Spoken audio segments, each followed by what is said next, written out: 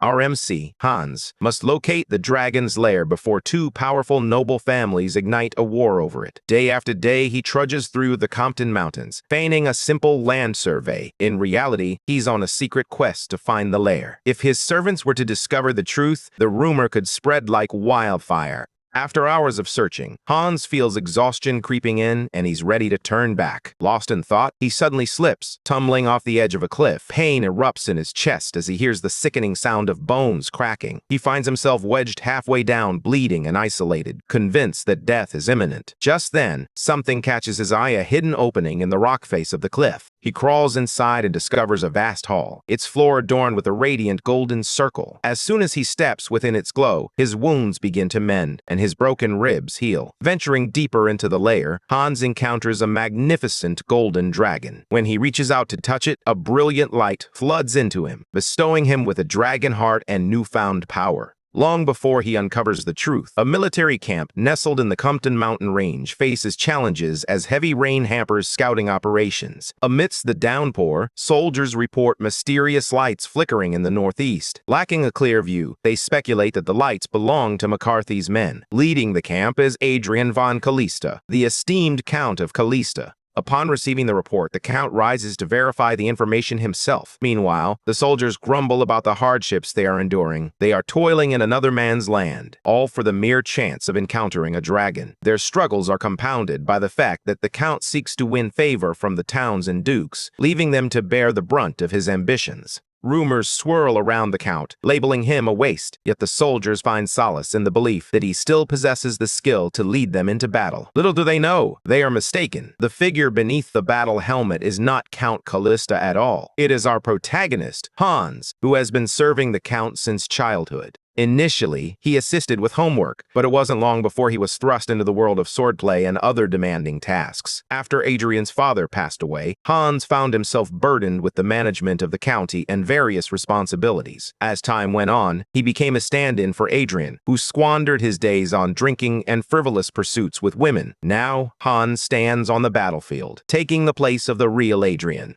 Hans has come to terms with all the responsibilities that come with his role, but he never anticipated that he would find himself on the battlefield. At last, he and the soldiers arrive at the location where the scouts reported seeing lights. However, with visibility so poor, one of the soldiers proposes that they return to camp. Lost in thought, Hans ponders the struggles of commoners and questions whether an afterlife awaits them after death. Just as they prepare to head back to camp, chaos erupts when one of the soldiers is suddenly struck down. It becomes painfully clear they've walked straight into an ambush. In the midst of the turmoil, Hans feels a sharp pain as a spear pierces him from behind. He crashes to the ground, grappling with the unsettling thought that this might be the end. How could he have ended up as a stand-in, a mere body double for someone else? As consciousness slips away, he ponders the possibility of a second life, one where he could truly be himself, not just a shadow of another. With that final thought, Hans closes his eyes and fades into darkness. Suddenly, Hans opens his eyes to find Madeline, one of the maids, kneeling before him, tears streaming down her face. Confusion washes over him as he wonders why she is here, especially given her youth. His shock deepens when he hears her pleading, addressing him as her lord. Suddenly, he becomes aware of the whip in his hand. As he glances around, he realizes he's in an opulent royal chamber. His gaze shifts to the mirror, where the reflection of Count Callista stares back at him. In shock, he drops the cane and instinctively touches his face, as if to confirm that what he's seeing is real. He rushes toward Madeline, his eyes filled with pity, but she instinctively raises her hands, bracing for a blow. Hans halts, confusion etched on his face, and asks the maid what year it is. When Madeline replies that it's the year 853, shock washes over him as he realizes something crucial. To his astonishment, Hans discovers that he has somehow entered the body of Count Callista, his former master, and that everything has reverted to 15 years in the past. In a state of disbelief, he collapses onto the lavish bed, questioning whether this is reality or merely a dream. Surrounded by opulence and shimmering treasures, he feels the softness of the Count's body, a stark contrast to the turmoil in his mind. He is fragile, having never engaged in any form of labor before. To regain control of the situation, Hans instructs Madeline to leave the room. As she walks away, the faint but unmistakable marks of a cane are visible on the back of her legs, revealing the repeated abuse she has endured at Adrian's hands. Hans collapses onto the bed, lamenting that Adrian is the most despicable and wasteful lord in all of history. Adrian has a reputation for halting his servants over the smallest grievances, treating them as if they were mere toys. As he grew older, he spiraled into a life of utter indulgence and waste. Throughout it all, Hans remained steadfast, tirelessly cleaning up the messes left in Adrian's wake. Suddenly, a thought strikes Hans, prompting him to rush out of the room. He flings open the door to one of the rooms in the house, but what he discovers inside is entirely unexpected.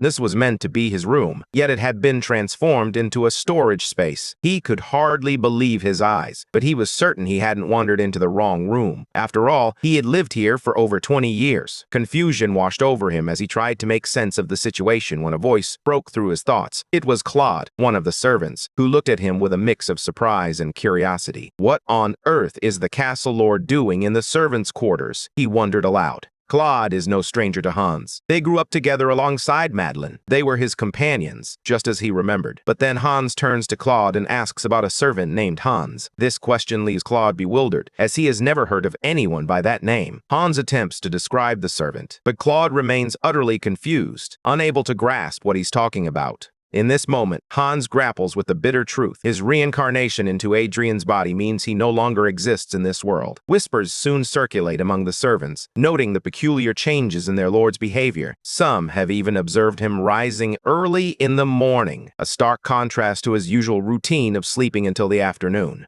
Two maids are engrossed in conversation about Hans when he suddenly appears behind them, causing them to jump in surprise. He quickly apologizes for startling them and asks if they could summon the nanny for him. It has been a week since Hans found himself in Adrian's body, and he understands that he must embrace his new identity and fully live this life. Moments later, the nanny arrives to attend to Hans. The nanny expresses her concern about Hans's restless sleep. He admits, "I hardly sleep at all. Even when I do manage to open my eyes, I find myself closing them again." She then offers to prepare breakfast, but Hans gently declines, saying, "No, I need to visit my mother first." The nanny is taken aback by Hans's suggestion, but she quickly agrees that it's a lovely idea. As Hans makes his way to his mother's chambers, he arrives at the door to find both his sister, Regina, and their mother, Owen, staring at him in surprise. Regina, unable to contain her curiosity, finally asks what brings him here at such an early hour. Owen scolds her daughter for her words, but deep down, she knows the truth. Adrian has never truly cared for the well-being of his family. She quickly turns her attention to her son, urging him to come in, assuring him that his presence brings her joy. It's been 3 long years since the former count's death, a loss that left Owen bedridden, unable to cope with the shock.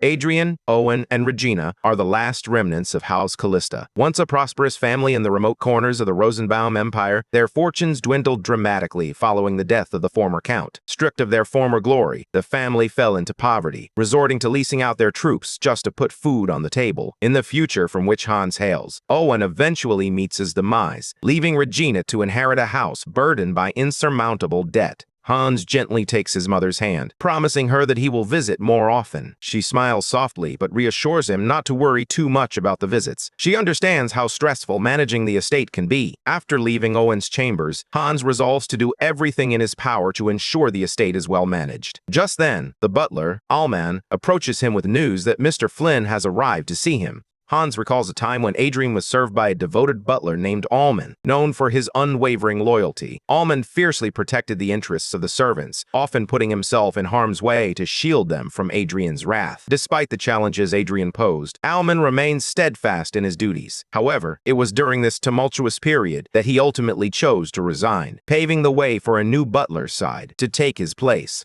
Side was the worst of butlers, his incompetence leading to the family's financial ruin. As the time for Allman to depart approached, Hans began plotting a way to prevent it. In the meantime, he arranged a meeting with Flynn, the administrator of the Callista territory. Flynn was notorious for his cruel treatment of the servants, making him a man of questionable character. He pummeled them as if they were his own slaves. Hans was eager to hear what Flynn had to say, and as expected, Flynn revealed that he had found a suitable replacement for Allman. He insisted they dispose of Allman without delay. Hans was taken aback by Flynn's cold calculation. Just as Hans recalled, Flynn suggested a man named Side. Flynn asserts that Side is a capable individual, someone he considers a brother. Just as he prepares to elaborate, Hans interrupts, his frustration boiling over. He grips his head in exasperation and demands that Flynn clarify his words. "Are you really planning to fire Allman?" he asks, his voice laced with disbelief. As Flynn notices Hans growing increasingly confused, a wave of guilt washes over him. He reaches into his inner pocket and pulls out something significant. Taking Hans's hand, he gently places 10 gold coins into the boy's palm. Hans is left in a state of utter shock and disgust at this unexpected gesture. Flynn quickly adds that he doesn't want the boy to soil his hands with what's about to unfold.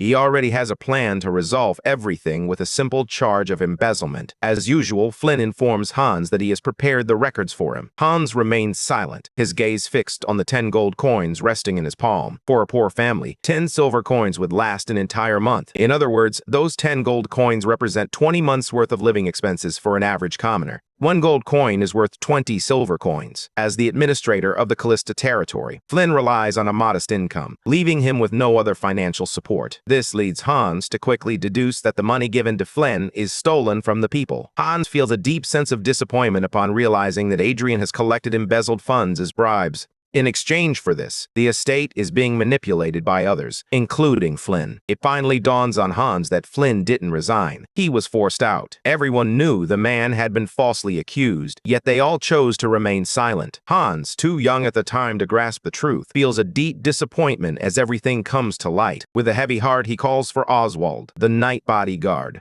In a surprising turn of events, Hans instructs Oswald to arrest Flynn without delay. He accuses Flynn of making corrupt demands and falsely accusing his own servant. Given these serious offenses, Hans insists that Oswald confine Flynn to the dungeon. Oswald promptly carries out the order, leaving Flynn in stunned disbelief, his mouth agape in shock. Flynn reaches out to Hans, attempting to persuade him, but Hans simply turns away, being pulled along by Oswald. As he drops 10 gold coins onto the table, he ponders the strange twist of fate that has placed him in Adrian's body. Though he may be unaware of the full story, he knows all too well that Adrian has inflicted suffering on countless people. Hans is determined to forge his own path. He is not Adrian, and he refuses to let history repeat itself. In the dimly lit hall of the mansion, Oswald drags Flynn toward the dungeon, his grip firm and unyielding. "Walk properly, scum," he barks, his disdain palpable. Oswald may not know the specifics of Flynn's offense, but that hardly matters to him. Flynn, bewildered by this sudden twist of fate, struggles to comprehend why he's being led to the dungeon. In this crumbling estate, ruled by a reckless leader, Oswald stands as the last remaining knight, a solitary figure amidst the chaos. Flynn has always viewed Adrian as the biggest fool, easily swayed and manipulated. Now that Flynn finds himself behind bars, he wonders if Adrian is finally mustering some pride. Little does he realize that the man inhabiting Adrian's body is no longer the naive fool he once knew. Meanwhile, Flynn anticipates that Hans will soon face the harsh realities of the world, for it is certainly not a bed of roses. Oswald drags Flynn down to the dungeon, his anger palpable as he hurls him into the cell, disregarding Flynn's former status. Even Flynn, taken aback, can't help but question if Oswald is being a bit too rough. "Just shut up until the Lord decides your fate," Oswald snaps back, his tone leaving no room for argument. To understand their dynamic, it's important to know that Oswald is the son of a knight who served the previous count. While all the other knights abandoned their posts, he remained, driven by unwavering loyalty. Inside his cell, Flynn clings to the belief that he can charm the Lord into granting his wishes. He devises a plan to manipulate the Lord into dismissing Oswald. It infuriates Flynn that a mere knight like Oswald dares to act so grandly in his presence.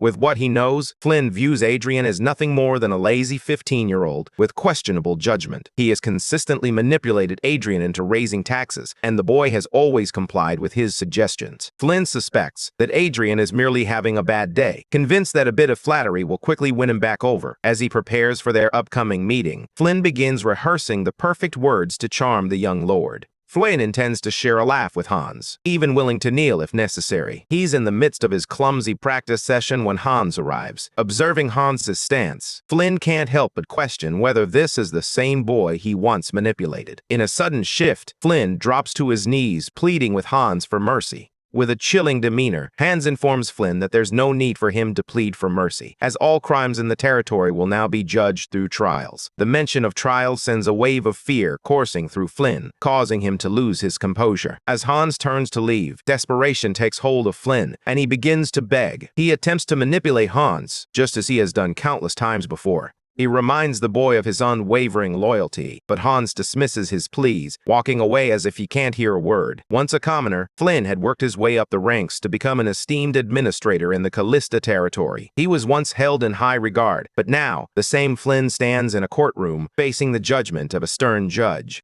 Flynn stands accused of bribery, embezzlement, and breach of trust. As a result of these serious charges, he faces not only asset confiscation, but also the looming threat of imprisonment. The news of Flynn's trial sends shockwaves through the territory, serving as a stark warning to the negligent administrators who have turned a blind eye to corruption. Even the household servants are taken aback. It's been ages since the land witnessed a trial of this magnitude. Hans gathers his servants, a palpable tension hanging in the air as some of them brace themselves for punishment. Alman steps forward, informing Hans that everyone is present. With a hint of pity in his voice, Hans turns to the assembled servants and asks them how he has fared as their lord. Believing they are the ones who know him best, he seeks their honest feedback. The question leaves the servants stunned. They exchange bewildered glances, unsure of what their lord is truly aiming for. All they can do is hope they won't be struck or beaten. After a tense silence with no response, Hans finally speaks. What follows leaves his servants and everyone in the room in stunned disbelief. Bowing his head, Hans begs for their forgiveness, admitting that he has lashed out and caused them pain for foolish reasons. The servants exchange bewildered whispers, trying to make sense of this unexpected turn of events.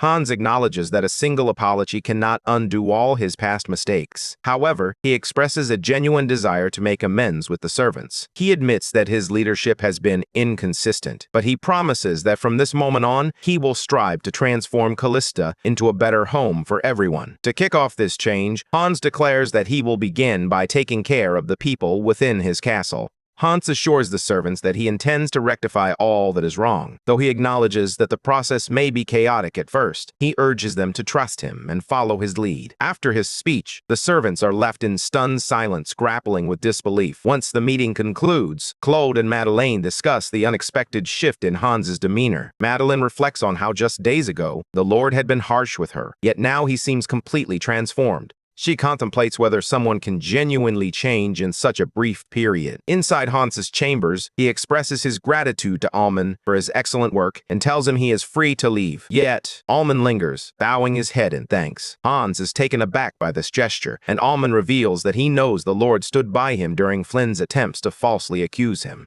Hans gently urges Alman to lift his head, reminding him of their long-standing bond and that he acted out of righteousness. He takes Alman's hand, assuring him to come to him if anyone ever tries to wrongfully accuse him again. As he hears these words from Hans, Alman can't help but acknowledge that the Lord has truly transformed. Alman has served the Lord for over a decade. While the Lord's appearance remains unchanged, Alman senses a profound shift within him. With a newfound resolve, Alman pledges his allegiance to Hans, vowing to follow him unwaveringly. Later that day, Hans stands by the window in his room, lost in thought. He reflects on everything that has transpired and comes to a profound realization. He hasn't just been granted a second chance at life, he's also been bestowed with the noble title of Count Callista. With this title, Hans effectively controls the entire Callista territory. To top it off, he possesses the knowledge of what lies 15 years ahead. Fortunately, his past life has equipped him with the skills to manage it all, as he had been navigating similar responsibilities before.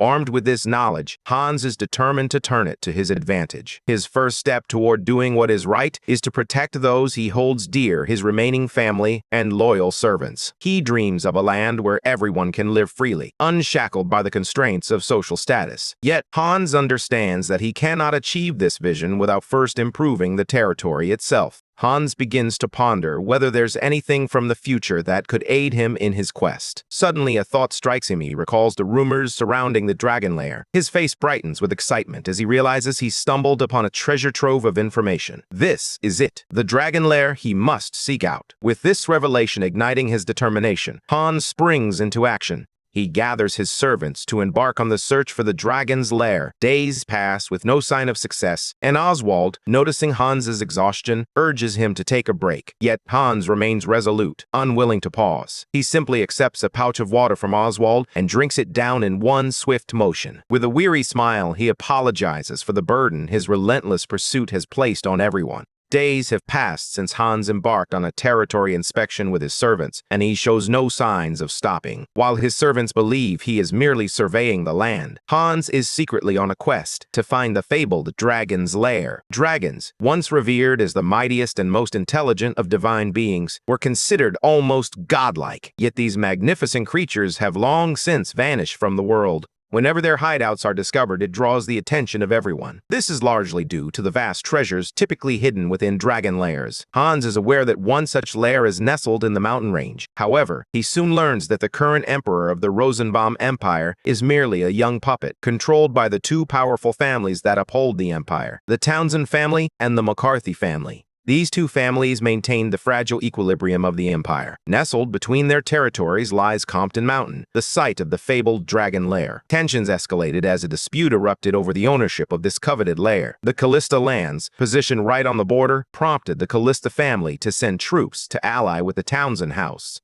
Now that Hans has found himself in the past, he has 15 years ahead of him to uncover the secrets of the lair. Leaving his servants behind, he plunges deeper into the woods, driven by the promise of untold riches. Legends speak of dragons that hoard mountains of gold and jewels, enough wealth to purchase a small kingdom. With this tantalizing thought in mind, Hans understands that discovering the lair could bring balance to the territory. The exact location of the lair remains a mystery, but its discovery has become the stuff of legend. It was said to have been stumbled upon by an herbalist who had lost his way in an expansive oak forest. By sheer chance, he encountered the lair, and now its distinctive features are well known. Hans is confident that he will recognize it when he finally lays eyes on it. However, after hours of searching, fatigue begins to weigh heavily on him. After searching in vain for the lair, he finds no trace or clue leading to it. Doubts creep in. Could the rumors about the herbalist be nothing more than a fabrication? As the sun dips below the horizon, he decides it's time to head back. Fatigue washes over him, a clear sign that Andrian's body is still weak. Determined to improve, Hans resolves to focus on exercising and strengthening his body once he returns home.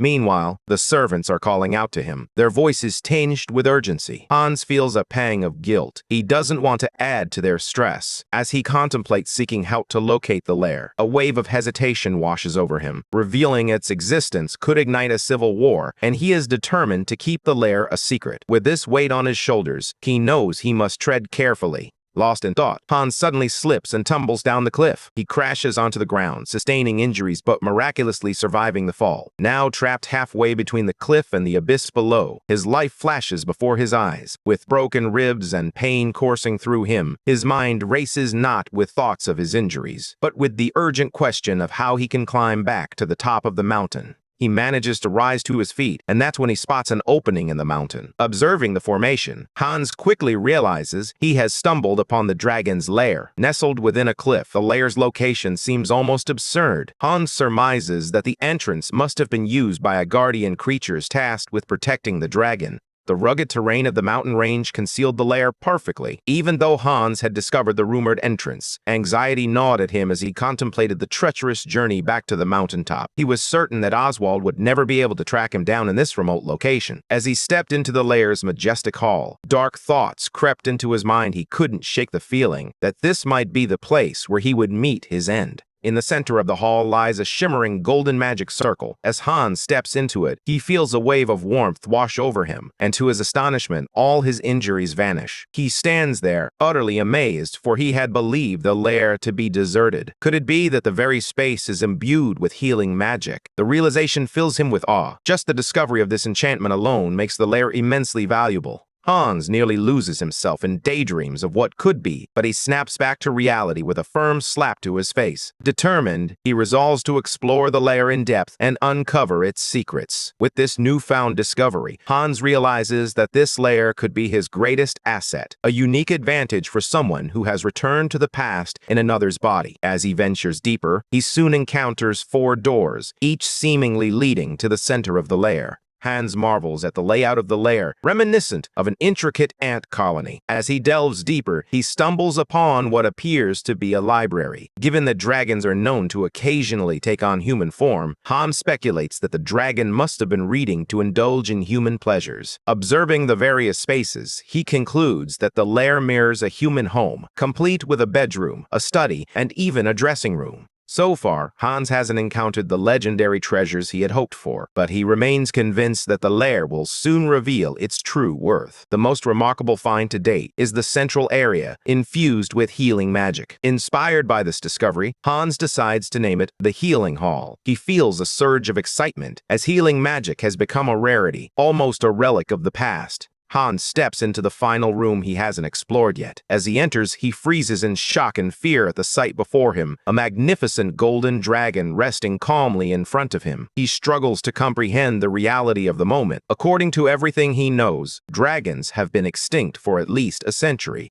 Hans stares at the dragon before him, convinced it is nothing more than a lifeless corpse. Yet, he can't help but question why a corpse would still gleam with such brilliance. As he reaches out to touch the dragon, a blinding light bursts forth, flooding the room. The radiance is so intense that Hans instinctively recoils, stepping back from the magnificent creature. A radiant light envelops Hans, and simultaneously, a voice resonates within his mind. Confused and disoriented, he finds himself face to face with a man clad in regal robes. Fear courses through him as he musters the courage to ask, "Who are you?" The strange aura emanating from this figure confirms Hans's instinct. The being before him is anything but human. The man finally speaks, introducing himself as Seyfried. He reveals that he is the last head of the Gold Clan and, remarkably, the final dragon of the continent. Hans stands frozen, his mind racing as he processes the reality that he is in the presence of a dragon. Overwhelmed, he gathers his thoughts and asks Seyfried if he is the master of the lyre. Instead of answering directly, Seyfried chooses to elaborate on the situation, drawing Hans deeper into the unfolding mystery.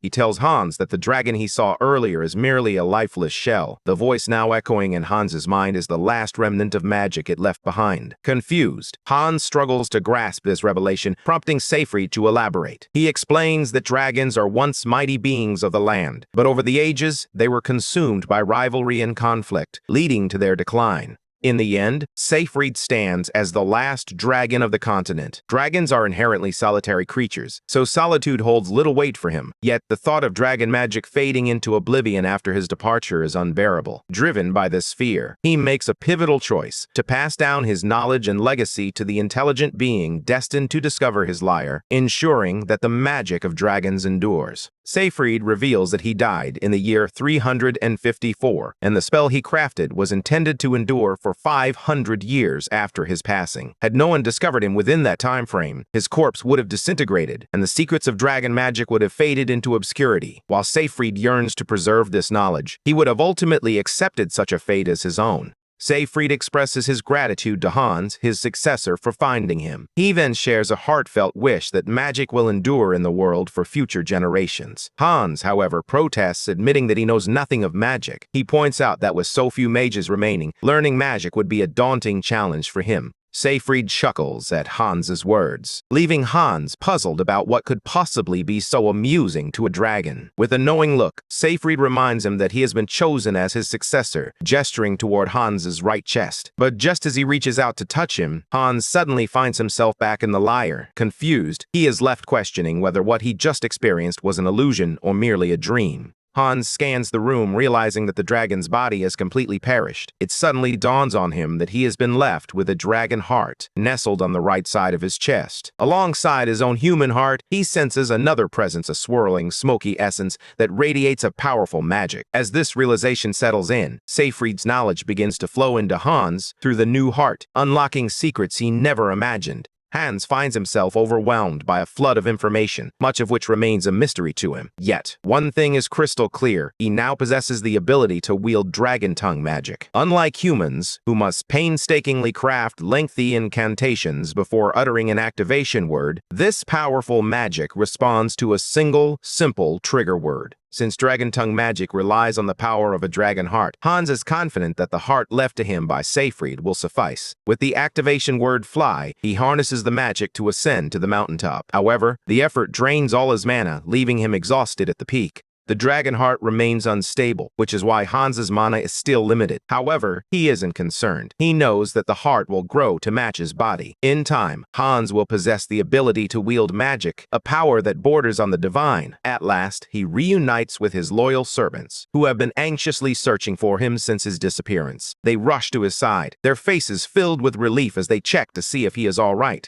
Not long after, Hans and the group prepare to return to the estate. Hans feels a surge of satisfaction, realizing he gained far more than he initially sought. He had set out in search of a dragon's lair, but he returned as the successor of a dragon. As he reflects on this incredible turn of events, he recalls the dragon's words about the spell it cast, one that is meant to last for 500 years. As Hans subtracts the year of the dragon's death from the present, a chilling realization washes over him. If he had arrived just 1 year later, the dragon's legacy would have been lost forever. He reflects on his previous life, where the dragon remained undiscovered for another 15 years, leaving magic in a diminished state. In that world, most mages struggled to break past the first or second circle in their lifetimes, while those who managed to reach the fifth circle were hailed as archmages. The contrast is stark, and the weight of his knowledge presses heavily on him. Dragons are born with an intellect that soars to the ninth circle, a realm deemed unreachable by humans. Yet for Hans, the ninth level no longer feels like an unattainable dream. He has harnessed the power of a dragon. Upon his return to the estate, he is greeted by his sister, who had been anxiously awaiting his arrival.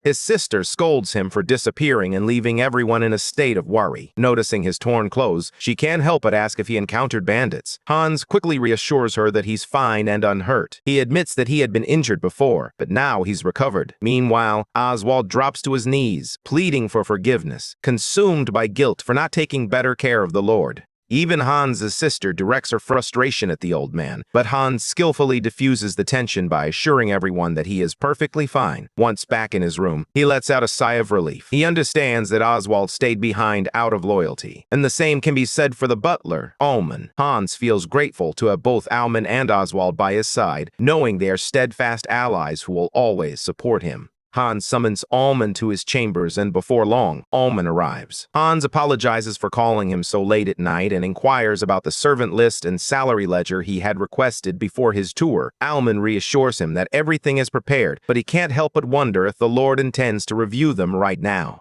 He reminds Hans that it's already late, and on top of that, Alman has heard about Hans's accident while on tour. However, Hans reassures him that he's doing just fine. He insists that Alman bring the documents to him, and despite Alman's attempts to persuade him otherwise, Hans stands firm. He prioritizes the well-being of his servants, which is why he feels the need to handle everything with urgency. Realizing that convincing Hans is futile, Alman reluctantly agrees to deliver the documents. Just moments later, Hans reaches into his pocket and pulls out a handful of gold coins. He then turns to Alman and asks, "Do you know about Grace?" Meanwhile, Claude approaches a market vendor named Lowen to place an order. He hands her a list of his requests, leaving her utterly bewildered. Claude inquires whether fulfilling the order would be a challenge for her. Lowen, however, assures him that she has no trouble meeting the demand. She's simply overwhelmed with happiness, which leaves her a bit bewildered. Hans's new policies have transformed the entire territory. Taxes have been significantly reduced, and orders from the estate have surged. Now everyone in the area feels a renewed sense of hope, something they never imagined they would experience before.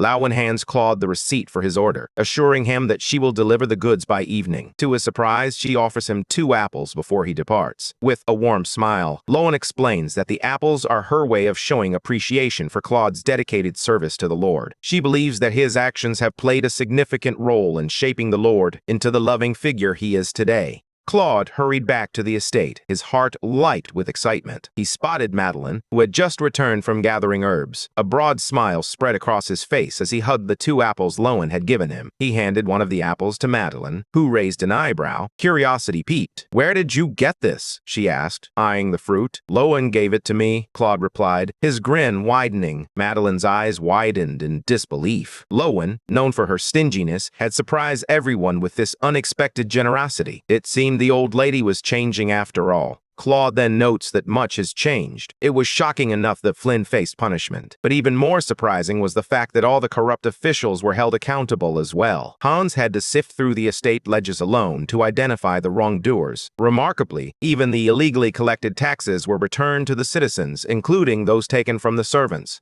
The servants now enjoy a better life, with improved pay, more break time, and stylish new outfits. The castle has also become more accessible to outsiders. Thanks to these changes, the servants have the opportunity to relax outside the castle, just like Madeline and Claude are doing. As they sit together, Claude notices Madeline speaking fondly of the Lord. He can't help but remind her that it was the Lord who had treated them poorly in the first place. Claude struggles to accept that people can change so easily. Madeline, while agreeing with him, confesses that every time she sees Hans lately, a nagging feeling tells her she may have acted too hastily. With everything unfolding around her, she's starting to consider giving the Lord another chance. Claude, curious, questions if her feelings for Hans stem from his looks. She quickly shakes her head, insisting it's not about that at all. Moments later, the two make their way back to the castle, discussing how Hans has been increasingly elusive. It's becoming difficult for anyone to catch a glimpse of him. He claims to be busy with inspections, but unbeknownst to them, he has been secretly visiting the dragon's lair. Inside that hidden sanctuary, Hans is diligently honing his magical abilities. He can now cast spells like fireballs, and he's also gained access to the shield spell. Nearly a month has passed since he inherited the dragon's power, and Hans has been diligently training throughout this time. He can clearly see his magical abilities improving, and he knows that with continued effort, he will only get better. However, he feels uneasy about the necessity of traveling by horse to the lair every time he wants to practice his magic.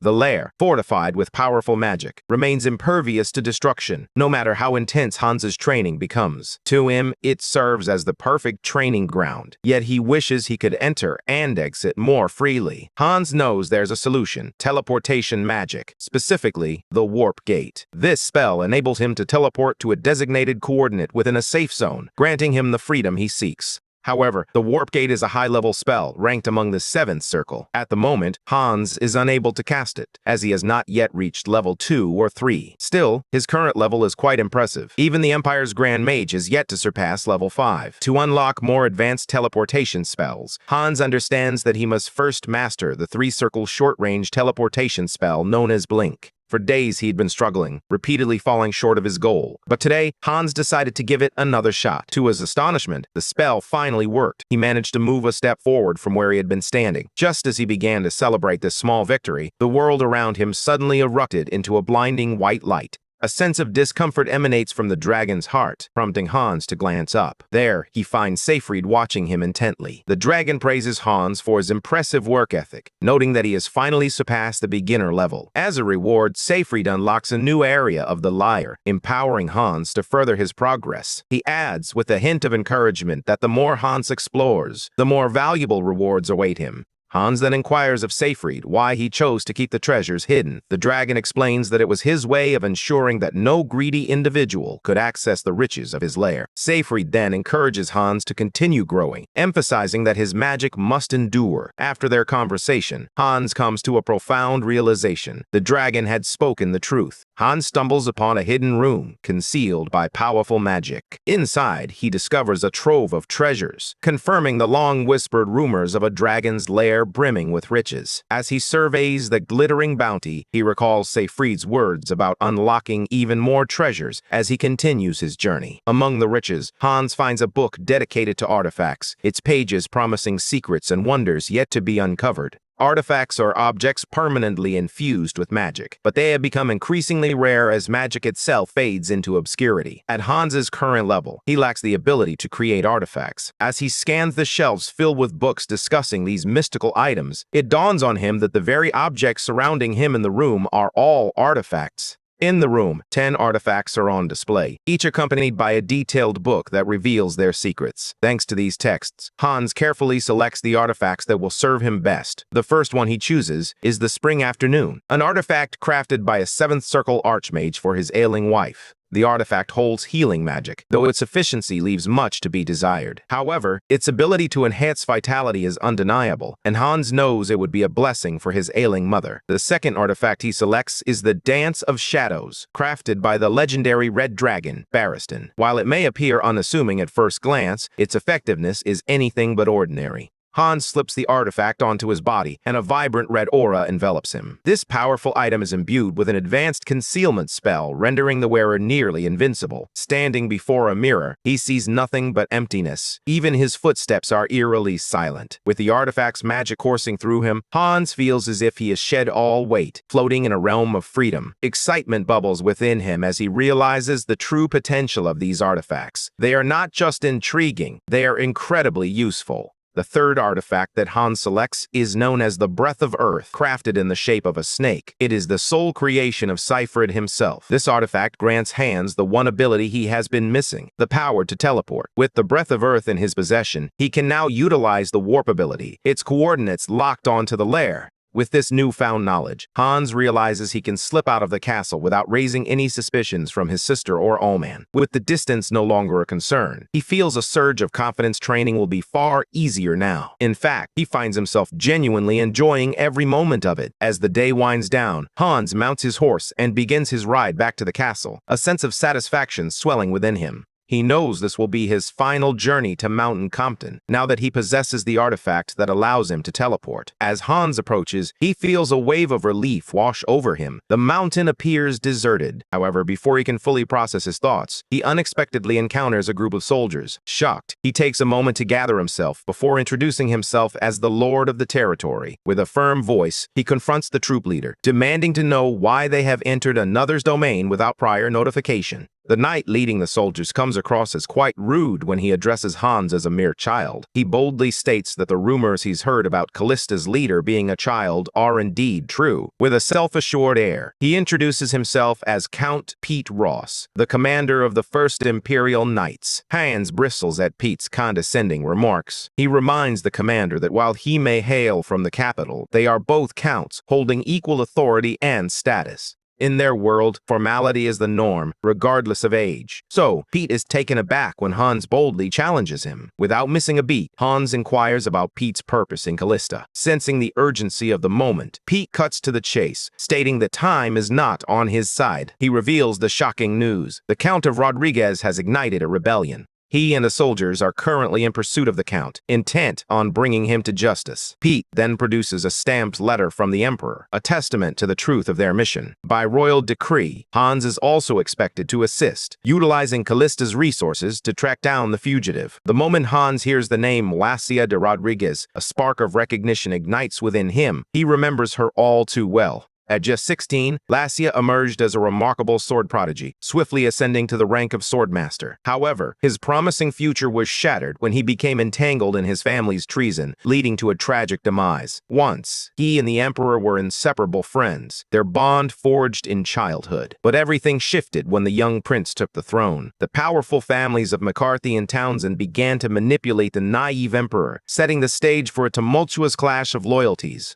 They successfully eliminated those who would support the emperor. It was during this tumultuous time that Rodriguez was falsely accused. Tragically, he lost his life in the process. 5 years later, the truth emerged. He was innocent all along. His name was finally cleared of all charges. But the damage had already been done. His family had been wiped out. All that remained was an empire mourning the loss of an innocent soul, and a young genius who fell victim to the ruthless power struggle. Armed with this knowledge, Hans realizes he must save Lacia this time. Pete, noticing Hans deep in thought, calls out to him. He informs Hans that Lacia is injured and fled into the mountains the last time they saw him. Hans nods, determined to cooperate, but insists they halt the search for the day as darkness is quickly approaching. He promises that they will resume the search the next day. With an air of arrogance, Pete assures Hans that his men are more than capable of locating the wounded man. However, Hans gently reminds him that the Compton Mountains present challenges unlike anything they're accustomed to. Searching on horseback is impractical, especially with Pete and his men weighed down by heavy armor. He draws Pete's attention to the exhaustion evident in his men. Hans assures him that the only way forward is to start the search at dawn the next day. He recalls a similar situation from his past life when House Callista dispatched troops to assist the Townsend family. The Compton Mountains are notorious for their treacherous terrain, and Hans confesses that he only managed to locate the lair thanks to a mix of his prior knowledge and a stroke of good fortune. He understands that locating a wounded man in less than a day, especially in the mountains, will be a daunting task. After successfully persuading Pete to postpone the search, Hans sets out to find Lacia. Using his magic, he conducts a thorough scan of the area. After a determined effort, he finally pinpoints Lacia's location. Rushing to her side, he discovers her wounded and unconscious. His wounds are grave, and with Hans lacking any healing abilities, his only option is to use the Spring Afternoon artifact. Though its effect is weak, Hans knows it's better than doing nothing at all. He slips the ring onto Lacia's finger, and it springs to life, working its magic. Next, Hans casts the feathering spell on Lacia, lightening him enough to carry him to the horse. Hans had resolved to be the one to save Lacia from impending doom. He swiftly mounted his horse, urging it into a gallop as they raced toward the castle. As they approached, a chilling sight met his eyes. Pete and his men had already arrived. An imperial flag hung ominously from the castle, signaling their presence. Despite the urgency of the moment, Hans steadied himself, determined to stay one step ahead of the unfolding crisis. He activates the invisibility artifact, causing both himself and Lacia to vanish from sight. The town is already plastered with her wanted posters, leaving the townspeople stunned by this sudden turn of events. Each poster provides a clear description of Lacia, showcasing her striking navy blue eyes and distinctive gray hair, making her easily recognizable to anyone who glances at them. Inside the castle, Pete's rude behavior persists. He scoffs at the castle's appearance, deeming it unworthy, and proceeds to vandalize the grounds. This place would have made a much better inn, he quips, eliciting laughter from his knights at his absurd remarks. Meanwhile, Claude and the other servants dutifully serve them drinks, enduring Pete's disdainful attitude, which he extends even to them. He calls Claude a rude servant, accusing him of providing bad water. With no choice but to bow his head, Claude humbly asks for forgiveness from the arrogant knight. Just then, Regina enters the hall, urging Pete to temper his aggression. She reminds him that the castle is hosting not only him, but also a large number of unexpected guests. With a calm yet firm tone, she implores him to overlook any shortcomings he may be experiencing. As anticipated, Pete turns to Regina, his expression one of disdain. "Who are you?" he asks, his tone dripping with condescension. Regina introduces herself, but her words seem to fall flat. Pete's disappointment is palpable. He's clearly unimpressed that the household is being managed by children. "Kids are supposed to be sleeping," he scoffs, "while the adults take care of the real work." Pete continues to berate Regina, calling her a disgrace to the throne. This only fuels her anger. Regina stands her ground, reminding him that she represents the land and deserves respect. Pete, taken aback by her defiance, realizes she's not backing down like Hans did. He turns away, muttering that arrogance seems to be a family trait in the Callista lineage. Frustrated, Regina can't help but wish her brother would arrive to support her.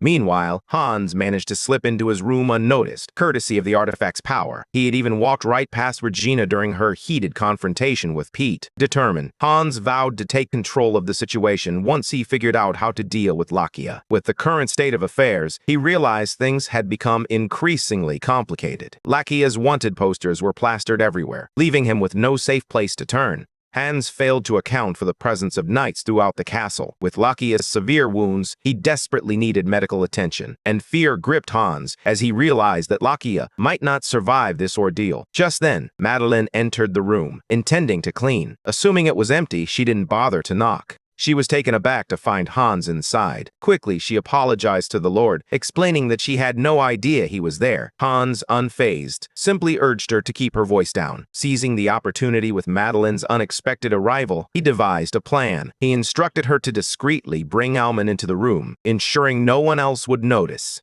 Before long, Alman enters the room, his surprise evident as he spots Hans at the castle. Everyone had assumed he was away. Alman quickly urges Hans to head to the lobby, where his presence is urgently needed. However, Hans hesitates, insisting he has something important to show them. He leads them to his bed, where the wounded Lacia lies, a sight that instantly shifts the atmosphere. The two servants stand frozen in shock as they spot the wanted man in Hans's bedroom. Alman, eyes wide with disbelief, asks Hans if he really captured the traitor all on his own. Hans shakes his head, insisting that the man isn't a traitor at all. He explains that Lacia has been falsely accused, though he can't divulge all the details just yet. With determination, Hans declares his intention to protect Lacia and pleads for their assistance, knowing he can't shoulder this burden alone. The two stand in stunned silence after Hans makes his unexpected request. He can sense their confusion. Why would Callista, a rural lord with no connections to the imperial house, involve himself with a powerful family like the Rodriguezes? Moreover, Alman and Madeleine are mere servants, accustomed to obeying the commands of nobles. To provide some context, they are also in a position to report the situation to Pete, another noble, despite the risks involved. Hans tells Madeleine that he plans to assign her to his room so he can care for Lacia. Madeleine quickly reminds him that she has no experience in treating wounds. Hans acknowledges this, reassuring her that all she needs to do is clean Lacia's injuries and provide him with meals. He promises Madeleine a generous reward if she agrees to his request. Turning to Alman, he asks for a significant favor. He needs Alman to locate a corpse resembling Lacia, a young man with a similar build and gray hair, while matching the eye color would be a bonus. It's not essential if he can't find it. Even Alman is taken aback by the request, and Hans recognizes the weight of the moment. He knows he's asking for something incredibly challenging, but he insists that he must save Lakia. Hans is acutely aware that the servants harbor doubts about him. To them, he's merely a spoiled brat who intimidates those around him. He worries that his request might ignite feelings of betrayal among them. Yet, Hans has no choice but to hope that they believe he has truly changed. He turns to Ullman, urging him to trust him, if only for now. After a moment of silence, Ullman finally speaks up, acknowledging the reality of the ranks within nobility. The imperial decree holds unmatched authority, yet Ullman acknowledges that his true loyalty lies with one person, Count Kalista. Hans is taken aback, realizing the depth of Ullman's commitment to his family. Sensing the weight of the moment, Ullman turns to Hans and inquires if there is any external pressure or coercion at play. He seeks to understand whether Hans has chosen to protect Lakia of his own accord. Hans empathizes with Ullman, recalling Flynn's words about how easily a boy his age can be influenced by others. Ullman continues, expressing the need to ensure there's no external interference before he can agree to Hans's request. Observing Ullman's unwavering loyalty, Hans feels a surge of resentment toward Adrian for having once pushed away such an exceptional person.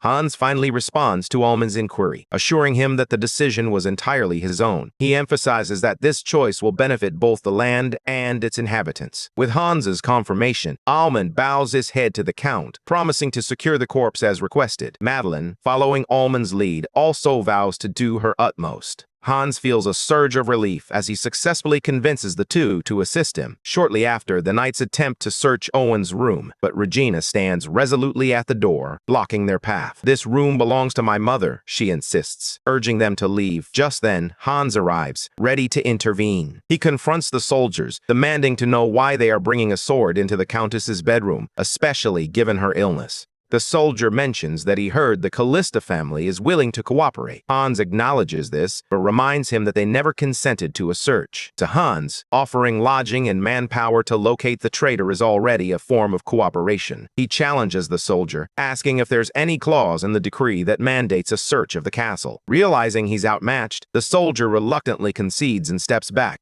Regina beams at the sight of her brother and immediately asks if he's all right, given the traitor on the loose. Hans reassures her, saying he's fine, and apologizes for his late arrival. He praises her for handling Pete's situation with such grace. Regina's eyes widen in surprise. She thought Hans was away when she spoke to Pete. Realizing he's let something slip, Hans quickly shifts the conversation, hoping to steer her away from any probing questions. He tells his sister that they should enter the room and check on their mother. Inside, their mother urges them to be cautious, warning of a traitor lurking in their territory. She emphasizes the importance of cooperating with the Imperial Knights to avoid any trouble. Unbeknownst to her, Hans has already crossed that line. He reassures her, claiming he has dispatched troops to assist in the search, and since the traitor is injured, it won't be long before they find him. Hans tells his mother a tall tale about meeting an elderly foreign woman during his tour. He spins a story of how he helped her, and in gratitude, she gifted him a ring infused with special energy. With conviction, he assures her that wearing the ring will gradually restore her health. Owen raises an eyebrow, surprised. She never thought her son was the kind to believe in such myths. Hans tells his mother that, while he may not fully believe, he still wants her to have the beautiful ring. He gently slips it onto her finger and the artifact springs to life. A radiant smile spreads across Owen's face as she admits that she feels remarkably better. Even Regina is taken aback by this transformation. Owen leans in closer to examine the gem on the ring and realizes it's a stunning yellow sapphire. Given the ring's appearance, even Owen can easily infer that the artifact is incredibly valuable. However, Hans is the only one aware of its true worth, and he understands that chaos would erupt if anyone discovered that the ring alone is worth more than an entire castle. A day later, Lakia is still in recovery. Meanwhile, Hans and Madeline have been taking turns to guard her room, ensuring her safety during this vulnerable time. Madeline keeps a watchful eye on Lakia during the day, while Hans takes over the night shift. Having been a servant in his past life, staying up late is nothing new for him. Yet, he finds himself feeling less fatigued, a benefit of the dragon heart within him. Despite this newfound energy, Hans's thoughts are not on himself, but on Lakia. He worries whether her wound will heal properly if left untreated. He has cleaned away the blood and pus, but the wound still runs too deep. Suddenly, he hears a series of 5 knocks at the door. It's Hans, who reveals that he and Madeline devised a clever trick. Either of them would knock 5 times to confirm their identity, ensuring that no other servants discover their secret. Just then, Madeline steps into the room, her arms laden with herbs. Hans is taken aback by the sight before him. Madeline quickly explains that Lakia's external wound is severe, so she brought medicinal herbs known for their disinfecting and healing properties. Hans, still in disbelief, asks her how she acquired such knowledge about herbs. With a hint of nostalgia, Madeline reveals that her father was an herbalist, and during his work, she would often watch him closely. Hans suddenly recalls that Madeline had once shared with him and the other servants that she had learned the art of making herbal teas. He had always assumed her skills were limited to brewing tea, unaware of her proficiency with herbs. As Madeline grinds the herbs and applies them to Lakia's wounds, she carefully dresses the injuries. Watching her work, Hans feels a wave of gratitude. He realizes that Madeline is not just a servant, she's a healer. As Madeline tirelessly cares for Lakia, Hans clings to the hope that she will awaken. Days pass, yet Lakia shows no signs of recovery. It has now been 5 long days of their unwavering efforts, but she remains trapped in her unconscious state. Later that day, Madeline enters the room, only to be met with a shocking sight. Lakia is nowhere to be found. She rushes to find Hans, unaware that Lakia has regained consciousness and is now hiding behind a chair. As he crouches in his makeshift cover, Lakia overhears the troops outside making a significant announcement. They have discovered his body in the mountain range. Lakia is taken aback by the unexpected revelation, unaware that Hans is already in the room with him. Thanks to his invincibility artifact, Hans moves silently, closing the distance without detection. He finally breaks the silence, calling out Lakia's name and feigning surprise at his early awakening. In reality, Hans had known all along. His dragon heart grants him heightened senses, allowing him to detect the subtle shift in Lakia's breathing. The only reason he feigned sleep was his growing suspicion about the situation. Hans wasn't surprised by Lakia's actions. After all, it was the logical choice for a man on the run. Lakia must have been taken aback upon waking in an unfamiliar room, only to find himself being tended to by a boy and a girl he clearly didn't recognize.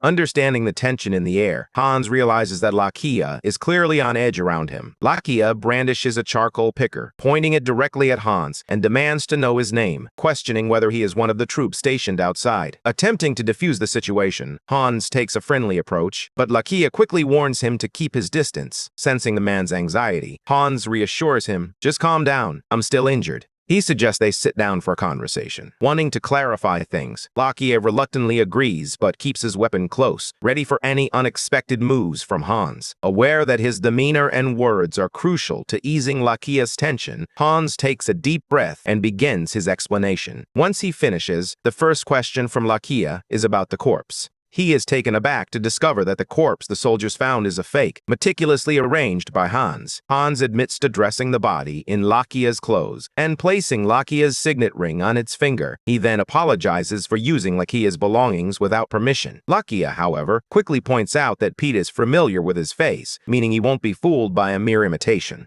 Hans is acutely aware of the situation, which is why he meticulously ensured that everything was in order. It's August, and the rain falls steadily, providing the perfect cover. He left the body in the swamp, allowing nature to take its course and decompose it. The knights, already weary from their exhaustive search of the forest, are eager to conclude their efforts. Knowing Pete's impatience, Hans seizes this opportunity to deceive both him and the soldiers. Hans advises Lakia to remain hidden for 5 years, promising him that his name will be cleared in due time. He suggests that Lakia stay within the territory during this period. Suddenly, Lakia grows defensive, questioning how Hans is so certain of his innocence. He suspects Hans might be entangled in the very accusations against him. In response, Hans calmly informs him that he cannot reveal everything he knows just yet. Lakia inquires about what the future holds in 5 years, but Hans firmly insists he cannot reveal anything. He pleads with Lakia to trust him, yet Lakia isn't ready to take that leap. He expresses his gratitude for Hans's assistance, but makes it clear that he cannot place his life in the hands of someone unwilling to share vital information. Hans understands Lakia's hesitation, recognizing the weight of his words.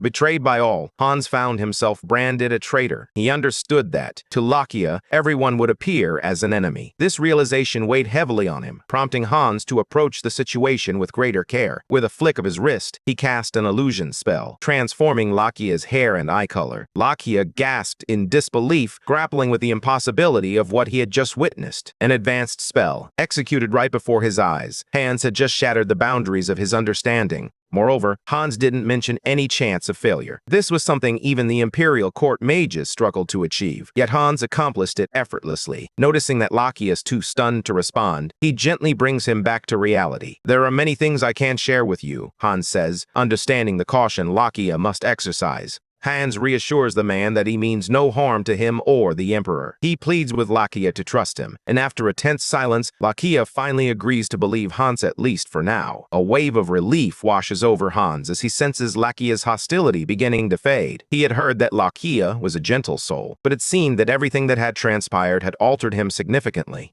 Hans envisions himself in a perilous situation, cornered by a menacing cat that seems intent on pouncing. Meanwhile, Pete approaches the Emperor to deliver the grim news of Lakia's death, expecting a sense of relief. He is taken aback when the Emperor remains stoic and unresponsive. Pete quickly reminds him that Lakia had plotted to eliminate him and his family through poison. To provide Pete with a sense of satisfaction, the king feigns happiness at Pete's achievement. After receiving the commendation he craved, Pete departs. Once he leaves, the Emperor crumbles under the weight of his emotions, burying his head in his hands as he wishes for a different reality. In that moment of despair, he vows to restore Lakia's honor. Meanwhile, in Callista, Lakia is gradually adapting to his new surroundings. Hans introduced Lakia to everyone as his new guard. During a meeting in the study, both Lakia and Regina were present. However, Regina eyed Lakia with suspicion. She leaned closer to Aumann and asked, "Is Lakia normal?" Aumann, sensing her unease, assured her, "Everything is perfectly fine with Lakia." He fabricated a story, claiming that Hans had discovered Lakia during one of his tours. Noticing Regina's lingering concern, Aumann gently probed, "Is there something specific that's bothering you?" The girl responds, noting that there's something about the way Lakia carries himself. Regina raises her suspicions, believing he must be a noble. This thought troubles her. She wonders why someone who appears to be of noble birth would end up as a guard in a remote place like Callista. For a moment, they set aside their thoughts of Lakia and shift their focus to why Hans summoned them to the study. Yet both are left in the dark about the true purpose of the meeting. Meanwhile, Lakia is genuinely impressed by Hans's determination to keep his identity a secret. Only Hans, Madeline, and Aumann are privy to the truth among all the castle's inhabitants. Yet, Lakia's concern extends to everyone in the castle, with his greatest worry resting on the shoulders of the man who has just entered the study room, Hans. He can't help but marvel at how Hans is managing affairs within the castle. Since Hans took over the reins at just 12 years old, he likely lacked prior experience. Yet, Lakia is genuinely impressed by the whole fake corpse scheme. Moreover, Hans seems to be managing everyone with remarkable ease. Lakia can't shake the feeling that Hans displays a maturity beyond his years, especially in the way he conducts himself. He also praises the overall management of the castle. All the servants are diligently carrying out their duties, smiles lighting up their faces, an uncommon sight, even in the capital. Lakia struggles to comprehend that this castle is being managed by a mere 15-year-old boy. The only question that lingers in her mind is, who is this remarkable young man? Just 10 minutes after entering the room, Hans has already conjured something astonishing on the board. The room falls silent, stunned by Hans's unexpected announcement. He intends to open a bank. Lakia, unable to contain her disbelief, shouts at him, insisting that it takes a fool to venture into such a risky business. She warns him of the many who have gone bankrupt in their attempts. Yet, Hans remains unfazed. With a calm demeanor, he begins to explain that opening a bank is about much more than just securing land or capital. Hans realizes that the true challenge lies in assembling a capable team. He emphasizes that to establish a bank, they require individuals skilled in asset management and investment evaluation. Additionally, they need accountants and security personnel to protect their valuables. Acknowledging Callista's lack of connections to recruit such talent, Hans unveils his plan to start an academy where they can train their own people right in the territory. Hans outlines his intention to divide everything into an accounting track and a security track. As he explains his strategy, Lakia can't help but notice that Hans has meticulously considered every possible outcome. Yet, despite this thoroughness, Lakia remains unconvinced, feeling that Hans's plan still lacks realism. Just then, Regina interjects with a crucial question that demands attention. Regina reminds her brother that commoners often can't afford tuition for the academy, as it's typically the nobles who receive an education. Hans acknowledges her concern, but reveals he has a solution. To her surprise, he declares that he has no intention of charging anyone who wishes to attend the academy. Even Alman is taken aback by Hans's commitment to teaching the commoners for free. However, Hans corrects Alman, insisting that he views those at the academy not as students, but as workers in training. With a smile, he reveals his plan to pay them while they study. This unexpected announcement leaves Alman, Regina, and Lakia utterly stunned. Lakia quickly understands that Hans is serious. His expression is unwavering. Shortly after, Alman gathers the servants for an important announcement. He outlines the new plan, detailing how the academy will support the establishment of the Callista Bank. Following Hans's instructions, he reveals that the first group of students will be selected from among the staff. Alman addresses the staff, inviting them to express their interest in joining the program. Claude is the first to raise his hand, eager to ask a question. Will we actually be getting paid while we learn? He inquires. Alman nods, confirming that they will indeed receive compensation. However, he adds that their daily wages as staff members will be reduced during the learning period. He reassures them that this reduction won't impact their cost of living. Upon hearing this, the servants began to whisper among themselves. Most were already buzzing with excitement at the prospect of joining, while even those who struggled with books were considering a spot in the security division. Claude watched in astonishment at everything Hans had accomplished. He understood that academies were typically reserved for nobles, leaving him to wonder how commoners like himself and others could possibly learn skills like accounting or security. Madeline gently reminds Claude of his talent for math and how adept he is at managing errands. Encouraging him to give it a try, she believes in his capabilities. However, Claude remains skeptical, doubting that the servant's education at the academy will make any difference. After a moment of contemplation, Madeline takes a deep breath and reveals her intention to leave the estate. Claude is taken aback by the news. Madeline explains that she recently assisted Hans with a task, and as a reward, he is sponsoring her studies in medicine. Initially, she thought it was too much for someone like her to handle, but given the circumstances, Madeline has finally decided to accept the offer. Madeline recalls the moment Basia expressed her gratitude after being saved, a gesture that touched her deeply. That single instance filled her with pride and sparked a realization. She could strive for even greater heights. Though it may seem ambitious, Madeline is determined to give it her all. Inspired by her own resolve, she encourages Claude to seize the opportunity as well. Madeline's words resonate deeply with Claude, and he begins to see her point. Reluctantly, he enrolls in the accounting class, yet uncertainty lingers in his mind. He questions whether he truly belongs there, fearing he might become a failure. With the servant's salary recently increased, he can't help but wonder if he should have simply stayed behind to enjoy the comforts of his position instead. As Claude hands in his test paper to the instructor, Poitier, he receives an unexpected compliment for a job well done. Attempting to downplay his achievement, Claude insists that it was nothing special. However, Poitier gently corrects him, emphasizing that his skills are indeed remarkable. He explains that while many can manage basic arithmetic, not everyone excels in bookkeeping. Even the brightest nobles struggle with it, yet Claude has mastered the art. Poitier confesses that he was initially skeptical when he was appointed as an instructor, but Claude's performance has sparked a newfound optimism in him. With unwavering confidence, he declares that Claude is destined to become a great accountant. Although Claude feels a twinge of doubt, he soon recalls the sacrifices Hans is making for their future. Inspired by this realization, Claude resolves to do everything in his power to succeed.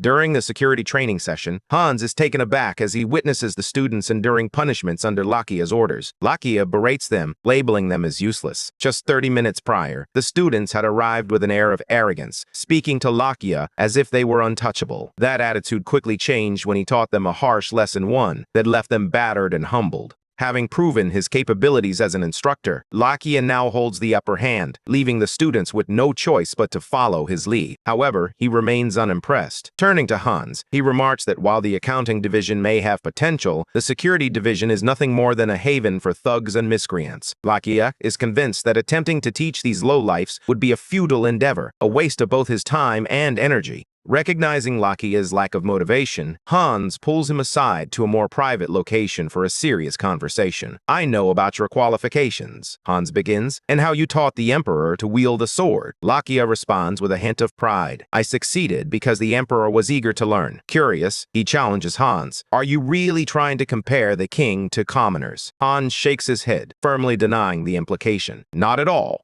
Hans turns to Lakia, expressing his admiration by calling him a great teacher. He then points out that Callista lacks a knight order, leaving Oswald as the only knight available, though he's too old to serve as an instructor. With a bold conviction, Hans declares that the king is no different from the commoners. People are people, he asserts, whether noble or not. In the end, they are still people, and the only difference lies in someone recognizing their potential and helping them grow. Given the current situation, Hans believes Lakia is the best candidate for the job. This revelation strikes Lakia deeply. He realizes that Hans possesses more conviction than he ever credited him for. Lakia then tells Hans he will need more time and resources, but Hans reassures him that he is ready to support him in whatever he needs. Lakia notices that Hans is becoming increasingly comfortable in their conversations. This newfound ease is a stark contrast to their first meeting, where Hans was noticeably nervous. Now, he openly expresses that he sees Lakia as a reliable person, which has helped him relax. However, Lakia has had enough of the compliments. With a slight shake of his head, he turns and strides back to the training ground.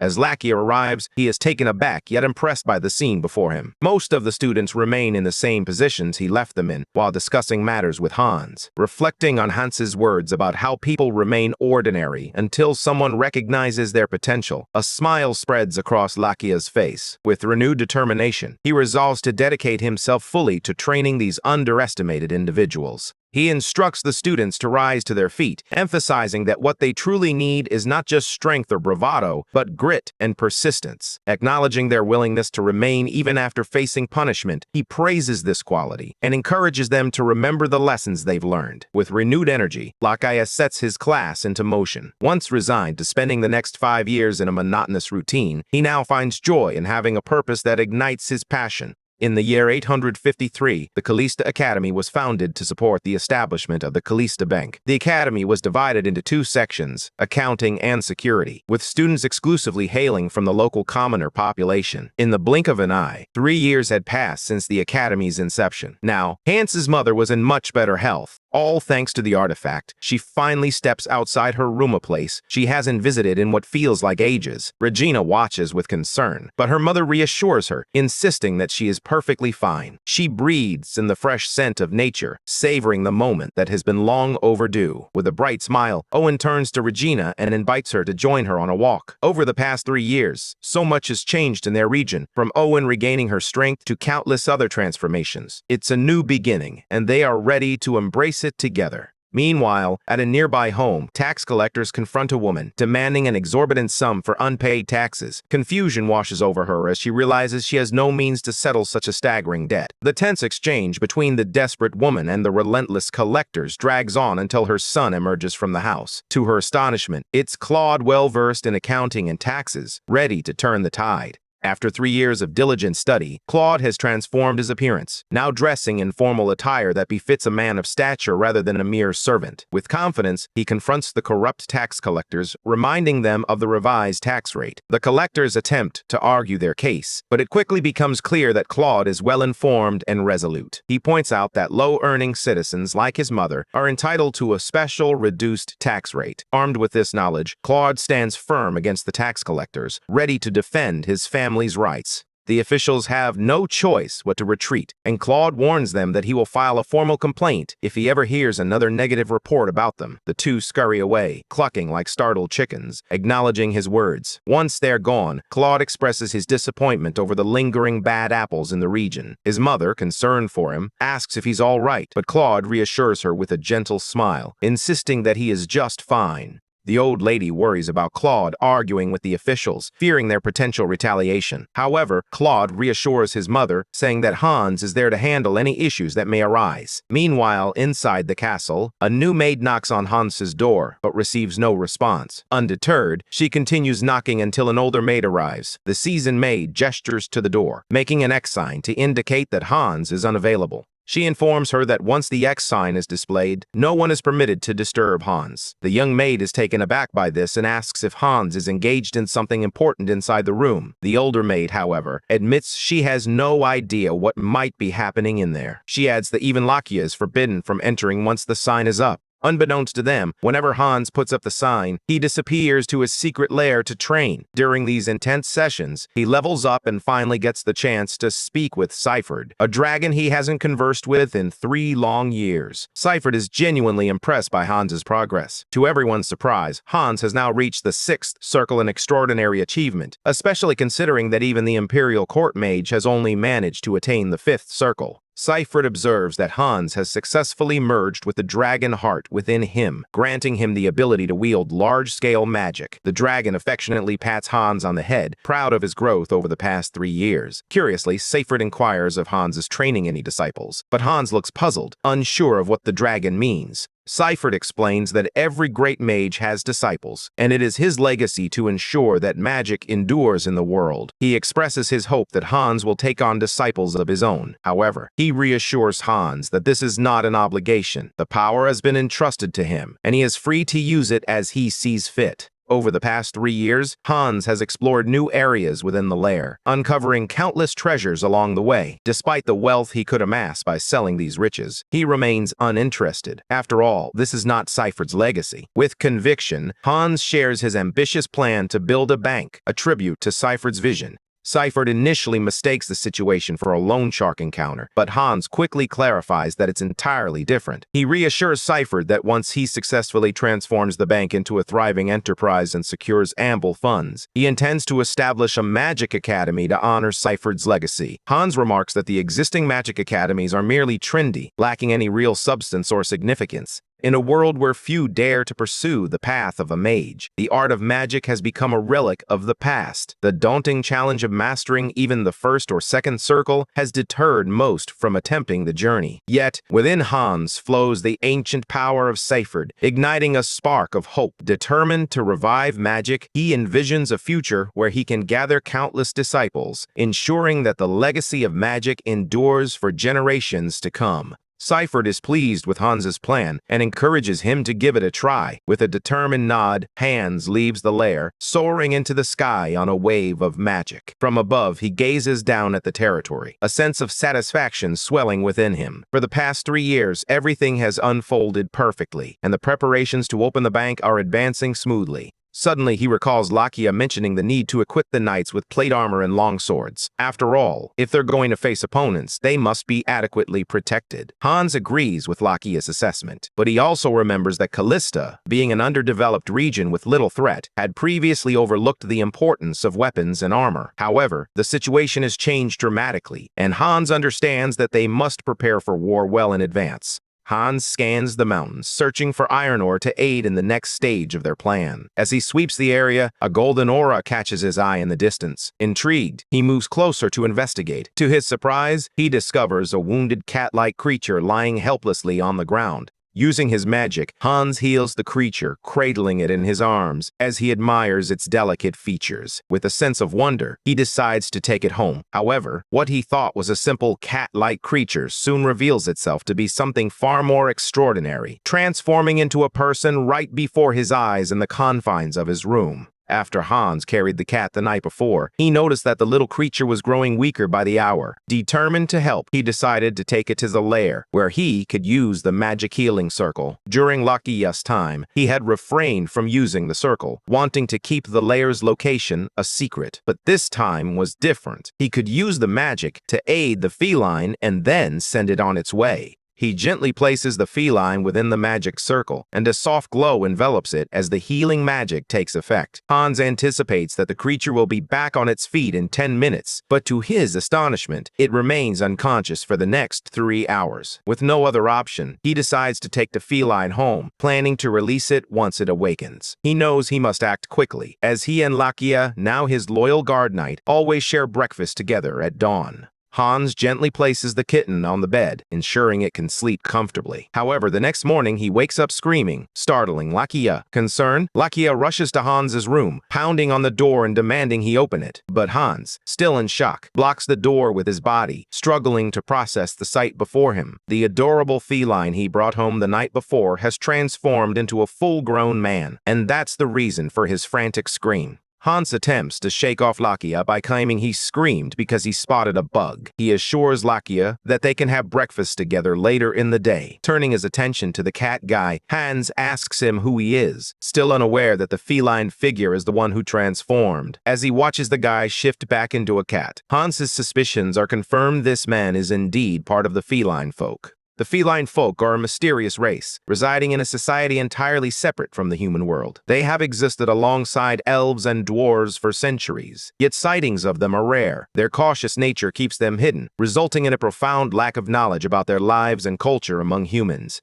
The cat guy begins to pace around the room and then, without warning, declares that he intends to stay. Hans is taken aback, unable to comprehend how he never granted this peculiar visitor permission to linger. Attempting to argue, Hans is swiftly reminded by the cat guy that it was Hans who brought him in to begin with. With a smirk, the cat guy accuses Hans of kidnapping him and even tending to his wounds without consent. With all this in mind, the cat guy informs Hans that he is now his responsibility. Hans quickly realizes that this feline fellow is both pushy and cunning. He points out that the guy would have surely perished if his wounds had been left untreated. Given that feline beings possess superior abilities and physical strength compared to humans, Hans concludes that there's no way this guy could have been injured by a mere human. He then asks the cat guy if he was injured by another feline like himself. The question strikes a deep chord, leaving the cat guy silent, hinting that Hans might be onto something. Just as Hans attempts to bridge the gap between them, Lakia bursts through the door, startling both men. Without hesitation, Lakia draws his sword the moment he lays eyes on the cat guy. He demands that the cat guy step away from Hans. Lakia swiftly rushes to Hans's side, positioning himself protectively between him and the feline figure, sword drawn and aimed. In that moment, Hans recalls that Lakia is a sword master, capable of sensing the unsettling aura radiating from the cat guy.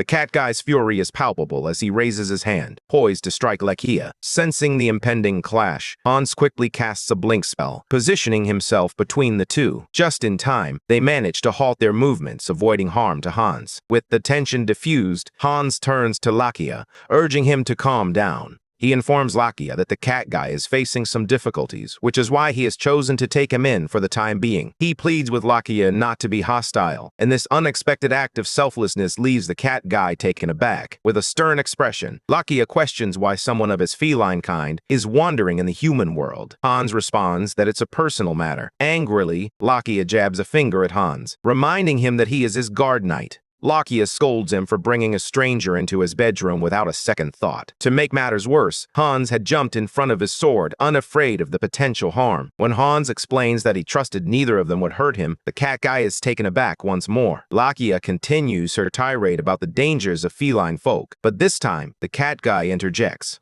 He interrupts the conversation, introducing himself as Asa. Hans feels a wave of relief at finally knowing the man's name. With a friendly smile, he suggests that Asa and Lakia set aside their differences and shake hands. Following suit, Hans extends his own hand, and just like that, he has successfully found two companions in the Compton Mountains. Though he isn't ready to pry into Asa's past just yet, Hans is confident that, in time, Asa will share his story. Hans is hesitant to push anyone too hard, especially after what they've just survived. However, he can't shake his concern about Asa and Lakia getting along. As the trio continues their daily lives, Asa is relentless in his antics, often demanding that Lakia fetch him snacks. Lakia, on the other hand, is increasingly frustrated by Asa's laid-back lifestyle, feeling that all the cat-like guy does is eat and sleep, contributing little to their shared existence. Despite his best efforts, Hans still manages to spoil things for the guy, leaving Lakia fuming. Shortly after, Hans announces that everything is set for him to inaugurate the Bank of Callista. With palpable excitement, he reveals that the first branch will open in the capital. When it comes to finances, if you were to name the richest person in the kingdom, it wouldn't be the emperor or even a duke. The wealthiest individual in the land is none other than Baronet Dominic Sullivan. He founded the empire's first banking institution, establishing his dominance in the financial realm. Since then, numerous nobles have attempted to break into the banking sector, but all have met with failure. None could withstand Dominic's iron grip on the banking system. In the comfort of his lavish home, Dominic welcomes his assistant, who has come to present the latest report on the state of affairs. As he puffs on a massive cigar, Dominic instructs the man before him to present his report in order of importance. The man informs him that he has been summoned by Duke McCarthy and that the summons pertains to Imperial protocol. Aware of the gravity of a royal summons, Dominic nods, acknowledging the urgency. He then instructs his assistant to arrange the meeting for the afternoon. Afterward, Dominic receives word that a certain noble, Count Chenoweth, has requested an additional month to deliberate over the proposed deal. He is then informed about the recent opening of a bank in the capital, operated by House Callista. However, it currently has only one branch. Upon hearing that the bank is run by the Callistas, Dominic's interest wanes. He doesn't find it particularly compelling. He views them as a rural family with no significant investments to their name. Dominic believes the bank will soon go bankrupt, so he feels no need to concern himself with it. He instructs his assistant to disregard the new bank. However, beneath the surface, Dominic intends to investigate whether the Callistas have any hidden support he might not know about. Meanwhile, in the capital, the newly opened bank is drawing considerable attention. This is an unusual turn of events as the bank is suddenly drawing attention for its innovative business plan and strategy. Han's new bank is charging just 1 copper to open accounts for new customers. On top of that, they're offering loans without requiring any collateral. In contrast, traditional banks demand a minimum deposit of 1 gold coin to open an account. When it comes to issuing loans, banks typically require collateral of equal value. This has historically left commoners with little reason to engage with banks, as only nobles can meet the stringent criteria. However, Callista Bank is different. Here, new customers receive personalized guidance on managing their savings. Bank tellers inquire about their monthly income and use this information to create tailored savings plans, making financial stability accessible to everyone. To ensure responsible lending, the bank carefully evaluates each customer's income and credit rating before approving loans. Their goal is to provide loans that customers can comfortably repay based on their financial situation. Even elderly clients who may struggle with reading are not overlooked. The bank attendants are dedicated to assisting every customer with their individual needs. Callista Bank provides an opportunity for the less fortunate, offering commoners without financial backing access to essential banking services. The bank takes the time to understand the reasons behind each customer's desire to open an account and their future aspirations. This thoughtful approach enables them to offer valuable, tailored advice. A woman steps into the bank, her mind clouded with uncertainty about opening an account. To her astonishment, the bank staff swiftly assists her, and before she knows it, her account is officially opened. But the surprises don't end there. After completing the process, she receives a raffle ticket, part of a special promotion for new account holders. She's instructed to place the ticket in a designated box, with the promise that in a month, 3 lucky winners will be drawn. Excitement flickers in her eyes as she contemplates her chances. The woman's surprise deepens as she learns that the bank is offering prizes. The first-place winner will receive a staggering 25 gold coins, while second place nets 10 gold coins, and third place gets 5. Gasps ripple through the crowd, and excitement ignites as everyone rushes to open an account, eager to secure a raffle ticket for a chance at the bounty. In the lobby, Almond stands beside Claude, clapping his hands in admiration. "Brilliant work, Claude! The raffle was your idea, wasn't it?" he praises, recognizing Claude's creativity. Not only that, but Claude also introduced the credit rating concept after brainstorming with fellow students. Moments later, their excitement intensifies as they receive news. They've successfully opened 100 accounts on the very first day, and they still have 4 hours left to work. Claude is utterly astonished by the news, especially since they have received 30 loan applications. Almond believes Hans will be thrilled when he hears this. He wishes Hans could visit to witness the progress firsthand. The bankers and guards, all locally trained in Callista, are thriving. Almond proudly states that they have successfully established a bank accessible to everyone, fulfilling Hans' vision from the very beginning.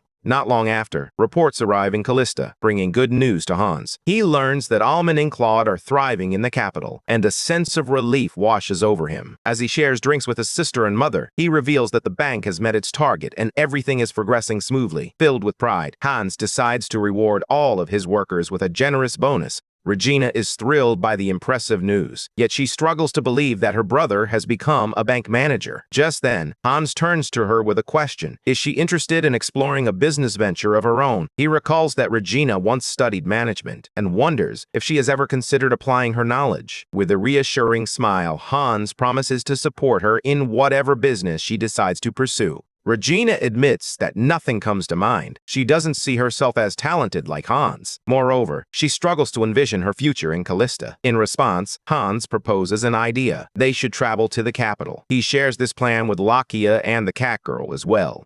Lakia is taken aback by the news, yet he remains open to the idea of traveling to the capital. For the past 3 years, he has faithfully served as Hans's guard knight, performing his duties with unwavering dedication. With 2 years still remaining until his name can be cleared, Hans feels a pang of concern about Lakia's journey to the capital, but he clings to the hope that everything will turn out well. Just then, he turns to the cat guy, ready to ask if he'd like to join them. But before he can speak, the cat guy leaps at Hans in sheer excitement. Lakia quickly scolds him, reminding him that Hans is frail and could easily get hurt. Yet, the cat guy remains undeterred, completely ignoring Lakia's concerns and Hans's protests. As they prepare for their journey to the capital, Hans can't shake his sincere hope that everything will turn out well. When the time finally arrives to depart, Regina is taken aback to learn that her brother will be traveling in a separate carriage. Hans explains that he can't risk leaving Asa and Lakia alone together, as the relationship is still rocky. He reassures his sister, promising that he will be close behind.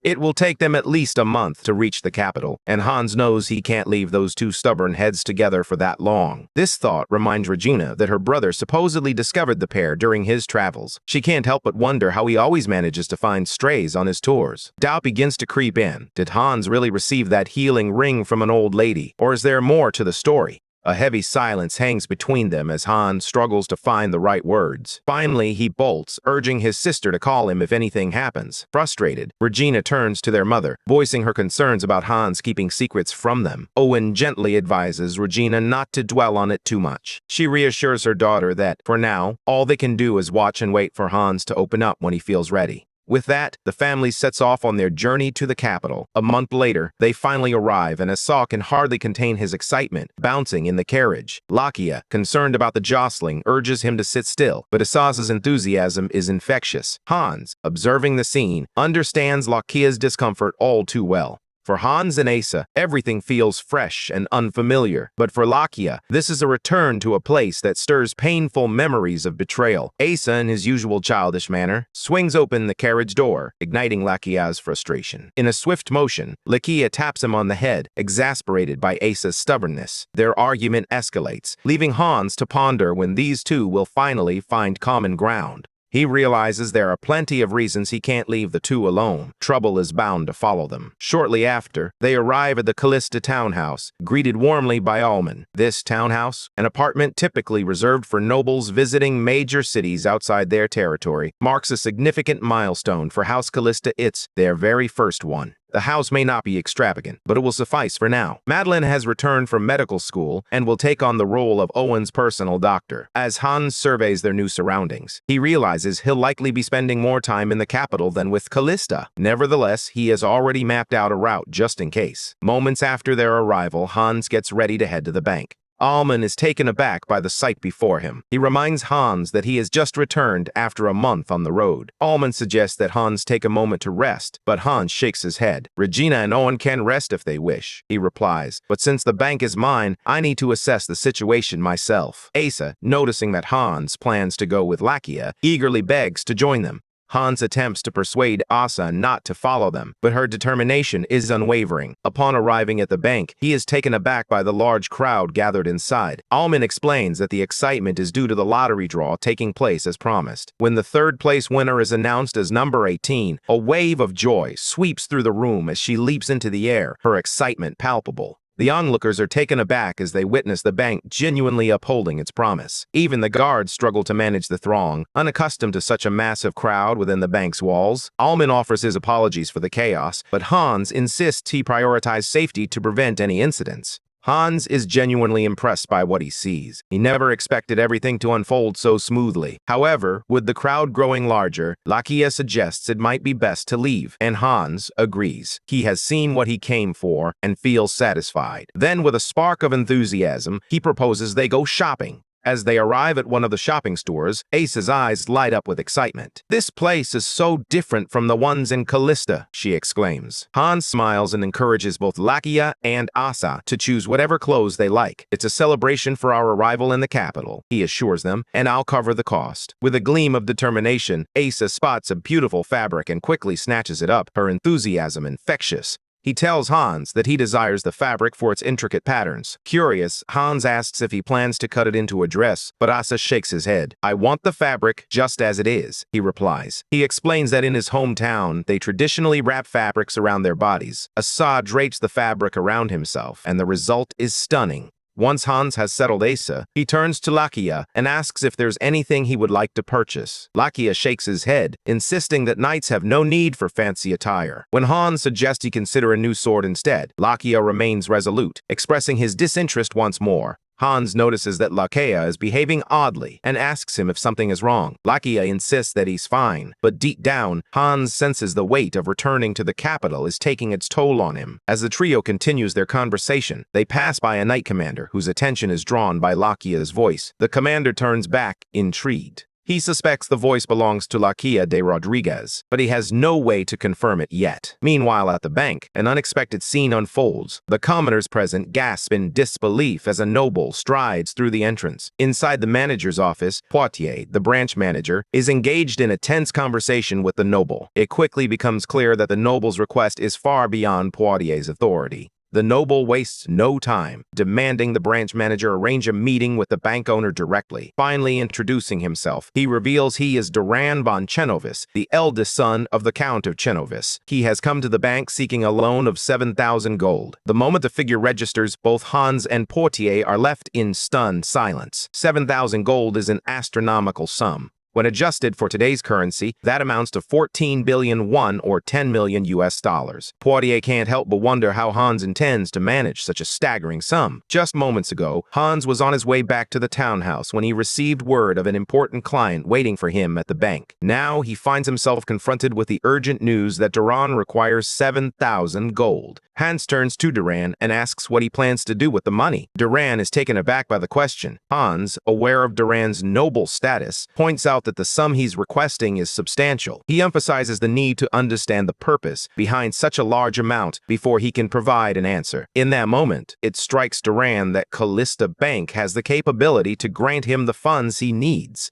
With a deep breath, Duran reveals the truth. He explains that the Chenovis family was once among the 10 wealthiest in the empire, their fortune built on the vast grain supply they controlled in the Chernik region. Chernik, a land blessed by the goddess of earth, is renowned for its fertility, where even the simplest act of scattering seeds yields bountiful harvests. The Chenovi family had long thrived as the primary producers of the empire's grain supply, enjoying generations of wealth and prosperity. However, this stability was shattered with the arrival of a new count. A compulsive gambler, he quickly drained Chernik's liquid assets in his reckless pursuit of fortune. Desperate to recover his losses, he began raising the stakes, wagering the family's treasured heirlooms. But as luck would have it, his situation spiraled out of control, culminating in the disastrous decision to put the estate itself up as collateral. Currently, the debt has ballooned to a staggering total of 7,000 gold. When it comes to such a hefty sum, the only financial institution capable of offering assistance is the Sullivan Bank. However, the bank is insisting on Chernik itself as collateral. Given Chernik's immense value to the Chenovis, parting with it is no easy decision. As Hans contemplates their situation, he realizes that if they can effectively manage their revenue, Chernik could potentially repay Sullivan in just a couple of years.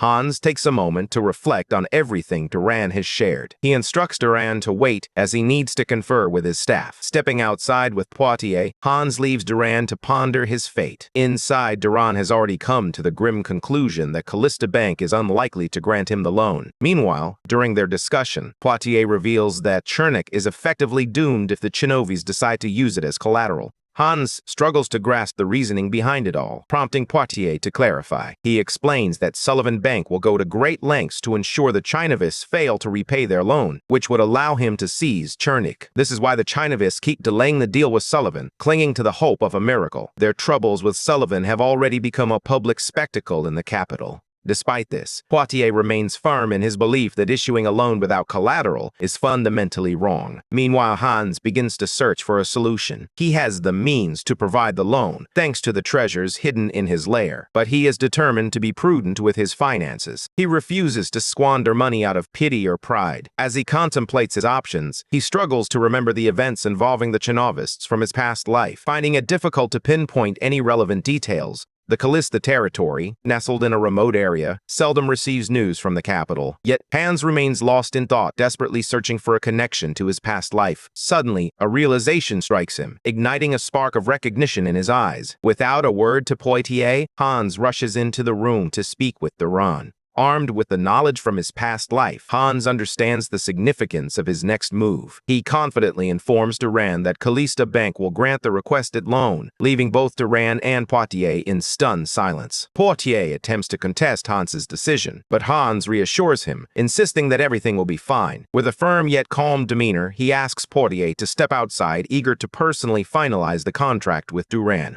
Despite his skepticism, Poitier has no choice but to follow orders. Duran sits in stunned disbelief. He never imagined he would receive a lifeline. Ever since their financial troubles began, his family has faced ridicule and scorn, preyed upon by those eager to take advantage of Zhernik. Yet now, Callista Bank is extending a helping hand with a loan that requires no collateral. With heartfelt gratitude, Duran expresses his thanks to Hans for his assistance. In response, Hans clarifies that the money he is providing is neither a donation nor charity. Instead, he offers Duran a legitimate contract. Duran points out that the Chenebes no longer possess any property to use as collateral, but Hans remains unfazed by this concern. He sets a sheet of paper on the table and tells Duran that he only needs 2 written promises from him. With that, Hans approves the loan to support Duran and his family. When Dominic Sullivan hears about this, he erupts in fury. He can't fathom how an 18-year-old could manage to convince a bank to grant such a substantial amount of money. Based on the information at hand, the Callista territory appears to hold no significant value, suggesting that it wouldn't generate much revenue. Yet, surprisingly, Callista has still managed to issue the loan. He turns to his assistant, inquiring if there's anything they might have overlooked regarding the Callistas. The assistant shakes his head, confirming that with the data they've collected, the territory is so underdeveloped that it lacks any artifacts or items of worth. Dominic is increasingly frustrated as he grapples with the mystery of how Callista managed to raise 7,000 gold. He turns to his assistant, insisting that they need to dig deeper into the Callista family's affairs. The thought that all his efforts to bring Count Chernovis to ruin might be slipping away drives him to the edge. Unbeknownst to him, he is the one pulling the strings behind the Count's gambling addiction, all in a bid to seize control of Chernik.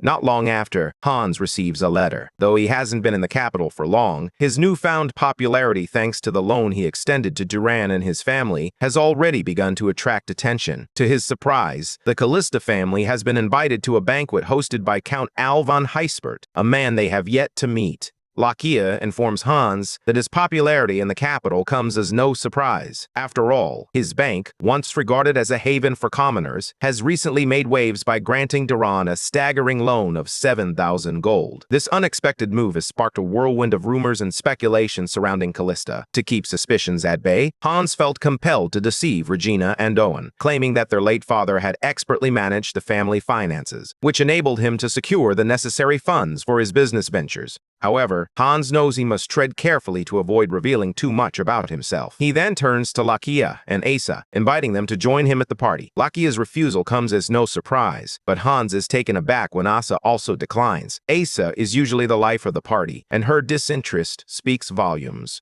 Asa confesses that he has no interest in social gatherings. Despite his reputation as a fun-loving person, thanks to his playful antics with Hans, he makes it clear that his heart belongs solely to their gains. This leads him to decide to stay home, leaving even Lakia surprised by the unexpected restraint he displays. Meanwhile, at the banquet, a sea of nobles fills the room, each one eager to mingle and make connections. As laughter and clinking glasses filled the air, a few guests huddled together, discussing their next big business venture. Suddenly, the atmosphere shifted as Hans, Regina, and Owen stepped into the room, instantly drawing the attention of everyone present. Without needing an introduction, the nobles quickly recognized the trio as the Callista family. They had anticipated a more seasoned presence, but were taken aback by Hans's youthful appearance. They struggle to believe that Hans has started a business at her age. Everyone knows about the Chernobyl affair, yet they can't help but wonder how a noble from a rural area managed to pull off such a bold move. Soon, their attention shifts to the stunning dresses worn by Owen and Regina, captivated by their classic and original designs.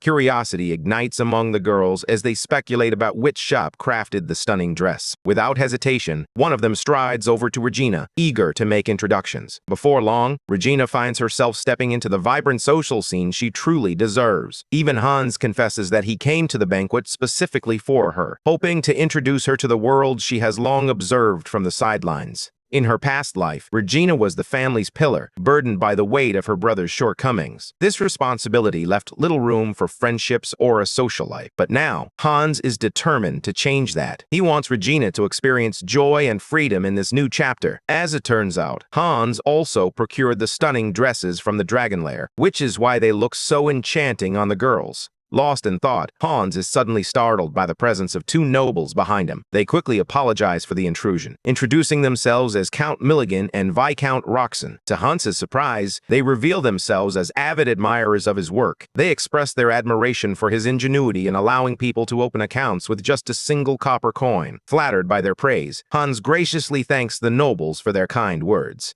The two inquire about the 7,000 gold loan to the Chernovies, and Hans confirms their suspicions, though he makes it clear that he cannot disclose the contract details. Roxon presses further, seeking insight into Hans's financial stability, but Hans reassures him that the bank is in no danger of bankruptcy. Their conversation then shifts to their respective businesses, where they lament the challenges of securing funds amidst the ongoing recession. As anticipated, Hans presents them with an escape route, informing them that they are welcome to visit the bank for loans. Just as they delve deeper into this conversation, Hans' mother arrives, visibly anxious as she reveals that she can't find Regina. Despite her worry, Hans reassures her that Regina will be just fine. Owen chimes in, stating that he left her with the other kids so they could have some privacy, but now she has inexplicably vanished. She had asked the other girls, but no one seemed to know where Regina was. Hans urged his mother not to worry, promising her that he would find Regina. "Just rest here while I search for her," he said, his voice steady. Hans believed Regina had simply gotten lost. After all, she wasn't accustomed to banquets and parties. With a wave of his magic, he began scanning the hall, but there was no sign of her anywhere. He broadens his search beyond the confines of the house, but still, there's no sign of Regina. Eventually, he reaches the garden and hears her voice. She's speaking to someone. As Hans steps outside, eager to find her, a chilling scream pierces the air. Without a moment's hesitation, he invokes a spell known as haste and races toward the source of her distress.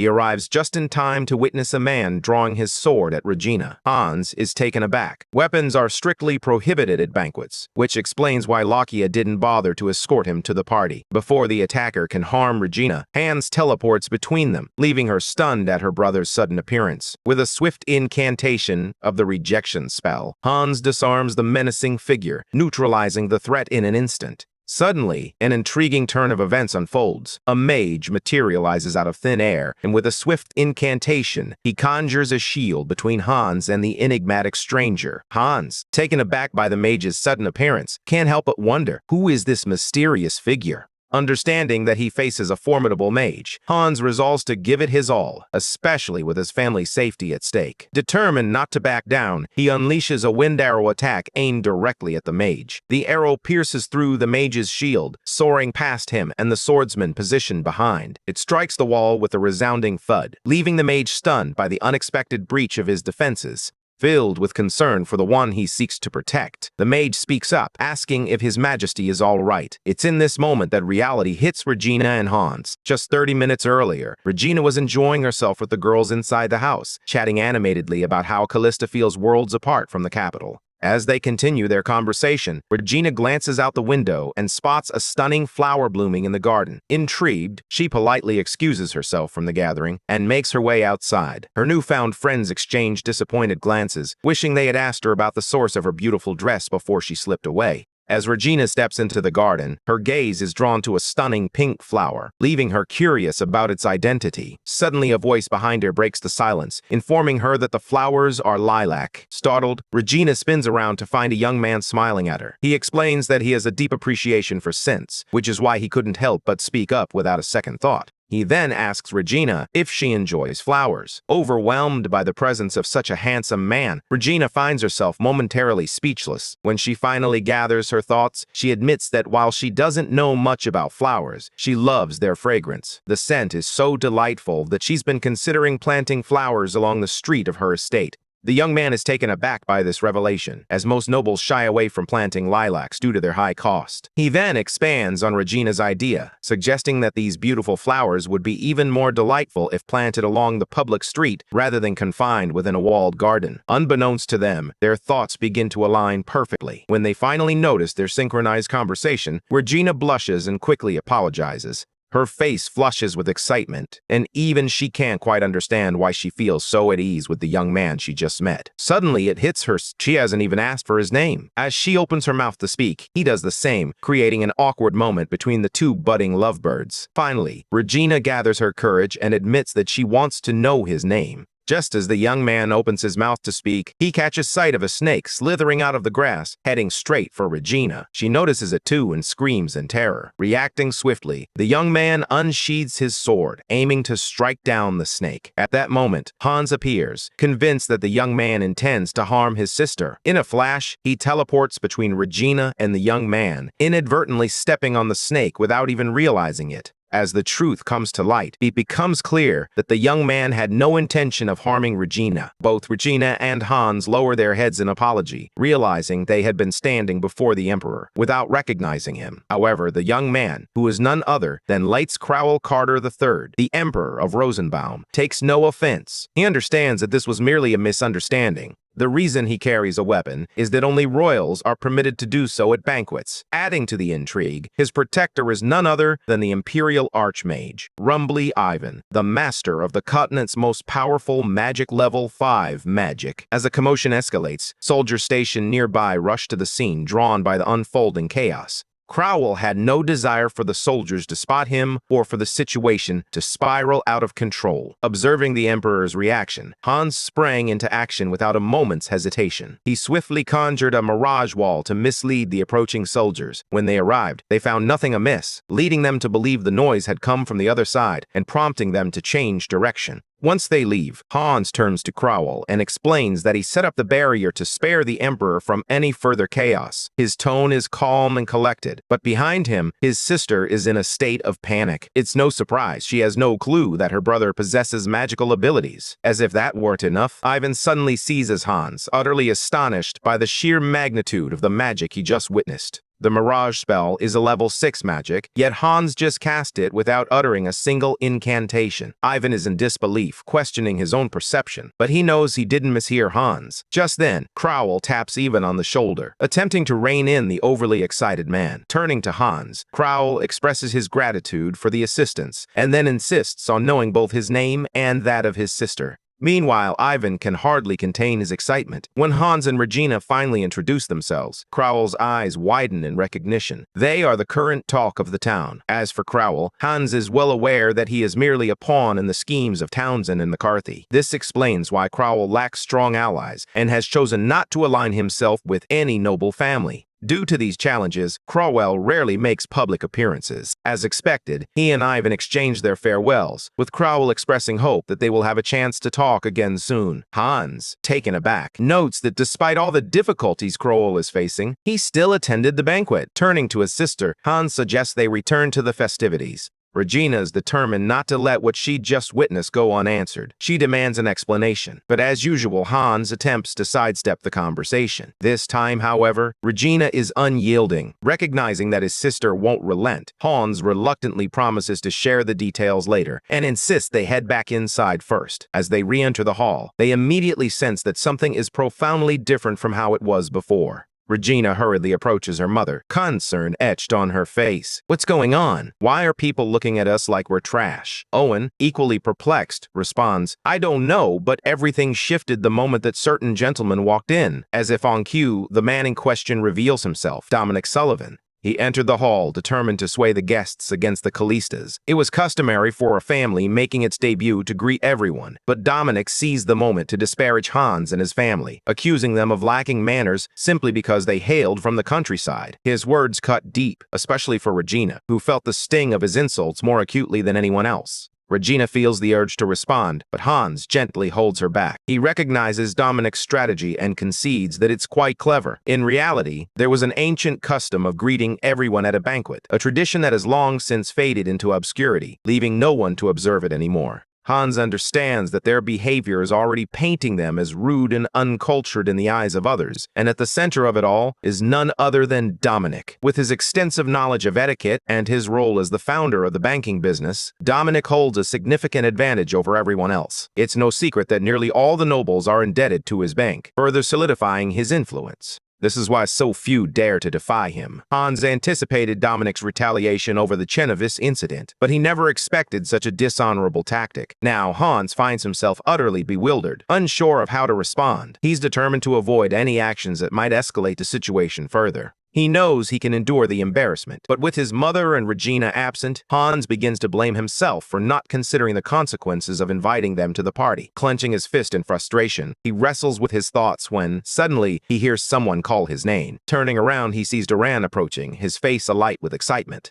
As soon as Duran approaches Hans, the atmosphere shifts dramatically. Duran reveals that he has been searching for Hans ever since he learned he would be attending. With enthusiasm, he introduces Hans to his friends, leaving Hans utterly astonished by the warm welcome. This infectious energy spreads throughout the room, captivating everyone present. Meanwhile, the girls from earlier rush over to Regina, eager to engage her in conversation once more. The girls are eager to continue their earlier conversation, and Regina welcomes them with open arms. Meanwhile, Duran and Hans find a more secluded spot to discuss matters privately. Duran begins by apologizing for speaking too casually with Hans, but he quickly explains that he noticed how challenging the situation had become, prompting him to intervene. He then reveals a troubling truth. Dominic has created similar problems on multiple occasions. Hans feels no anger towards Duran for his actions. Instead, he is filled with gratitude, as Duran has quite literally saved him and his family from embarrassment. With a hint of surprise, Hans comments on Duran's ability to command such respect from the other nobles. Duran explains that his presence is largely shaped by his father's esteemed reputation. In his heyday, Duran's father was known for his impeccable conduct and was welcomed in every social circle.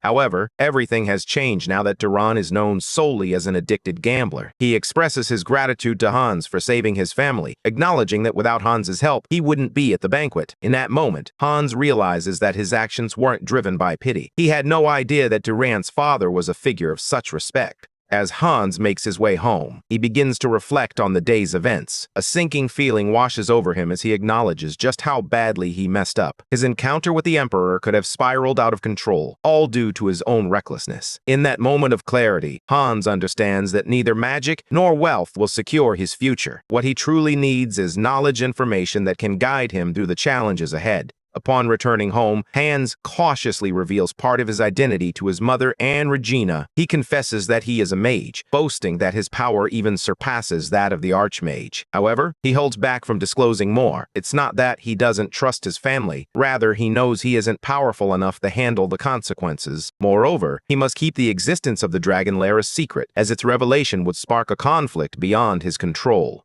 Hans's mother is taken aback by this revelation. She has always sensed that Hans was hiding something, but she never imagined he was a mage. Meanwhile, Regina remains unsatisfied. After all, she was the one who witnessed his magic firsthand. Hans quickly reminds her to keep his abilities a secret, and with a reluctant nod, Regina agrees. Regina inquires whether Asa and Lakia are aware of Hans's magic, to which he replies affirmatively. This revelation only fuels Regina's anger. She can't fathom why Hans would confide in his friends about his abilities, but keep it a secret from his own family. Unbeknownst to them, Asa and Lakia stand just outside, overhearing the entire conversation. Owen then advises Hans that while he is free to keep secrets from them, he must exercise caution. His safety is of the utmost importance. Hans reassures his mother, promising her that he will never give her cause for worry. He expresses his gratitude to both her and the others for their unwavering belief in him. Following this heartfelt family meeting, Hans reflects on his true intentions in this world. He doesn't seek strength or revenge. Instead, he aims to make a positive change. With a determined heart, he makes his way to the barn, contemplating his next steps. He steps into the barn, closes the door behind him, and teleports to the lair for his usual training. Asa and Lakia catch sight of him entering, but they can only speculate about Hans's intentions. Lakia, sensing Hans's reluctance to share his secrets, decides to hold back his curiosity. Meanwhile, Asa and Lakia find themselves embroiled in yet another argument. Amidst their bickering, Regina takes a moment to reflect on the day's events. her cheeks flush with embarrassment as she struggles to shake Crowl from her thoughts. Meanwhile, in the Information Guild, two associates, Jeprion and Enable, are passing the time. Jeprion idly shuffles a deck of cards, lamenting the lack of work. Frustrated, Enable shouts at him to find something productive to do. Jeprion calmly reminds his boss that, as the Information Guild, they should be the ones people come to for answers. However, their guild had been abandoned by all the nobles due to a particular rumor that had circulated some time ago. Jeprion felt it was time to close down the guild and give up. Just then, a knock echoed through the room. He hurried to the door and swung it open, revealing Hans and Lakia standing there, looking as lost as two bewildered rats. As Hans laments the loss of his bird, Jeprion inquires about its color. "It's blue," Hans replies simply. With that, Jeprion guides both Lakia and Hans into the building. As they ascend the stairs, Hans reflects on his current predicament. Once indifferent to the importance of information, he now understands its value all too well, especially after the events at the banquet. He realizes that to navigate this world effectively, he must arm himself with the right knowledge. Hans's memories of his past life are mostly confined to Callista and the significant events that unfolded in the Empire, leaving him largely in the dark about everything else. This lack of knowledge drives him to visit the Information Guild that Lakia recommended. As they ascend the stairs, they finally meet the Guildmaster, Annabelle. Just as Hans prepares to introduce himself, Annabelle interjects. Annabelle reveals that she already knows all about Hans and his recent activities, leaving him visibly shocked. Given her role as the head of an information guild, it's not entirely surprising. However, she seems completely unaware of Lakia's identity. Just then, her gaze shifts to a cat hiding behind Hans. To their surprise, it's Asa, who has transformed into his feline form and joined them.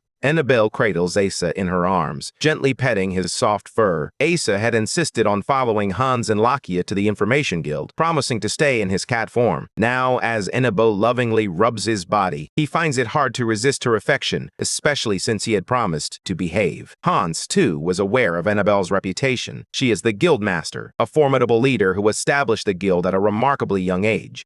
Hans feels a sense of relief that Annabelle hasn't focused her attention on Lakia and Asa, leaving them safe from her scrutiny. Once, Annabelle's guild was among the elite, but they made the grave mistake of meddling with a powerful collector's possessions, resulting in severe repercussions. The guild nearly faced extinction, and in the aftermath, other nobles shunned them, fearful of the wrath of that very collector, Lord Angus. Now, he is determined to keep Annabelle's guild isolated, ensuring they remain in the shadows of their former glory. Annabelle is taken aback by Hans's knowledge of her and the guild. She realizes she may have underestimated him. With a newfound determination, she gathers her hair and strides over to the table to speak with him. "What information are you after?" she asks. Hans, looking a bit sheepish, admits, "Honestly, I know nothing about the capital or what's happening there. I've lived in Callista my entire life." As a result, Hans is extending an exclusive contract to Annabelle and her guild. He wants her to gather intelligence on the prominent nobles and merchants in the capital, along with reports on noteworthy incidents and emerging trends. In exchange for this valuable information, Hans is prepared to pay for each piece of intel and fully fund the operations of Annabelle's guild, known as the Lucen Guild.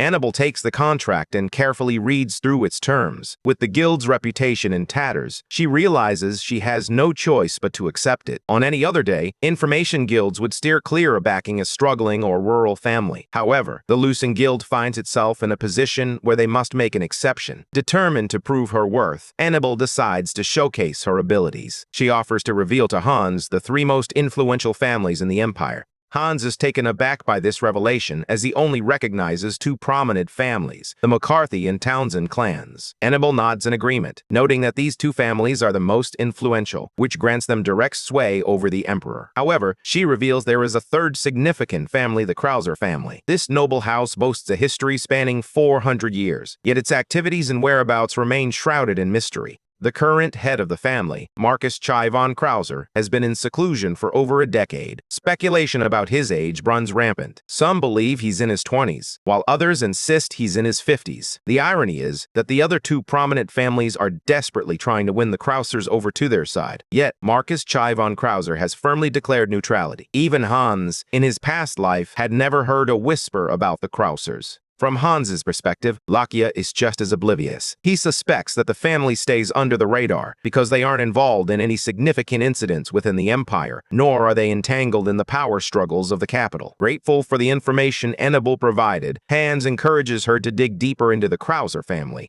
Hans pays Annabelle for the information, and her face lights up with a bright smile. Overwhelmed with excitement, she starts shouting about the money and how she and Jeprian can finally afford meat. Her joy is infectious, but Jeprian quickly pulls her back to reality, reminding her to stay composed. As Hans and Lakia exit the guild, Lakia turns to Hans and asks why he's so interested in the Krauser family. Hans reveals that with the two dukes watching over the family, he feels compelled to see for himself what's happening. Lakia agrees but expresses concern about the potential dangers of this decision. Upon their return home, they are greeted by Alman, who wears a worried expression. He informs Hans that a visitor is waiting for him, someone they never anticipated. As Hans steps into the house, he finds the Archmage, Ivan, waiting for him. A wave of anxiety washes over Hans and he begins to sweat, fearing he might be in serious trouble. Memories of using verbal magic in Ivan's presence flood his mind, and he worries that his true identity is on the verge of being exposed. Suddenly, Ivan delivers a shocking and unexpected request that leaves Hans reeling. Ivan pleads with Hans to take him on as a disciple, leaving Hans momentarily speechless. The realization sinks in that Ivan is genuinely asking him to be his teacher. To Hans's surprise, Ivan insists that he drop all formalities and simply call him by his name. Taken aback, Hans responds, "I can't just disregard formalities when we barely know each other." Ivan insists that he is merely a student, and his teacher is welcome to call him whatever name he prefers. Hans, taken aback, can't believe that Ivan is already referring to him as his teacher. He quickly points out that Ivan is older than him, and as an archmage, he finds it hard to accept the idea of being taught by him. Hans emphasizes that there are certain manners and proper conduct that should guide their interactions. Ivan passionately confronts Hans, insisting that his morals have no place in the realm of magic. He argues that in this world, judgment is based solely on skill, disregarding a mage's age, rank, or even wealth. Ivan emphasizes that every mage dreams of reaching the pinnacle of their craft, and it is this ambition that drives him to seek Hans as his mentor. Hans, taken aback by Ivan's fervent reasoning, finds himself at a loss for words, utterly stunned by the intensity of the young mage's conviction. Hans finally confronts Ivan, asserting that his magic is not inferior. Ivan, skeptical, recalls witnessing Hans cast a six-circle magic mirage without uttering a single incantation. Undeterred, Hans fabricates a story, claiming it was merely a third-circle invisibility spell. But Ivan is no fool. He quickly reminds Hans that he distinctly heard him say mirage when activating the magic. Yet, Hans clings to his deception, insisting that Ivan must have misheard him, adamantly asserting that there's no way he could cast such a high-level spell. Ivan turns to Hans, questioning whether he thinks the Emperor might have misheard him as well. The moment Ivan mentions the Emperor, Lakia bolts from his post. Suddenly, it hits Hans, never informed Lakia about his meeting with the Emperor. Ivan, fuming at the intrusion of a guard knight into their conversation, is ready to unleash his frustration, but Hans swiftly intervenes. Hans explains to Ivan that Lakia is more than just a simple guard knight. She is a close friend, aware that it may be rude to impose. He pleads with Ivan to allow Lakia to stay and join their conversation. Reluctantly, Ivan concedes the Hans' request. Once Lakia is brought up to speed on the situation, Hans is taken aback by her calm demeanor. He had anticipated her to be furious, especially after the incident where he mistakenly attacked the Emperor. Instead, she remains composed, leaving Hans both relieved and intrigued. Lakia's sole desire is to learn about the Emperor and his well-being. Meanwhile, Hans is taken aback that Ivan doesn't recognize Lakia. He had cast a fourth circle illusion spell on her, and given that Ivan has reached the fifth circle, Hans anticipated that he would notice the lingering traces of magic surrounding her. Yet, to his astonishment, Ivan remains oblivious, even with Lakia standing right before him. Deep down, Ivan can't shake the feeling that he might have encountered Lakia before. Meanwhile, Hans chooses to brush it off. After all, it's his first time meeting a mage, and everything feels unfamiliar. Lakia then turns to Ivan, asking if he genuinely wishes to become Hans' student. With a resolute nod, Ivan affirms his desire. Sensing the potential in this decision, Lakia steps inside, declaring to Hans that it's a promising proposal. She adds that aiding Ivan essentially means supporting the Emperor as well. Lakia confidently asserts that the Emperor will one day recognize Hans' talent, which she believes will bring them great fortune. However, Hans quickly realizes that Lakia is merely trying to leverage him to gain favor with the Emperor. With no other options left, he reluctantly agrees to assist. Turning to Ivan, he declares his readiness to help, but makes it clear that this will be an advisory role, not an official master-disciple relationship. Hans pleads with Ivan not to reveal his existence to anyone else. Ivan agrees, asking if there are any additional conditions Hans wishes to impose. Hans requests that Ivan refrain from using honorifics. With no other option, Ivan reluctantly accepts the terms. Meanwhile, Hans is filled with anxiety, fearing that he may not be able to keep his identity hidden from Ivan, especially given that Ivan is a powerful mage in his own right. Hans begins to grasp why Lakia urged him to accept the deal. It presents a valuable opportunity to forge connections. Just as Ivan is about to leave, he unexpectedly encounters Regina. After exchanging polite greetings, it suddenly strikes him that he possesses something from the Emperor meant for her. He holds a letter from the Emperor, leaving Hans and his sister utterly stunned. Although he came to deliver the letter, his attention is shifted to something else entirely. Regina, bewildered, turns to her brother and asks if he will send the letter first. However, Hans firmly refuses, reminding her that it was specially written for her by the Emperor himself. He encourages her to read the letter and respond on her own. Regina takes the letter and retreats to her room to absorb its contents. When Ivan returns to the castle, he informs the Emperor of his decision to begin lessons with Hans. After sharing this news, he suddenly remembers to hand over Regina's reply letter. The Emperor recalls how Ivan had insisted on delivering the letter personally, despite initially planning to send a servant.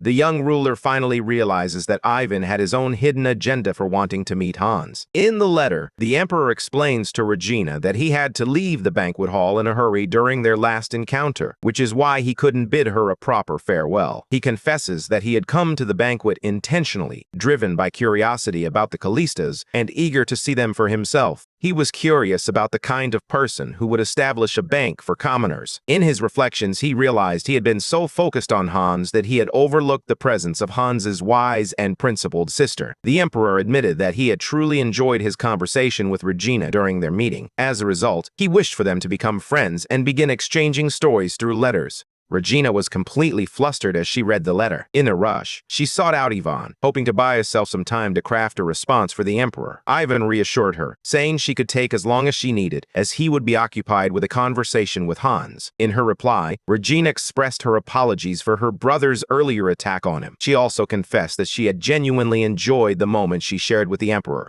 She informed the Emperor that she is open to exchanging emotions through letters, as this is what he desires. The Emperor is taken aback when he reads Regina's response. Regina has no reservations about this arrangement. She believes the Emperor will eventually share his future with a noble princess from another land. Meanwhile, the Emperor contemplates embracing the life of a noble princess himself. Life as a puppet had its limitations, but he would never hesitate to exchange letters with Regina. Before long, the two began a correspondence, and Hans quickly took notice. Though he had never been the romantic type in his past life, he could clearly sense the budding connection between Regina and the Emperor. Now he found himself pondering whether to allow this relationship to blossom or intervene. He searches through his memories for any glimpse of the Emperor, but finds nothing of value. All he recalls is that the Emperor had been married off to a suitable foreign princess, a choice made by the two ducal houses that govern the empire. Deciding it's best not to interfere with their lives, Hans resolves to leave them be. Shortly after, Callista Bank captures the attention of everyone in the capital. The bank quickly gained popularity among the commoners, who began opening accounts with remarkable ease. Before long, it seemed that everyone had an account. Claude updates Hans on their impressive progress, suggesting they conclude the lottery event after next month. He notes that, in terms of numbers, they are already approaching Sullivan's bank. People from neighboring villages and towns have begun flocking to the capital to register at Callista Bank, drawn by its growing reputation. Hans is taken aback to discover the demand is now spilling over from outside the bank. He contemplates the possibility of opening new branches, but Claude interjects, cautioning that it may be a challenging endeavor. Realizing he may have overstepped, Claude quickly apologizes, but Hans encourages him to share his thoughts openly. Claude explains that most of their customers are commoners, which means the deposit amounts are modest compared to the volume of clients they serve. He reveals that, at present, the number of deposit customers is nearly equal to that of loan customers. Claude expresses his concern that opening new branches would only deplete their reserves even further. Hearing this, Hans can't help but grin at Claude's insight. Claude raises an eyebrow, curious about Hans's laughter. "Why are you laughing?" he asks. Hans grins, impressed. "I'm just amazed you know your way around here." As they search for an escape route, Hans suggests, "Maybe now is the right time to start." Claude is taken aback. "Wait, what? That idea is still just a concept," he replies, shaking his head. "We scrapped it because it had fatal flaws for real-world application." Just then, Hans reassured Claude that there was no need for concern. He had supplementary measures in place. Shortly after, Callista Bank introduced the use of checks. At the Huffman Trading Company, a merchant handed a customer a check as payment for 30 gold coins. The merchant's eyes widened in disbelief as he received a mere piece of paper instead of the expected coins. The trader explains that the paper is a check issued by Callista Bank. He assures the merchant that if he presents it at the bank, he will receive his 30 gold coins. Initially, the merchant believes the paper itself holds the value of 30 gold coins. However, the trader clarifies that he had actually deposited those 30 gold coins in advance. To avoid the burden of carrying cash, he placed the money in the bank for his customer to collect. The merchant eyed the paper warily, refusing to accept it as payment. "I only deal in cash," he insisted. The trader, explaining that he no longer carried physical money, proposed a solution. "Let's go to the bank together to verify the funds." As they arrived, the clerk took her time examining the check, meticulously confirming its authenticity. The tension in the air was palpable, each second stretching as they awaited her verdict. The merchant receives his 30 gold coins, leaving him utterly astonished. It's common knowledge that gold coins are not only heavy, but also take up considerable space. As a result, trading companies that manage large sums of money invest significant resources into transporting their cash safely. To protect their wealth, they often pay hefty fees to mercenary guilds for escort services. Yet, despite these precautions, there have been numerous reports of transport attacks where the cash is stolen right from under their noses. The introduction of checks revolutionized the way people handled money, allowing them to carry vast sums with ease. This innovative concept was the brainchild of Claude, who believed it would soon dominate the entire kingdom. Meanwhile, Sullivan receives troubling news from his assistant. The Huffman Trading Company has begun a partnership with Callista Bank. Fury ignites within him at this revelation, for he was instrumental in elevating Huffman Trading Company to one of the top 10 trading firms. The assistant notes that people are flocking to Callista Bank, drawn by the need to physically collect their money after receiving checks. Interestingly, some customers find themselves conducting business while they're there. Before long, even the nobles, who had previously been skeptical, begin to embrace Callista Bank. Sullivan can hardly believe it. This institution, once considered a bank for commoners, is gaining influence all because of a simple piece of paper.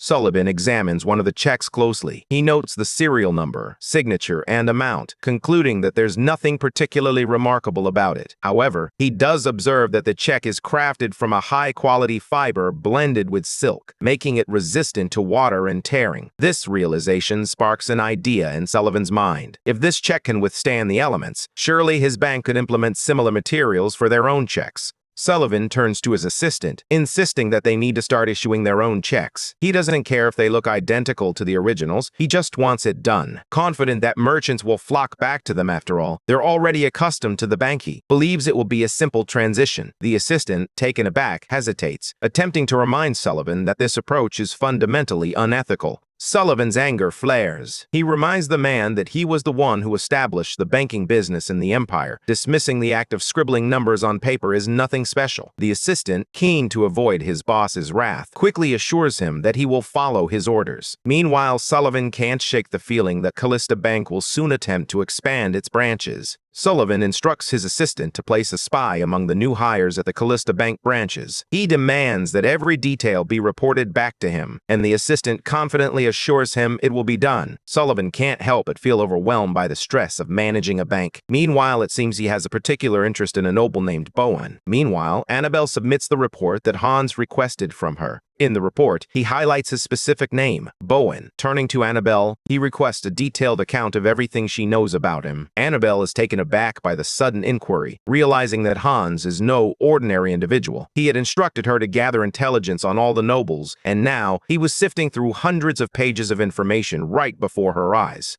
Hans even categorized them by priority levels. Annabelle struggles to accept that Hans is just an 18-year-old kid. She then explains that Viscount Bowen has a peculiar hobby, collecting women's clothing. Surprisingly, Bowen doesn't indulge in womanizing or cross-dressing. He simply enjoys the art of collecting. What makes this even more intriguing is that Bowen travels across the empire to expand his collection, resulting in a remarkably impressive wardrobe filled with women's attire. Annabelle reveals that Bowen has been trying to open a salon for 3 years, but his efforts have been thwarted by Sullivan Bank, which has repeatedly rejected his loan applications for establishing a salon in the capital. Hans is taken aback by this revelation and asks Annabelle why Sullivan keeps turning Bowen down. She explains that, in their eyes, running a salon is considered beneath a noble's dignity. Hans calls Poirier, handing him the report on Bowen. He specifies where to place it, further impressing Annabelle. She realizes that Hans is prioritizing the report in the investment slot. Meanwhile, Hans has come to a significant realization since becoming a full-fledged noble. Just as commoners are often hindered by their social status, nobles too find themselves confined within the rigid boundaries of their own rank.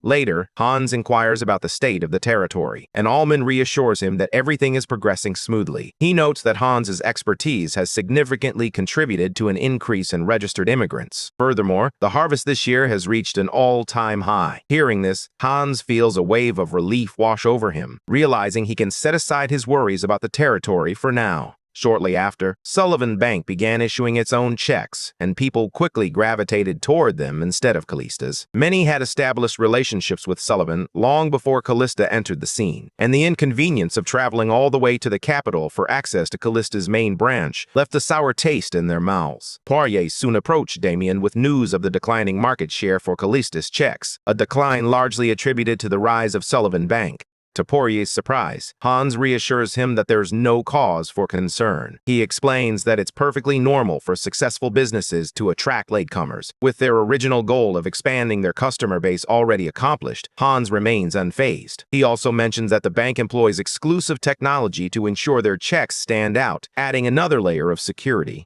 As it turns out, Bowen had also arrived at the bank to meet with Hans. His entrance was quite memorable, as he held a vibrant bouquet of flowers to greet Hans as he entered the meeting room. Hans was taken aback by the sight. Initially, he had assumed Bowen was a pervert based on the report he had read. However, upon meeting him, Hans quickly realized that Bowen was simply a man with a passion for women's clothing, nothing less. Bowden expresses his surprise upon receiving the document from Callista Bank. Initially, he feared it might be a scam. After all, he never expected to receive an investment proposal instead of a loan. Hans quickly reassures him, clarifying that it's definitely not a scam. He explains that he will manage the salon, and Bowen won't need to repay the investment. However, the bank will take a percentage of the salon's profits. Bowen burst into tears upon hearing this. He expressed his heartfelt gratitude to Hans for the opportunity, revealing how everyone had labeled him a crazy pervert for his collection. Even when he mentioned the salon, they dismissed him as foolish. Bowen had never imagined that Hans would believe in him. Just then, he caught sight of Poirier filling the flower vase with water. He tells him there's no need for this, as the flowers are all artificial. Bowen explains that he dislikes seeing flowers wither away, which is why he hired an artisan to keep them looking fresh. Hans is taken aback when he realizes the stunning blooms before him are entirely artificial. He concedes that they are far more impressive than any ordinary fake flowers he has encountered before. Bowen reveals that the process of creating the flowers is incredibly costly, with each flower priced at 2 silver coins. Upon hearing this, Poirier approaches his boss, suggesting that he might want to rethink his investment in Bowen. It's clear that Poirier believes Bowen is out of touch with the value of money. After all, who would spend 2 silver coins on a flower when it isn't even a jewel? However, Hans disagrees with Poitier's suggestion, fully aware of what the future holds. He knows that high-quality artificial flowers will soon become all the rage among the Empire's noble women. These exquisite blooms will be sought after as corsages to adorn hats, accessories, and even dresses. Despite their steep price, the demand will far outstrip the supply, ultimately relegating jewels to a secondary status compared to these coveted flowers. In fact, it was one of the factors that had shattered Callista's finances in his previous life. Hans is aware that the trend is still years away, but he firmly believes that this investment will pay off in the long run. He then assures Bowen that he is fully committed to investing in his business. Later that day, Hans surprises his sister with a bouquet of artificial flowers, leaving her utterly astonished. She is captivated by the fragrance of the flower, questioning whether it could truly be artificial. Meanwhile, Isa turns to Lakia, expressing her frustration. "I'm so bored. Hans has been so busy lately," she complains. It seems he hardly shares meals with them anymore, unlike before. Just then, an overwhelming surge of magical energy emanates from the shed, catching both of their attention. Asa notes that every evening, magical energy seems to overflow from the shed. Intrigued, the two decide to investigate. Just as they approach, Hans steps out, surprised to find them waiting. Isa, her curiosity piqued, demands to know what Hans is up to in the shed each night. She suspects he's hiding something from them. Lakia turns to Hans, concerned. "Is what you're doing dangerous?" she asks. But Hans struggles to find the right words. Sensing his hesitation, Lakia decides to withdraw, believing Hans isn't ready to share the truth just yet. Asa, however, is relentless. He steps forward, reminding Hans, "You were the one who insisted we be honest with each other." Hans senses that things are about to get complicated, so he decides to take the initiative. "I was just about to call you both," he says, leading them into the shed. Inside, they find a large golden magic circle glowing with energy. "I've been working on something in my spare time, and I've finally completed it," he reveals, a hint of pride in his voice. However, his expression shifts as he adds, "I should have cast a stronger magical barrier to contain the power. I fear it might leak out." Lakia and Asa stand in awe, overwhelmed by the immense power radiating from the magic circle. Their curiosity piqued. They turn to Hans, who reveals that it is, in fact, a warp gate. Lakia struggles to accept this revelation. After all, warp gates are a form of seventh circle magic. In an era when magic has faded into history, very few humans have ever succeeded in creating one. This revelation leaves Lakia questioning Hans's true identity. Hans then confesses, revealing that he is the successor of the gold dragon, Seyfried. This revelation leaves the two in a state of bewilderment. Hans is aware that they had already suspected something, but out of respect for his role in saving their lives, they chose not to press him further, while he could continue to conceal his identity. Hans feels that revealing the truth is the least he can do, considering they trust him with their very lives. However, he can't reveal the truth about his regression. Lakia finally understands why Hans had to conceal his identity. Hans, too, feels compelled to come clean, especially since he will be visiting the territory more frequently through the warp gate. He doesn't want them to worry every time he vanishes. With that in mind, Hans suggests they all step into the magic circle together, ensuring they can travel as a group.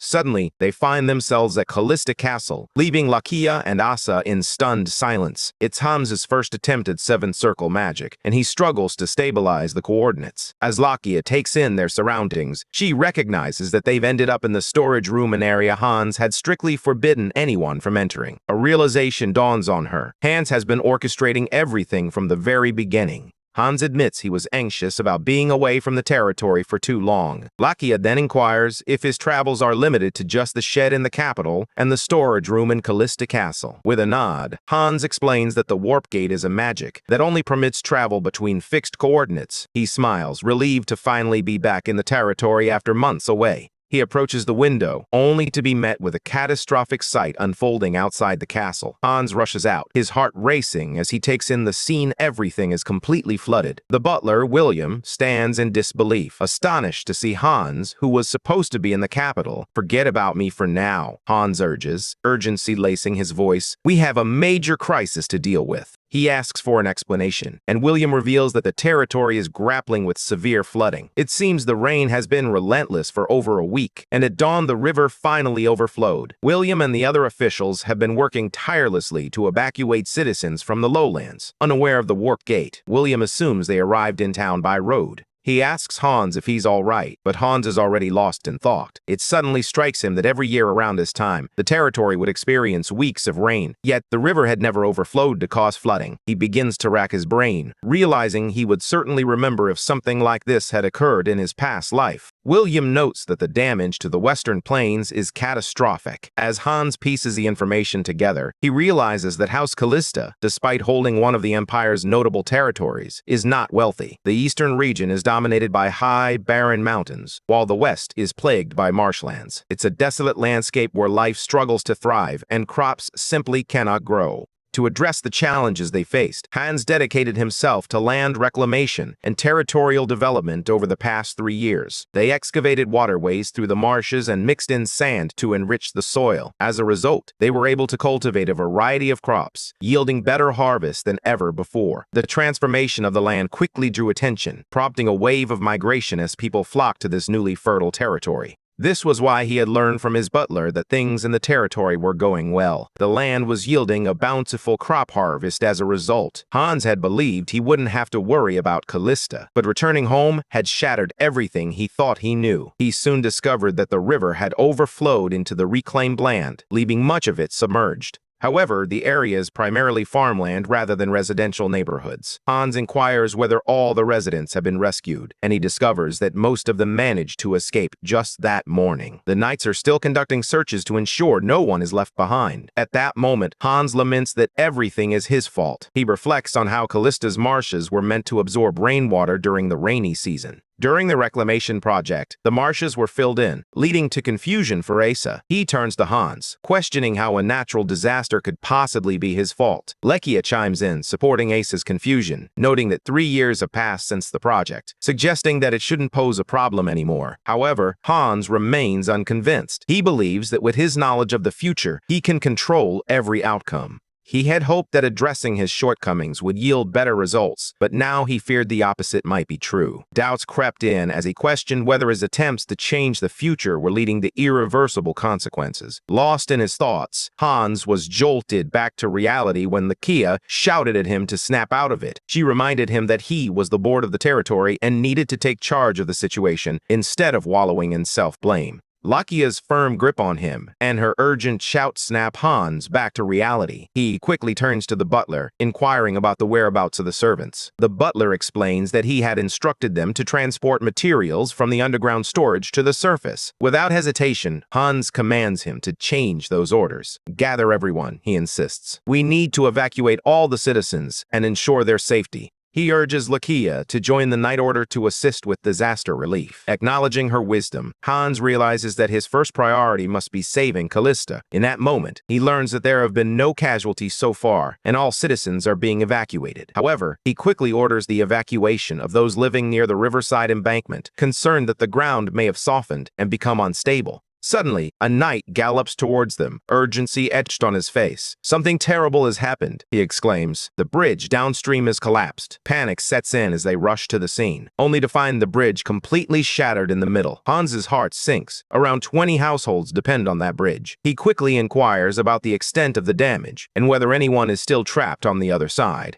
The knight explains to Hans that confirming the details is challenging since they found the bridge in its current dilapidated state. Just then, they notice a woman on the other side of the bridge. She urgently reveals that there is a critically ill patient in the village, pleading with Hans to save them as they are unable to cross the river. Hans turns to the knights, asking if there is a detour route upstream. The knight nods in agreement but warns Hans that the area is completely flooded, making it even more perilous. Dismounting his horse, Hans picks up a stone and casts a flying spell on it for confirmation. The stone soars into the air, revealing that the levitation magic is significantly influenced by the wind. He understands that simple deception won't fool everyone watching him. Hans then calls Lakia, instructing him to keep the knight silent about his upcoming actions. Lakia, intrigued yet loyal, assures Hans that he will support him. With determination, Hans strides toward the broken bridge, his subjects urging him to be careful. However, Hans refuses to look away. He is the chosen successor of the Golden Dragon, Seyfried. With determination, he casts a kinesis spell, leaving everyone in stunned silence. The rubble begins to shift in the line, but Hans is far from finished. Hans began employing multiple castings, leaving everyone even more bewildered. A golden aura radiated from his body as he layered the spells, culminating in a powerful sixth circle hardening magic. When he finished, the broken bridge stood restored. Lakia could hardly believe his eyes. With a confident nod, Hans informed Lakia and the other knights that they could now proceed to evacuate the residents. The bridge was safe for use. Lakia acknowledges the order, but Hans knows that everyone who just witnessed his use of magic will have questions. While Hans views his actions as reckless, Lakia steps up to take charge. He shouts at the other knights, urging them to forget what they just saw and prioritize saving lives above all else. He instructs everyone to gather once the situation is under control, as he has an important announcement to make. With the bridge restored, the rescue of the residents becomes significantly easier. Grateful residents begin to thank Hans for his timely intervention. To his surprise, he discovers that there are more injured individuals than he had anticipated. He feels a deep sense of gratitude that the rescue was executed swiftly. A delay could have led to a far more disastrous outcome. One of the servants approached Hans, curious about how he managed to reach the village so swiftly, especially after hearing that the bridge had collapsed. Caught off guard, Hans struggled to find a response, unsure how to lie or explain his sudden arrival. Just then, the lady he had rescued stepped in to save him. With a calm demeanor, she claimed that the bridge hadn't collapsed at all. All she had seen was some scattered debris. Another individual steps forward to bolster her claim, ensuring it carries weight. The servant, however, remains adamant that he witnessed the bridge collapse. Yet, the crowd quickly turns their attention to him, insisting he must have been mistaken, as the bridge stands intact. Just then, an elderly woman approaches Hans, her gratitude evident in her voice. She thanks him for coming to their aid, explaining that, since the village is primarily inhabited by outsiders, they feared they would be abandoned in their time of need. But Hans had a surprise in store for them. Filled with pride at his own cleverness, he reveled in the moment. Once the flood-related tasks were finished, Lakia summoned the knights who had been present at the bridge. The lady who had witnessed the entire event joined them as well. Lakia cleared his throat, preparing to make an important announcement before they all went their separate ways. It's no secret that the lord of the territory is a mage. Lakia can sense the myriad questions swirling in their minds. He poses a thought-provoking question. What would they do if they were high-ranking nobles? He then brings up Hans, a young lord who achieved the title of count at just 15. Not only that, but he wields some of the most powerful magic on the continent. However, Hans lacks the means to protect himself beyond his magical abilities. Lakia then highlights that if other nobles were to discover his true nature, they would seize the opportunity to claim his power for themselves. This revelation resonates with the knights, finally illuminating Lakia's perspective. She helps them grasp the importance of keeping Hans's identity and abilities a closely guarded secret. With a thunderous echo, the knights acknowledge the order. Lakia turns to the lady, apologizing for her unintentional involvement in the chaos. She reassures him, saying she has no qualms about it. Though she admits her knowledge of magic is limited, she can't help but marvel at the incredible power she witnessed from Hans. She feels a deep gratitude for Hans, who risked his secret to save them, and reassures Lakia that keeping Hans's power hidden is the least they can do. Lakia exhales a sigh of relief, realizing that everyone is united in support of his plan. He then makes his way to Hans's office, only to find him engrossed in work once more. Hans explains that he is currently reviewing the data on the Western Reclamation Project. Lakia struggles to comprehend why Hans continues to blame himself for the flood. With a map spread out before him, Hans points out that the entire western region of Callista sits at a lower elevation than the east. This topography causes rainwater from the Compton Mountains to cascade into the western plains, creating marshes during heavy rainfall. He reflects on the reclamation project, admitting that it was a misguided decision on his part. As dawn approaches, Hans contemplates building a dam upstream, determined to prevent a disaster like this from occurring again. He resolves to reach out to civil engineering experts at first light. Sensing Hans's deep turmoil, Lakia steps in, reminding him that while caring for their territory is commendable, he shouldn't shoulder the entire burden alone. You need to learn to lean on those around you, Lakia advises, emphasizing the importance of teamwork. Hans expresses his gratitude for the advice, but gently reminds Lakia that he can't depend on him, as he will be leaving in 2 years. It suddenly hits Lakia that Hans had mentioned his name would be cleared in 5 years. This revelation makes it clear that Lakia has been staying in Callista all this time, clinging to that hope. Hans then adds, with a hint of sympathy, that he has been feeling sorry for him. He feels uneasy about placing such a heavy burden on Lakia, especially by naming him the Knight Commander while he remains in hiding, waiting for his name to be cleared. To make amends, Hans presents Lakia with a stunning sword, its craftsmanship gleaming in the light. He admits that it has been weighing on his mind to see Lakia wielding that old, worn blade.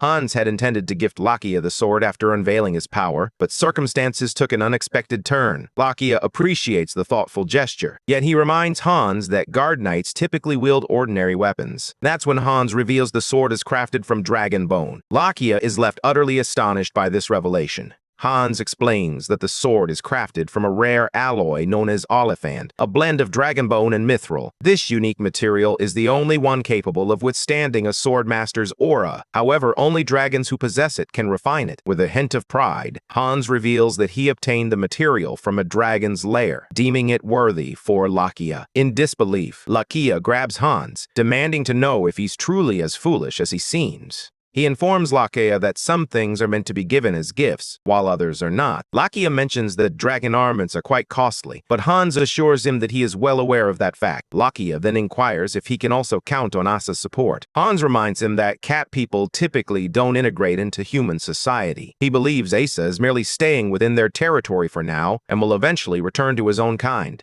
As Hans speaks, Lakia finally grasps the true nature of his character. She realizes that he harbors a deep-seated belief that they will eventually abandon him. Yet, despite this fear, he lays bare his greatest secrets and vulnerabilities. To her astonishment, he even offers them rare materials without hesitation. At that moment, a servant bursts into the room, informing Hans that someone has arrived at the castle and is currently confronting Asa. Without hesitation, Hans and Lakia dash to the scene, eager to witness the standoff between Asa and a peculiar stranger. Asa suddenly recognizes the man before him, Ryuji. In a panic, he shouts at Hans and Lakia to stay back. To everyone's surprise, Ryuji drops to his knees and bows deeply to Asa, addressing him as his lord. Hans and Lakia stand frozen, utterly bewildered by the scene unfolding before them. Once inside the castle, Hans turns to Ryuji, his expression shifting to one of remorse. "I'm sorry for the way I treated you last night," he says, realizing that Ryuji is Asa's esteemed guest. Ryuji, a warrior of the cat people, expresses his gratitude to Hans for offering shelter to Asa. However, he explains that Asa cannot remain among humans, as he belongs to the cat people. With that, Ryuji announces his intention to escort Asa back to their territory. As he finishes speaking, Hans remains unfazed. He had anticipated this day would eventually arrive. Asa firmly refuses, telling Ryuji he has no intention of returning. Ryuji attempts to remind him of the resilience of humanity, but Asa remains steadfast. "I can't go back," he insists. "The person I'm running from might still be there." Hans acknowledges Ryuji's concern, but reassures him that Asa is a dear friend. He then declares that he is willing to let Asa stay in the territory for as long as he wishes. In a burst of enthusiasm, Asa quickly hides behind Hans, emphasizing his determination not to return. He turns to Ryuji, insisting that Hans is a trustworthy friend, and urging him not to doubt that bond. Ryuji turns to Asa, concern etched on his face. "Everyone back home will be worried about you," he says earnestly. Asa shakes his head, resolute. "I can't fall for that. They've never really shown any interest in me." Meanwhile, Lakia watches the exchange. Curiosity piqued, she begins to ponder what role Asa truly plays among his people. Ryuji sighs, understanding that Asa's mind is made up. "If you're staying, then I will too," he declares, determination in his voice.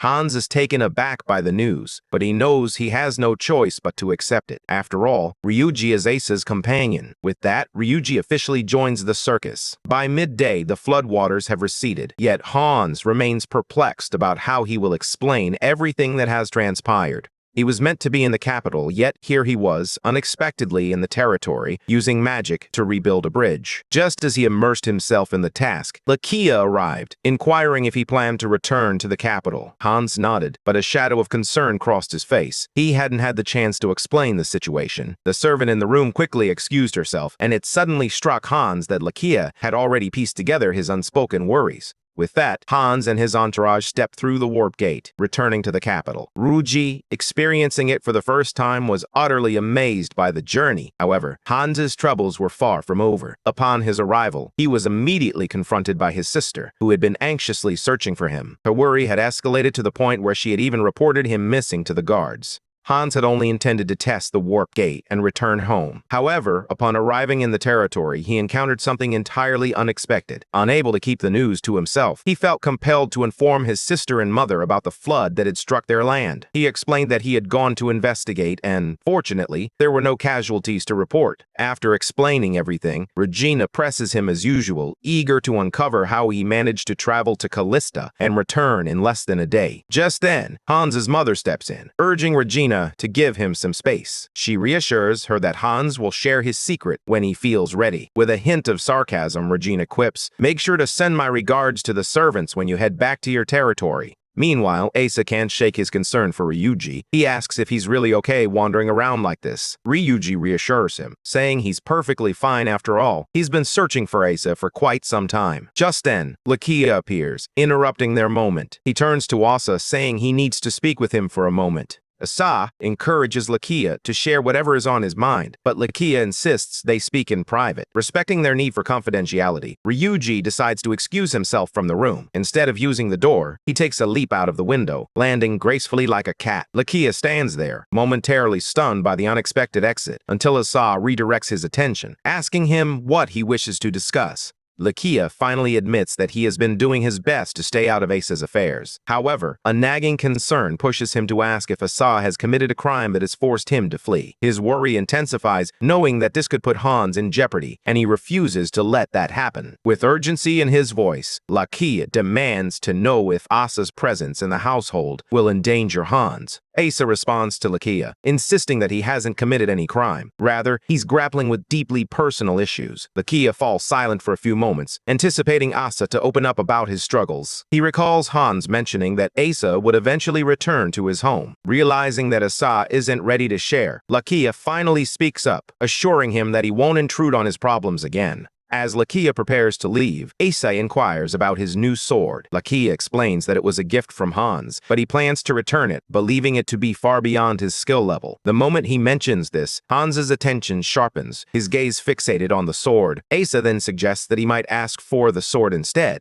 Lakia argues passionately, insisting that Asa cannot have the sword. Asa, puzzled, notes that Lakia clearly has an affinity for it. Lakia reveals that the sword is a dragon armament, a powerful weapon yet to be unveiled to the world. Asa seizes the moment, pointing out Lakia's intention to return it, suggesting that this gives him a rightful claim. He reminds Lakia that the true owner of the sword will ultimately be determined by Hans's choice. Lakia suddenly understands that Asa has a valid point. Knowing Hans's mindset, he realizes that Hans would likely hand the sword back to Asa as soon as it was returned. With this in mind, Lakia declares that he will no longer return the sword. Instead, he intends to keep it for himself. This declaration sparks a heated argument between the two, their voices rising loud enough for those outside to hear every word. Later, Regina and Hans make their way to the Imperial Castle, having received a special invitation from Emperor Carter. Following the recent flood incident, Lakia expressed to Hans his desire to concentrate on personal training with his new sword. Meanwhile, Asa is preoccupied with Ryuji, eager to discuss a multitude of topics with him. Hans sees this as the perfect opportunity to return to the Dragon Lair and resume his magic training.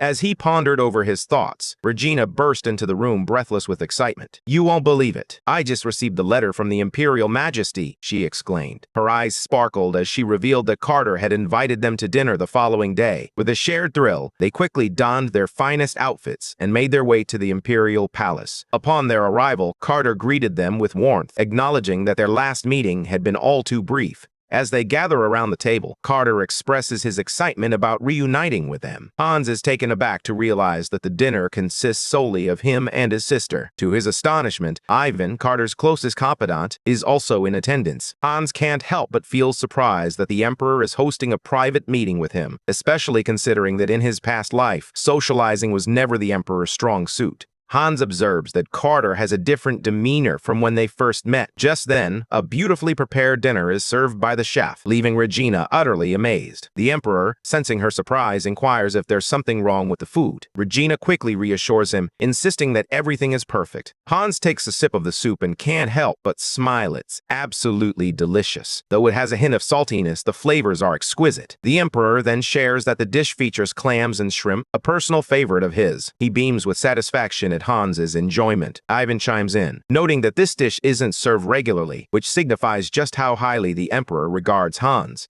The Emperor turns to his guests and inquires if they typically enjoy seafood. Regina responds that she rarely has the opportunity to indulge in it, a sentiment echoed by Hans. He explains that Callista is a landlocked region, making seafood a rare treat for them. The Emperor nods in understanding, revealing that the capital faces a similar predicament. Due to the perishable nature of seafood during transport, it often comes with a hefty price tag. Despite this, there are still moments when the seafood is completely unavailable. Carter remarks that the delicacy is reserved for nobles, expressing his wish that commoners could also enjoy it. Hearing this, Hans realizes that Carter is unlike the other nobles in the empire. As their meeting continues, more dishes are brought to the table, adding to the feast. Regina and Hans express their gratitude to the Emperor for the opportunity to experience something truly extraordinary. As the meeting draws to a close, Hans finds himself questioning whether this gathering is genuinely one of friendship. Just then, Carter glances to his right, where Hans is seated, and asks if he would like to continue their conversation. Eagerly, Hans replies in the affirmative, only for Carter to clarify that he wasn't speaking to him at all. It turns out that the Emperor was speaking with Regina. The instant Ivan grasps the Emperor's intentions, he seizes the opportunity to pull Hans along with him. "We have much to discuss," he insists, dragging Hans out of the room. Ivan leads Hans to the Research Institute, a place dedicated to the study of magic. Hans is taken aback to discover that even in an age where magic is nearly extinct, the status of the Imperial mages still holds significant weight. They are free to practice and research magic as they please. Even then beckons Hans to follow him to his laboratory. Hans is taken aback to discover that Even then has his own personal lab. Even then explains that he isn't the only one. All mages affiliated with the Imperial Court are assigned their own private laboratories. As they continue their conversation, a bespectacled man suddenly collides with Hans. Hans attempts to play it cool with the man, but instead he receives a sharp insult for blocking the way. Taken aback, Hans is momentarily stunned, but Ivan quickly steps in, advising him not to take it to heart. He explains that the mages are consumed by their belief that their research is the pinnacle of importance. After sharing this insight, Ivan turns to Hans and asks for his thoughts on the institute. He emphasizes that within its walls, rank, wealth, and power hold no sway. Ivan reassures him, saying there's no need to concern himself with the petty struggles of nobles or the annoyances of political intrigue. He continues to charm Hans about the institute, describing it as a sanctuary where everyone is passionate about magic, dedicating their lives to its study. With each word, Ivan paints the institute as the ultimate haven for any mage. It finally dawns on Hans what Ivan is really up to. He asks Ivan if he wants to study magic at the institute, and Ivan eagerly replies that he does. With a reassuring smile, Ivan assures Hans that he can easily conceal his true identity. Finally, Hans confronts Ivan, realizing that he was intentionally brought to the institute in an attempt to recruit him. However, Hans ultimately declines the offer. He confesses that while the prospect is enticing, especially the chance to meet other mages and add some excitement to his life, he still chooses to walk away. However, a significant problem arises from this. The source of their magic differs greatly. Draconic magic is fundamentally distinct from human magic. While draconic magic springs from the heart and activates with a single command, human magic relies on intricate incantations. Hans is acutely aware of his limitations. Having begun his journey with draconic magic, he knows next to nothing about the complexities of human magic.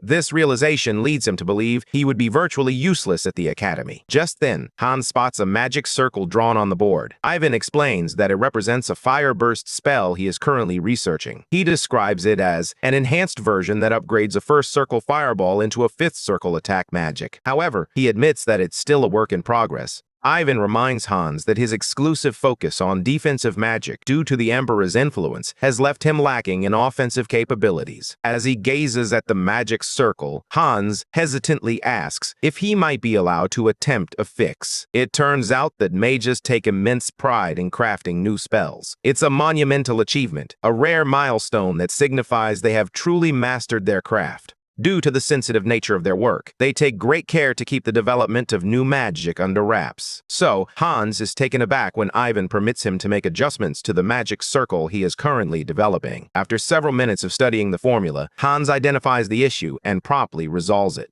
Ivan is utterly astonished, and in a moment of excitement, he pulls Hans into a tight embrace, exclaiming that he is a genius. With a hint of desperation, Ivan admits he has struggled for months to fix the formula without any success, while Hans managed to do it in mere minutes. Hans, attempting to downplay his achievement, insists that he merely adjusted an existing formula. However, Ivan insists that Hans is truly a genius, especially for having mastered the ancient runic language. Hans is taken aback by the mention of the runic language. Ivan explains that the formulas used in magic design are represented in this ancient script. The fact that Hans can grasp the operating principles simply by examining the formula marks him as a true runic genius. Suddenly, it clicks for Hans. This is why he was able to comprehend human magic formulas, despite it being his first encounter with them. The ancient runic language serves as a manifestation of draconic magic, intricately woven into the fabric of linguistic expression. In contrast, human magic is essentially a reconstruction of these ancient formulas. In simpler terms, draconic magic forms the very foundation of human magic. As this revelation dawns on Hans, he is struck by the profound connection between the two. The realization that he can explore both realms given their shared principles leaves him in awe. Yet, he quickly pulls himself back to reality, turning to Ivan with an apologetic expression for having meddled with his magic formula.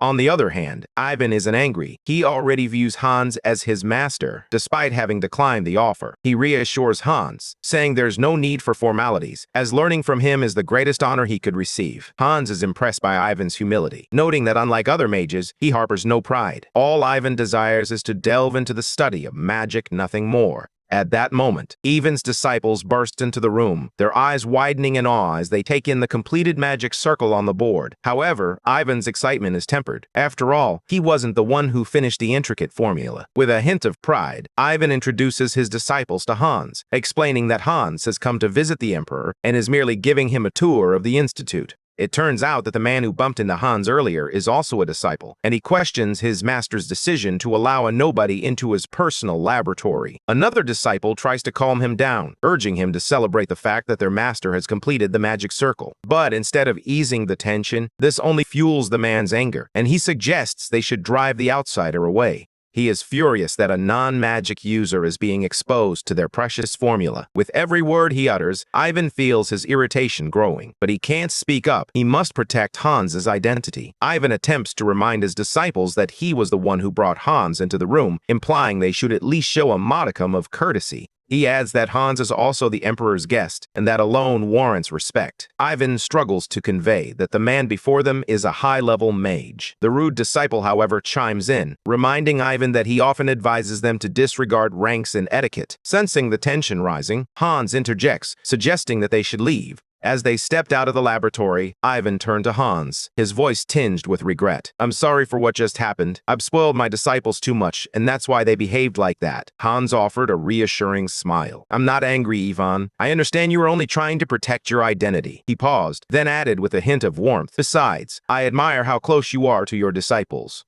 Ivan acknowledges that while their skills are impressive, they are sorely lacking in manners. He muses that if they had witnessed Hans in action, they likely would have fainted from shock. From what Hans observed in the laboratory, it's clear that the three disciples possess considerable talent. However, considering Ivan's status as an archmage, he will be quite selective in choosing his next disciple. Hans is certain that the three disciples will one day rise to become the Empire's archmages. He muses to himself how beneficial it would be to enlist their help with his plans. Upon returning to the waiting room, he finds Carter and Regina enjoying each other's company, their laughter filling the air. The two seem at ease, exchanging smiles and engaging in a delightful conversation. Hans is taken aback by the sight before him, his mind racing with questions about when Regina and the Emperor had grown so close. He was aware of their correspondence, but never imagined it had blossomed into something deeper. Meanwhile, Ivan watches Hans with a smirk, amused by his obliviousness. It seems Hans is rather dense when it comes to matters of the heart. After an enjoyable day together, Hans and Regina hop into their carriage, heading back home. Suddenly, Regina turns to Hans and asks, "Do men prefer quiet and graceful women?" The moment Hans hears this, he instinctively knows he's about to offer relationship advice. However, with no experience in that realm, he begins to stutter, searching for the right words.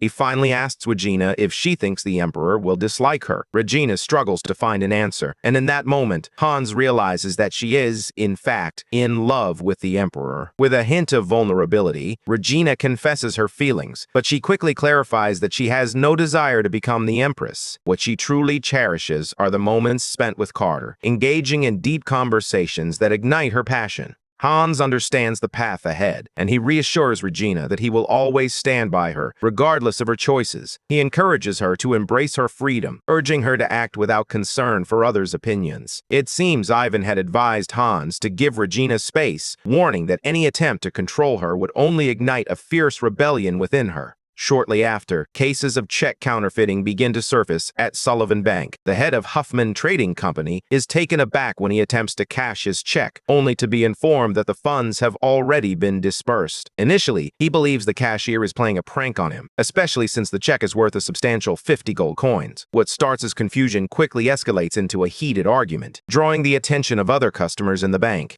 It turns out that this man was the first to switch from Callista Bank to Sullivan Bank after hearing they had begun issuing checks. However, Dominic Sullivan soon learns about the alarming rise in check counterfeiting, which leaves him deeply concerned. His assistant informs him that the problem is widespread across all their branches. The counterfeit checks are so expertly crafted that they look nearly identical to the genuine article. The situation has deteriorated to the point where even bank employees struggle to distinguish between genuine and counterfeit checks. As a result, they are unable to quantify the number of fakes circulating in the market. In response, Sullivan instructs his assistant to recall all checks within the next 2 weeks. He emphasizes that only the individual who issued the check should be allowed to withdraw it at the issuing branch. After 2 weeks, all check withdrawals will be halted. The assistant is taken aback, urgently explaining to Sullivan that 2 weeks is far too short. Many customers won't be able to cash their checks in time. He warns that it could take months for some, but Sullivan, unfazed, dismisses his concerns, insisting that the assistant should only reach out to major clients. He has no interest in the commoners.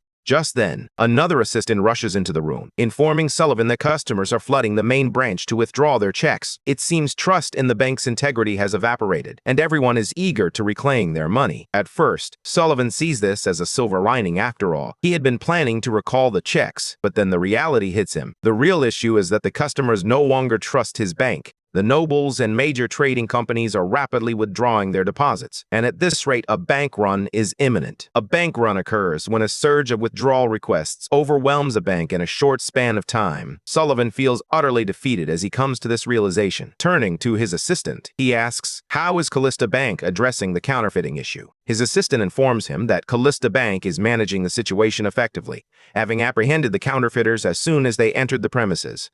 It appears the bank possesses a specialized device designed to verify the authenticity of checks. Hans reveals the device to Annabelle, explaining that as soon as they implement checks at the bank, they install this device at every window. Their staff has been trained to release funds only after the check has passed inspection. Thanks to this innovative tool, they can detect counterfeits, no matter how expertly forged. Annabelle suddenly understands that Hans had anticipated the threat of counterfeiting from the very start. Hans nods in agreement, emphasizing that no matter how intricate a piece of paper may appear, determined wrongdoers will always discover a loophole. This realization prompted him to devise a backup plan. Annabelle then reveals that the most sought-after item in the information market is data on the counterfeit detector. From the official guilds to the shadowy back-alley networks, everyone is eager to obtain this crucial information. The most desperate among them is the Sullivan Bank, which is willing to pay for even the slightest hint about the mysterious device. Yet no one seems to grasp its workings. Hans understands their confusion. The device appears to be just an ordinary lamp. However, it conceals a magical secret inside. It holds enchanted stones. Hans has meticulously carved spells into each piece of check paper, designed to respond only to specific wavelengths of magic. Afterward, he crafted a detection device using magic stones, ensuring that even non-mages could operate it. At first, he worried he was being overly cautious, but in hindsight, he's grateful for his foresight. Hans informs Annabelle that the device incorporates the bank's unique technology, meaning that even if she were to sell information about it, no one would be able to replicate it. Annabelle winced at Hans's words, even though he meant them as a joke. She quickly reassured him, "I would never sell information about you or your institutions, not even for billions." Her loyalty ran deep. After all, Hans was the one who had saved her guild from the brink of bankruptcy. Thanks to his support, they were now flooded with requests. Hans, too, felt a sense of satisfaction in their partnership. When he sought to expand his business with new branches, it was Annabelle's guild that had alerted him to the potential threat of spies infiltrating his new hires. Their bond was more than just business. It was built on trust and mutual respect. Hans is appalled by Sullivan's despicable nature, realizing he would stop at nothing to undermine others. Annabelle explains that Sullivan's actions go unchecked because he is supported by House McCarthy. This influential house, alongside House Townsend, is one of the two dominant forces that govern the empire. Hans turns to Annabelle, inquiring if she has any information on Marquise Krauser. She shakes her head, her expression apologetic. "I have nothing," she replies. "The information is practically non-existent, which is why I can't retrieve it." Hans furrows his brow, aware that McCarthy will soon catch wind of Callista's progress. He knows they will undoubtedly interfere with his plans. To counter this looming threat, Hans resolves to forge an alliance with the Marquise house. However, Hans resolves to set aside what he cannot control for now. He turns to Annabelle and asks if she knows of any trading companies in Somerville. With a nod, Annabelle confirms that Jeprian's hometown is indeed Somerville. Curious, Hans inquires whether there are any trading companies that specialize in seafood distribution. Unfortunately, Annabelle doesn't have that information at hand and tells him she will need to look into it. Despite her reservations, she remains confident that there will be a few options. Somerville, the Empire's largest coastal region, is renowned for its seafood cuisine. Hans, thrilled by the prospect, shares his ambitious plan to open a seafood restaurant in the capital. Annabelle is taken aback by this revelation and quickly tries to caution him, pointing out that seafood can be quite pricey. She attempts to address the transportation issue, but Hans reassures her that he will find a solution. He then assigns Annabelle's guild two important tasks, ensuring the distribution of reliable food and discovering which recipes resonate with the people of the capital. Annabelle is taken aback, yet she quickly recognizes the honor of the responsibility and smiles. Hans is surprised by her eagerness to embark on the project without even knowing all the details. Annabelle turns to Hans and shares a revelation she's had while working alongside him. She's realized that questioning him is futile. Whatever he sets his mind to, he always ensures his success. Hans accepts the compliment with a warm smile, responding that he'll be eagerly awaiting her contract. Due to the troubles at Sullivan Bank, Callista Bank has begun to attract more customers. When Hans shared his plan to open a seafood restaurant with his subordinates, they responded positively. Laisha even volunteered to travel to Somerville to study recipes. Encouraged by the support and the progress being made, Hans felt it was time to return to his territory. Hans quickly shares his plan to return to their territory with his sister and mother. Regina is taken aback by the news, prompting Hans to explain that their business is already stable. He believes it's unwise to be away from their territory for too long. His mother supports his decision, though she laments having to say goodbye to her new friends. Meanwhile, Regina is preoccupied with thoughts of shopping before they leave the capital. In a pivotal moment, Hans unveils his plan to leave the two of them in the capital. His mother, taken aback, listens intently. He gently reminds her that her illness over the past couple of years has kept her from socializing. However, since her arrival in the capital, she has begun to forge new friendships. A deep blush spreads across her cheeks as she nods in agreement. Regina chimes in, teasingly noting that their mother is constantly receiving invitations to various social events. Everyone eagerly anticipates her presence at their events these days. Hans turns to Regina, suggesting it might be best for her to stay in the capital, especially since she plans to focus on her studies. Plus, it would make communicating with her pen pal much simpler. Their mother quickly picks up on the subtle tension and asks Regina if her pen pal is a man.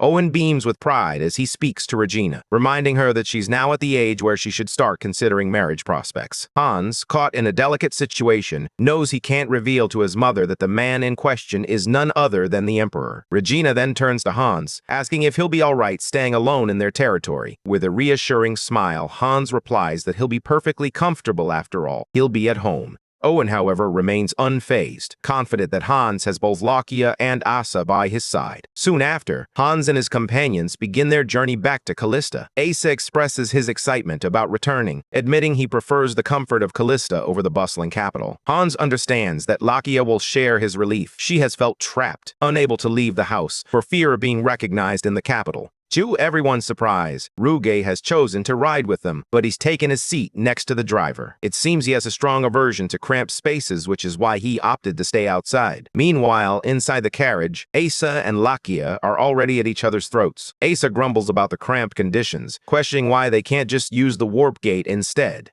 Hans urges Lakia to take the reins of the carriage, explaining that they can't use the warp for an official trip. Shortly after, they arrive at Callista's residence, and Lakia gently shakes Hans awake. Concerned, Hans mentions that something feels off. When he peers outside, he's taken aback by the crowd gathered. Just then, William appears, greeting Hans with a warm smile. "I came personally to welcome you back to the territory," he announces, his tone both friendly and formal. William suggests to Hans that he should get off the carriage, noting it would be quicker for him to walk. Curiously, Hans inquires about the crowd gathered at the entrance of the territory. William explains that they are all immigrants hoping to settle in the area, and the long queue is due to the identity verification process. Hans is taken aback by this revelation. He had assumed that the recent flooding incident would deter people from coming into town. William informs him that the reality is quite the opposite. Following the flood incident, rumors circulated that Hans had compensated the victims, which sparked widespread interest in Callista. Reports hailed it as an excellent place to stay, prompting families to relocate there in droves. Astonished by this unexpected turn of events, Hans finds himself with no choice but to make the journey to Callista on foot. To Hans's surprise, the citizens have gathered to welcome him back. Confused, he turns to William and asks if he orchestrated this warm reception, but William shakes his head. It seems the news of Hans's return has spread throughout the entire region, and the people were already eager for his arrival. William reassures Hans, revealing that he has crafted a story about how Hans bravely returned during the flood, so there's no need for concern. Hans gently takes a flower from a child, inhaling its sweet fragrance. In that moment, he realizes he is truly back home. As he approaches the castle, he is greeted by a line of familiar faces, all gathered to welcome him. The servants eagerly ask if he would like them to prepare a meal or if he prefers to rest first. Instead of the two options presented, Hans expresses his preference to review the administrative logs. Already back at work, he finds no surprise among the servants, who are well acquainted with his diligent nature. William promptly gathers all the reports, starting with the one detailing the situation at Compton Mountain. He informs Hans that mining preparations have reached their final stage, and operations are set to commence next month. Hans felt a surge of relief upon hearing this. He had quietly set the stage to mine the iron ore, fully aware that the two ducal houses would try to meddle, despite the fact that the ore rightfully belonged to Callista. William then chimed in, revealing that he had located the blacksmith Hans had mentioned. The blacksmith, named Grunberg, was a bit of a concern for William, as he wasn't showcasing the level of talent Hans had promised. William mentions that the man seemed quite confused and puzzled by the role Hans intended for him. However, Hans isn't concerned. He knows that Grunberg won't recognize his true potential until later. In his past life, Grunberg became a celebrated blacksmith, sought after by many, before ultimately leaving Callista. While Hans understands William's doubts about Grunberg's talent, he confidently asserts that he will take charge of managing the mine and the new smithy. Afterward, William presents Hans with the blueprint for the magic academy he envisions. The scale of the design is staggering, prompting William to question whether Hans is truly ready to commit to such an ambitious project. Hans reassures him, explaining that this endeavor is a promise to his teacher and benefactor. After hours of meticulous review, Hans finally completes his assessment of the plans. Lakia raises an eyebrow at Hans, questioning his choice to push himself on the very first day back in the territory. But that's just his nature. To his surprise, Hans finds both Asa and Lakia waiting for him to finish, instead of heading off to rest. They assure him they're feeling great, having enjoyed a comfortable ride in the carriage. Without missing a beat, Asa wraps her arms around Hans, enthusiastically declaring that Callista is far superior to the capital. Hans proposes that they embark on a territory inspection the following day, noting that it has been quite some time since their last visit. Asa eagerly agrees, and before they know it, 2 years have flown by as the house steadily expands its business. Meanwhile, in the capital, a district known for its vibrant activity begins to emerge, and soon enough, it earns the name Callista Street. The Callista Bank headquarters sits prominently on this street, a testament to the remarkable growth the area has experienced since the bank's establishment 2 years ago. Yet, there's another spot on the street that truly draws in the crowds, a seafood restaurant known as the Sea Breeze. Everyone who visits the restaurant leaves satisfied, and its welcoming atmosphere extends to commoners as well. While the prices are slightly higher, patrons don't mind splurging, especially for special occasions. It's a refreshing change, considering that in the past, commoners wouldn't have even dreamed of indulging in seafood in the capital. Seafood is now easily accessible, all thanks to Sea Breeze. In the past, fish would often spoil long before reaching the capital from the sea. However, rumors suggest that a mage is dedicated to casting preservation magic on the cargo wagons leaving the seaport. This means that no matter how many days it takes to reach the capital, the seafood remains fresh and ready for the market. As the noble-class customers engage in their discussion, they find themselves pondering the feasibility of such preservation magic, which demands at least third-circle high-level skills. This leads them to speculate that the Imperial mages must be involved. The irony, however, lies in the fact that these mages are strictly prohibited from using their magic for anything outside their official duties. With this revelation, one of the nobles concludes that the restaurant is connected to the imperial court. However, the ownership of the establishment remains a mystery. Frustration brews among the nobles, particularly one who is outraged that the restaurant welcomes both nobles and commoners alike. In a bold move, the restaurant has intentionally lowered its prices, ensuring that even commoners can enjoy a meal there. The nobles occupy the second floor, while the commoners are confined to the first. Rumor has it there's an upper floor reserved exclusively for the elite. Meanwhile, Ciprian pleads with Hans to disclose that he is the true owner of the restaurant. After all, who would believe that a commoner like him could possibly own such a place? Hans smiles as he explains that he merely provided the funding and planning, while it was Ciprian who tirelessly searched for and developed recipes that catered to everyone's tastes in the capital. Because of this, Hans firmly believes that Ciprian deserves to be recognized as the true owner of the restaurant. Reluctantly, Ciprian accepts Hans's insistence, expressing his gratitude for the gesture. Hans praises the day's meal, and Ciprian admits he enhanced it further, wanting to make this memorable occasion even more special. It seems Hans is ready to dive back into full-scale business activities. Until now, he had been preoccupied with managing the territory, but now he's eager to explore new ventures. Just then, he learns that his guest has arrived earlier than expected. Despite his reluctance to keep them waiting, Hans finishes his meal and requests that they be ushered in. To his surprise, the guest is Bowen. Kneeling before Hans, Bowen presents him with a bouquet of flowers, expressing his gratitude for reserving the upper floor of the restaurant as their meeting place. Once they settle into their seats, Bowen shares his excitement about the booming success of his business and reveals his plan to open another branch in Benzie. Hans raises an eyebrow in surprise. This would mark the 5th branch. Bowen's clothing empire began with high-quality artificial flowers that made a significant impact, leading to an expansion beyond accessories and materials into women's clothing. Bowen has been on a winning streak, earning him the nickname Golden Hands. Hans praises him for his success at the men's salon, noting that despite some initial resistance, everything has turned out remarkably well. Bowen humbly responds that he owes it all to his keen eye for detail. Hans, puzzled by this remark, prompts Bowen to elaborate. Bowen reveals his keen observation skills, noting that Hans has a distinct outfit for each season of the year. He imagines how he would style Hans if given the chance, weaving together colors and textures that reflect the changing seasons. As he wraps up his thoughts, Bowen suggests designing the sleeves to be tight and thick, cleverly concealing the gold bracelet adorning Hans's wrist. Bowen senses that this bracelet is a secret, something meant to remain hidden from prying eyes. Having noticed Hans's unwavering commitment to wearing it, he understands that it holds deep personal significance for him. With that, Bowen urges Hans to exercise more caution. Nervously, Hans thanks him for the advice, acknowledging the importance of the bracelet. After all, it is the dragon's bracelet. Bowen then invites Hans to visit his salon whenever he has the chance, promising to bring out the best in him. He boasts about his talent for enhancing others, except for one notable exception, Marcus Krauser. Hans is taken aback. The last time he spoke with Annabelle, she mentioned there was still no news on Krauser. Intrigued, he turns to Bowen and asks if he has ever seen or met Krauser. With a spark of excitement, Bowen responds that the younger generation might not have had the chance to meet him. He then shares a memory, recalling how he caught a fleeting glimpse of Krauser at a banquet a decade ago.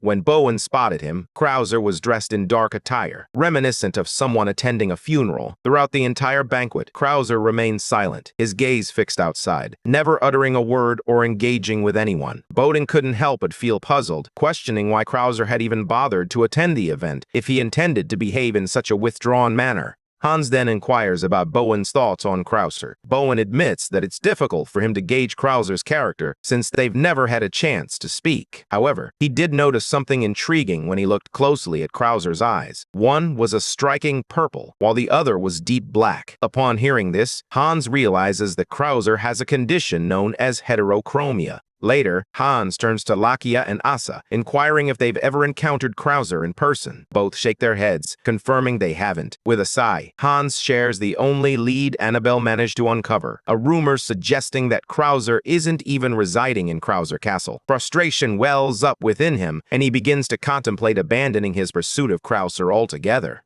Just then, Lakia brings up that Hans is preparing for a territorial war, and Hans readily confirms it. The neighboring territories surrounding Callista have grown increasingly suspicious, noticing the influx of immigrants into the region and fearing that it signals a buildup for something more ominous. Hans reveals his intention to make proper use of the night order that Lakia will soon leave behind. Though he has grown accustomed to Lakia's constant presence, he wisely refrains from including him in his future plans, as the 5-year deadline of their promise is fast approaching. In this unspoken understanding, the two begin to say their quiet farewells. Soon after, Grunberg receives word that he has been summoned to the castle. To his surprise, he discovers that the castle's servants and staff are already aware of Hans's status as a mage. However, rather than gossiping or prying into the matter, they have chosen to keep it under wraps, united in their commitment to protect the region and their young lord. Moments later, Grunberg arrives at the castle, ready to meet Hans. Grunberg, fully aware that Hans is a mage, can't help but be impressed by how effortlessly Hans traverses the distance between the capital and Callista, as if they were mere neighbors. Once Hans finishes reviewing William's report, he turns his attention to Grunberg, who has just completed the sword he was crafting and has brought it to him. Hans takes the sword from Grunberg, marveling at its surprisingly light weight. Grunberg explains that he managed to reduce the weight by half, while more than doubling its strength. With a confident smile, he assures Hans that by the following week, they will be ready to supply the entire Night Order with these remarkable swords. William is genuinely impressed by Grunberg's remarkable talent, attributing it to Hans's keen intuition. Once Hans finishes inspecting the swords, he reveals to Grunberg his next project, the armor for the Night Order. Intrigued, William can't help but ask Hans if he was the one who designed it. Hans nods in agreement, revealing that he indeed used the Imperial Night Order as a reference. Grunberg then gestures toward the hollow point in the center of the chest, inquiring if this will serve as the power source for the circuit. Hans is taken aback, both shocked and impressed. Grunberg's keen insight has allowed him to deduce the purpose of the hole simply by examining the design. Grunberg assures Hans that, while he may not fully understand the process, he is confident it will yield great results. After handing over the design, Grunberg takes his leave. Hans turns to Williams, expressing his complete trust in Grunberg. Williams nods in agreement, affirming that Grunberg is indeed a reliable individual. However, he adds that there's one more matter he needs to discuss, even if he has brought it up before. William shares his concerns with Hans about the ongoing drought, noting that it has only rained once this year. Thankfully, due to Hans's foresight, they constructed a large reservoir, which has helped them manage the situation so far. However, William's worry lingers. If the rains don't come by the start of the rainy season, everything could dry up. This uncertainty weighs heavily on everyone's minds. Hans reassures William that while they can't control the weather, he has implemented sufficient countermeasures to ensure that no one in Callista will go hungry. He offers William this assurance, hoping to ease any concerns the people might have. Once the meeting concludes, Hans reflects on everything once more, contemplating the challenges that lie ahead. He suspects that the drought is only just beginning, as the grass outside has already turned brittle and brown. Yet, Hans is hesitant to act impulsively. He understands the weight of his decisions all too well. Having learned his lesson the hard way, he treads carefully, aware that his choices could alter the fates of many. So, he resolves to take a step back, allowing himself the space to think things through with clarity and patience. Later, Lakia spots the sword crafted by Grunberg and admires its craftsmanship, but he can't resist boasting about the superiority of his own blade. Just then, he turns to Asa, inquiring about the whereabouts of his bodyguard. Unbeknownst to them, Ruga has been shadowing Asa all along, his presence elusive and unnoticed. Hans joins Lakia in pressing Asa for information about Ruga, their curiosity piqued. Asa responds, noting that cat people tend to wander, but he reassures them that Ruge will always return, even if he seems to vanish for a while. Lakia then turns to Hans, inquiring about any major plans he might have. He shakes his head, admitting he has none. His days are consumed with managing the bank and the restaurant branches. Hans feels a sense of relief. In his past life, nothing significant occurred during this time, allowing him to fully concentrate on his work. Meanwhile, the Emperor and Regina rendezvous at their usual spot in a quiet corner of the town. Both don the attire of commoners, careful to blend in and avoid drawing any attention. Their faces light up with joy as they greet each other warmly. The Emperor reassures Regina, saying he's well, thanks to Ivan, who makes it possible for him to sneak away and meet her from time to time. Regina notices the emperor's unusual behavior and inquires if something is troubling him. He reveals that he has received yet another marriage proposal from the McCarthy family. His mother has been urging him to consider it, suggesting it wouldn't be polite to keep rejecting their offers. Regina suddenly realizes the gravity of her situation. She has been dating the emperor of the empire, and there's no assurance that their relationship will remain as it is. Just then, the emperor turns to her, inquiring if she is comfortable with their current arrangement. Confused, Regina asked for clarification, prompting him to elaborate on whether she is okay with them concealing their true identities by dressing as commoners. He asks Regina if she's comfortable with the way they've been concealing their relationship, as if it were some kind of crime. Nervously, Regina responds that she doesn't mind, believing the emperor is being considerate to protect House Callista from power struggles. She then confesses that she has given their relationship considerable thought and has come to a conclusion she would be fine with remaining friends after the emperor marries. At that moment, the emperor interjects, expressing his dissatisfaction. Regina's eyes widen in shock as she watches him rise from his seat. With a commanding presence, he unveils his intention to announce a state marriage at the upcoming Imperial Grand Council. Before Regina can fully grasp the situation, the emperor drops to one knee, asking her to marry him. Overwhelmed, she turns as red as a tomato, covering her mouth in sheer disbelief. Later, Almond presents Hans with the banking reports, and Hans is thoroughly impressed. He tells Almond that he seems far more suited for business management than for butler duties. Almond humbly credits Hans for the success, attributing it to his exceptional talent in personnel organization. He then inquires about Hans's successor, William, and Hans reassures him that William is thriving, even more adept in Callista's internal affairs than he is. Curiosity piqued, Hans shifts the conversation to the drought, asking Almond about the situation in other regions, noting that Callista seems to be the only area effectively managing the crisis. Almond nods in agreement, acknowledging the troubling report. According to Claude, stationed in Benzie, most farmers are hoarding food instead of using it. In fact, some have entirely abandoned this year's crops, already bracing for a looming famine. Concerned, Almond turns to Hans and asks, what happens if famine truly strikes? It could make it nearly impossible for the commoners to repay their loans. Hans advises Almond to hold off on reviewing the bank policy for now and to stick with the current one. He assures Almond that he will let him know when it's time to consider additional measures. After their meeting, Annabelle bursts into the office, urging Hans to attend the ball hosted by House Viscount Rox next week. However, Hans brushes off the invitation, and Annabelle can easily read his disinterest etched across his face. Hans reminds Annabelle that he has no interest in attending any social event. However, Annabelle insists that this one is different. She reveals that she has learned Lady Swergen will be in attendance. Hans's eyes widen in shock. He knows exactly who she means. Rebecca von Swergen is the queen of high society, always gracing the first page of any list featuring the Empire's most prominent celebrities. Despite spending most of her time outside the Empire, she is on the path to becoming its most renowned woman, thanks in large part to her maternal grandfather, Duke Townsend. Her extraordinary beauty has earned her the title of the Goddess of Beauty. Annabelle then reminds Hans of the deep affection Townsend has for his granddaughter, hinting that this may be Hans's last chance to meet her before she departs the imperial capital. Annabelle encourages Hans to seize the opportunity to connect with Rebecca. After a moment of contemplation, Hans expresses his gratitude for the suggestion, but ultimately declines. He acknowledges Rebecca's significance, but notes that she seems more focused on her business than on socializing. Annabelle, undeterred, reminds Hans that he is of marriageable age and that his mother has begun to voice her concerns about his single status.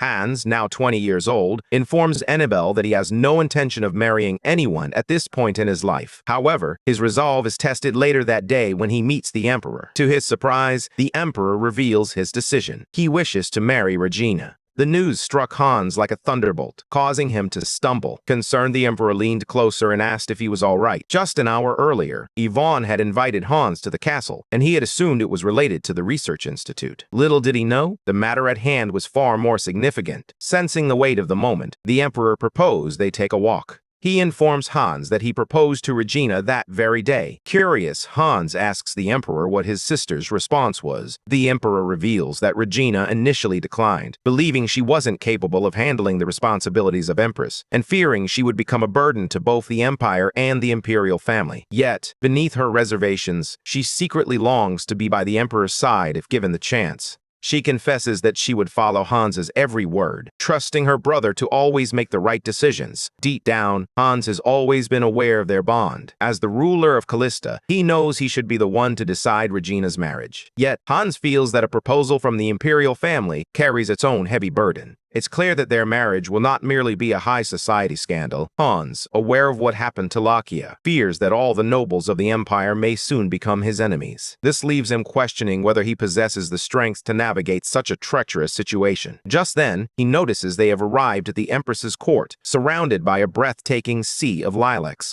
The Emperor unveils a hidden gem within the imperial castle, a serene and breathtaking garden, the most beautiful and peaceful spot he knows. It is here that he often retreats to escape the weight of his loneliness. Moved by its beauty, he decides to gift this precious sanctuary to Regina, hoping to fill her life with joy. In his heart, he yearns to offer her all the special treasures he possesses, determined to make her the happiest woman in the world. Hans recalls that after the dinner he and Regina shared with the Emperor at the palace 2 years ago, they were never invited back. With Callista Bank's rise during that period, all eyes were on them. As a result, the Emperor likely felt compelled to shield Callista from the scrutiny and pressure of the high-ranking nobles. Hans suspects that the Emperor and Regina's secret meeting was a strategic move to evade the watchful eyes of the nobles. Yet, the Emperor's sudden decision to bring Hans into the Empress's presence leaves him pondering. Could it be that the Emperor is finally prepared to challenge the nobles who wield so much power? With a mix of curiosity and audacity, Hans turns to the Emperor and asks if he can pose one extremely rude and presumptuous question. The Emperor assures Hans that he is free to ask anything he desires. Curiosity piqued, Hans inquires about the kind of world the Emperor dreams of building. Essentially, he seeks to understand the direction in which the Empire should evolve. The Emperor pauses for a moment, admitting that this question is somewhat unexpected. He then responds, "It may sound like a fantasy, but I envision a world where everyone has the opportunity to thrive." He envisions a world where everyone can live freely, unshackled by status, class, gender, or origin. In that moment, Hans realizes he has no reason to fear. He has gained a measure of power in this life. He welcomes the idea of his influence reaching beyond his territory, even into the imperial palace, for he now possesses the strength to safeguard what is rightfully his. With this in mind, Hans kneels, offering his respect to the Emperor and urging him to care for Regina. Shortly after, the Imperial Grand Council convenes and the Emperor announces his decision to marry Regina. The revelation sends shockwaves through the room, leaving everyone frozen in their seats. One of the nobles doubts the Emperor's seriousness, pointing out that the Callista family is a distant one, lacking both political connections and legitimacy. They argue that this proposal feels abrupt. The Emperor, however, counters their concerns, reminding them that it was they who had been pressing him to marry in the first place. At that moment, Duke John Townsend interjects, acknowledging that while the Emperor may have developed feelings for Regina, a state marriage is a grave matter that cannot be decided lightly. Duke Alan McCarthy echoes Townsend's concerns, cautioning that mishandling these matters could threaten the very traditions of the Empire. The Emperor interjects, reminding them that House Callista is also a respected noble family within the Empire. He demands to know the criteria by which they are assessing the dignity they speak of. Townsend replies, noting that they have already submitted a list to the Emperor for consideration. They believe that a foreign princess would greatly benefit the empire. Additionally, daughters from suitable noble houses would enhance the royal lineage, which is why they have chosen candidates who won't jeopardize imperial legitimacy. McCarthy supports Townsend's stance, advising the emperor not to let his personal feelings dictate the marriage arrangements, as commoners often do. McCarthy informs the emperor that they cannot approve the request. Having ascended to the royal seat at a young age, the emperor has felt like a puppet, silenced and constrained. But now, everything is about to change. In that moment, the emperor challenges them, demanding to know where in the imperial regulations their insistence is documented. He reminds them that his own mother hailed from a humble background, not an influential house. With a piercing gaze, he challenges them, asking if they truly believe the current empress has tarnished the empire's legitimacy. Anger flares in the emperor's voice as he rebukes their audacity, declaring it wrong to covet imperial authority, while clinging to traditions that lack historical merit. With a stern expression, he asserts his dominance, proclaiming that he alone will choose the next empress. He then imposes a condition. He informs them that if they continue to reject his decision, he will never take an empress for the rest of his life. This effectively means the imperial line will end with him, and the throne will pass to his paternal cousin, Duke McCarthy. Observing the Emperor's fury, the council members attempt to soothe him, but he rises abruptly and storms out of the room. Later that day, Townsend engages in a conversation with his son Glenide, reflecting on the tumultuous council meeting. Glenide, puzzled by the unfolding events, expresses his concern that House McCarthy could seize the throne if the Emperor fails to produce an heir. However, House McCarthy was equally unwelcoming to the idea, leaving Glenide utterly confused. Townsend chastised his son, emphasizing his lack of foresight. He explained that the Empire prides itself on its illustrious history, and no matter how ambitious House McCarthy may be, they would never dare to engage in a power struggle. Moreover, if this occurs, a war will inevitably erupt, leading to the total annihilation of one side. Townsend notes that the Emperor's demeanor has shifted dramatically. It seems he has broken free from restraint, leaving them with no choice but to comply with his wishes. Townsend decides to vote in favor of the marriage, curious to see just how far the Emperor's newfound momentum will carry him. Townsend is left pondering whether it was Regina or Hans who influenced the Emperor's decision. Later, Hans and Regina approach their mother to discuss the marriage arrangement. She is taken aback by the news and scolds them for waiting so long to inform her. Hans offers an apology, unaware that the whirlwind of events unfolded in just a single day. Their mother expresses that she typically refrains from meddling in her children's marriages. However, she feels compelled to remind Regina that becoming Empress is not a role to be taken lightly, even if she and the Emperor have feelings for each other. Hans interjects, sharing his mother's concerns, but reassures her that both Regina and the Emperor are ready to face the future together. Hans reassures his mother that he will do everything in his power to protect their family. With a determined look, he urges her to trust both him and Regina. A smile spreads across her face as she hears his words, and she compliments him, saying he speaks with the wisdom of someone far older than his years. Turning to Regina, she adds that there's no reason to object because their happiness is what truly matters.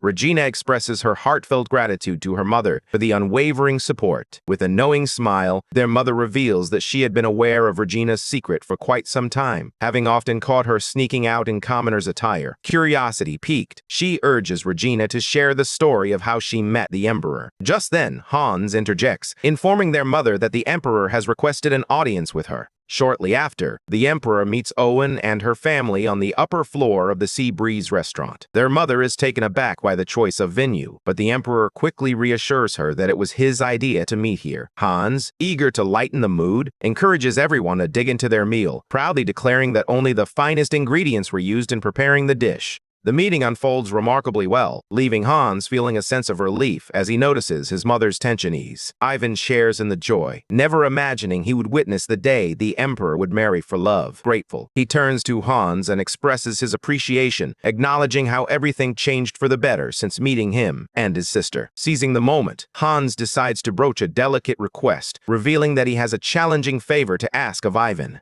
Ivan is taken aback when Hans reveals his intention to hire Ivan's disciples as professors at his academy. To his astonishment, he learns that the Emperor is also aware of the academy being established in Callista. Hans explains that there has been a noticeable decline in magical education. To nurture exceptional mages within the magic department, he believes that experienced and skilled imperial mages are essential.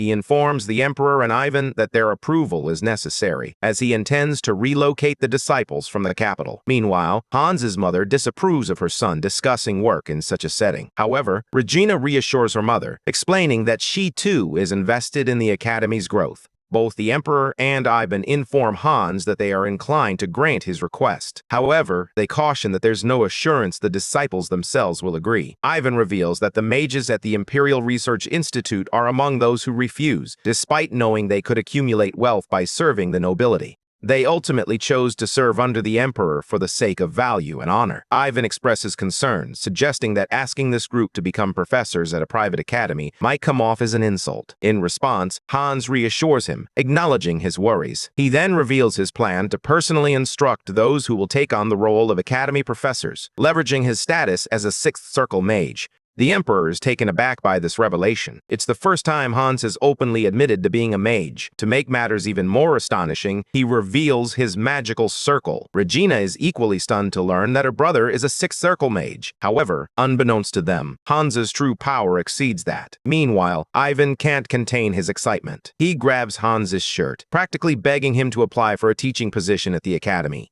Later, the Imperial Grand Council officially approves the state marriage between Regina and the Emperor. In a twist of fate, Ivan's 3 disciples are also appointed as professors in the magic department. However, the trio isn't exactly thrilled about their new roles, largely because they remain unaware of Hans. Ivan reassures Hans, telling him that once they learn about him, they'll come around and be grateful for life. Meanwhile, Hans can't shake the nagging feeling that everything is going too smoothly, a sense of unease creeping into his mind. Unfortunately, his fears are about to manifest in the most brutal way. Later, as Hans, Asa, and Lakia stroll through the bustling streets, a would-be pickpocket makes a move toward Lakia. In an instant, Hans reacts, swiftly taking the thief down before he can get close. Asa can't believe the audacity of the man targeting a guard knight right in front of him. While the guy is restrained, he begins to rant about how the nobles live in luxury, while the commoners suffer from hunger. To everyone's surprise, Hans instructs Lakia to let the man go. Lakia, taken aback, assumes Hans wants him to release the guy entirely. However, Hans clarifies that he doesn't want Lakia to beat him. Instead, he should hand him over to the authorities.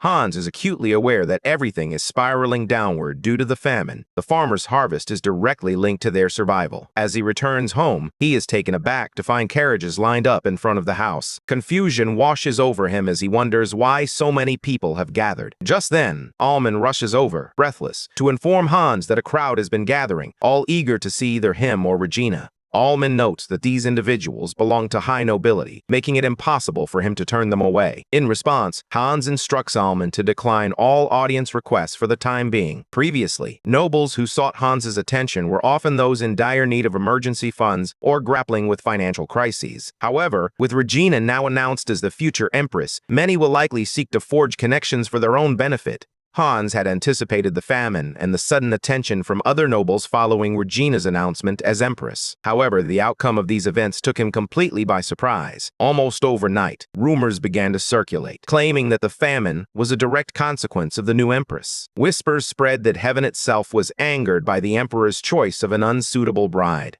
Hans steps into his sister's room, only to find her in tears, comforted by their mother. His heart sinks. Regina was meant to be out today, trying on wedding reception dresses. Their mother, her voice heavy with concern, explains that something humiliating occurred. A stranger had hurled insults, accusing Regina of tarnishing the imperial family with her dirty blood. Although the guard knight managed to intervene and apprehend them just in time, the incident revealed something truly horrifying. Hans is left in shock upon hearing this, but Regina quickly steadies herself. She assures him that she is all right, explaining that she was merely startled. Determined, she vows to prepare herself for challenges like this in the future.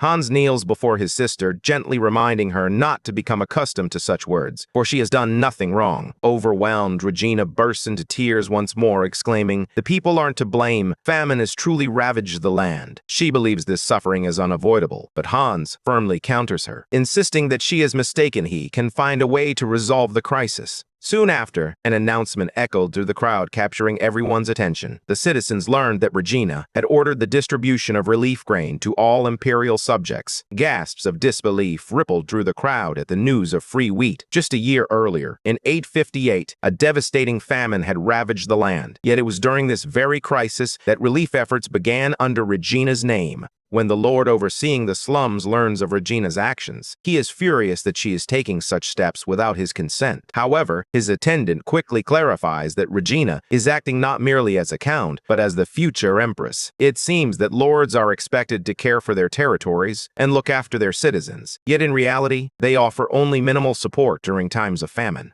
They implement this strategy not only to stave off death, but also to secure the loyalty of the people. However, Regina's unconventional approach has infuriated the lord. He views her as naive, convinced that, with the famine still in its early stages, the commoners won't recognize her efforts. Just then, an attendant interrupts, pointing out that the wheat relief program could lead to a significant drop in wheat prices. The attendant informs him that as of that morning, one bundle of wheat costs only 8 copper coins. This revelation shocks the lord, as just the day before, the price was a staggering 60 copper coins. The attendant explains that House Callista is directly supplying wheat to retailers under a contract that caps the selling price at 8 copper coins. The lord nearly erupts in fury upon hearing this. He expresses his frustration about not having met Hans yet finds him already encroaching on his territory. His attendant then informs him that the relief program is being implemented simultaneously across all regions of the empire, not just their own. Upon hearing this, the Lord is left pondering how House Callista has managed to acquire such vast quantities of wheat. Thanks to House Callista's generous supply of wheat throughout the empire, they successfully stabilized the soaring prices. This famine relief strategy had its roots in a meeting 2 years prior, when Duran von Chenoas sought a loan from the bank. It was during this pivotal moment that Duran discovered the conditions tied to the 7,000 gold loan he desperately needed. For the next 5 years, Duran would be obligated to supply Callista with 50% of the wheat harvested in his territory. Additionally, he would need to pay loan interest under the same terms. Hans had advised him to review the contract carefully and highlight any unfavorable clauses. When Hans noticed Duran was taking longer than expected, he inquired if 50% felt excessive. Duran, his nerves getting the better of him, quickly replied that it was not. He was taken aback by how lenient the conditions were. With Hans lending him 7,000 gold, he could have easily demanded complete monopoly rights. Curiously, he inquired if Hans intended to venture into the grain distribution business, knowing full well that there were no current food shortages. In ancient times, it was common for the wealthy to grow richer while the poor sank deeper into despair during a crisis. In Hans' previous life, countless lives were lost due to the insatiable greed of the nobles. Wheat, which typically traded for 5 copper coins, skyrocketed to a staggering 100 copper coins. This drastic inflation forced even farmers to take out loans they would never be able to repay in their lifetimes. Aware of this harsh reality, Hans decided to sell only a small portion of the wheat he acquired from Chenos Just, enough to avoid disrupting the market while carefully storing the rest for the future. Thanks to this, Callista now possesses ample wheat reserves, enough to distribute among all imperial citizens, with plenty left over. In no time, they completed the relief efforts in the capital while requests from other regions continued to pour in. Before Hans knew it, he found himself so busy that he barely had a moment to spare for himself once again. Lakia notices the stress etched on Hans's face and asks why he's personally managing distribution instead of selling wholesale to trading companies. Hans responds, "I can't trust the major trading companies. If they secure large quantities from me and then decide to raise the price, it would be nearly impossible to control the situation."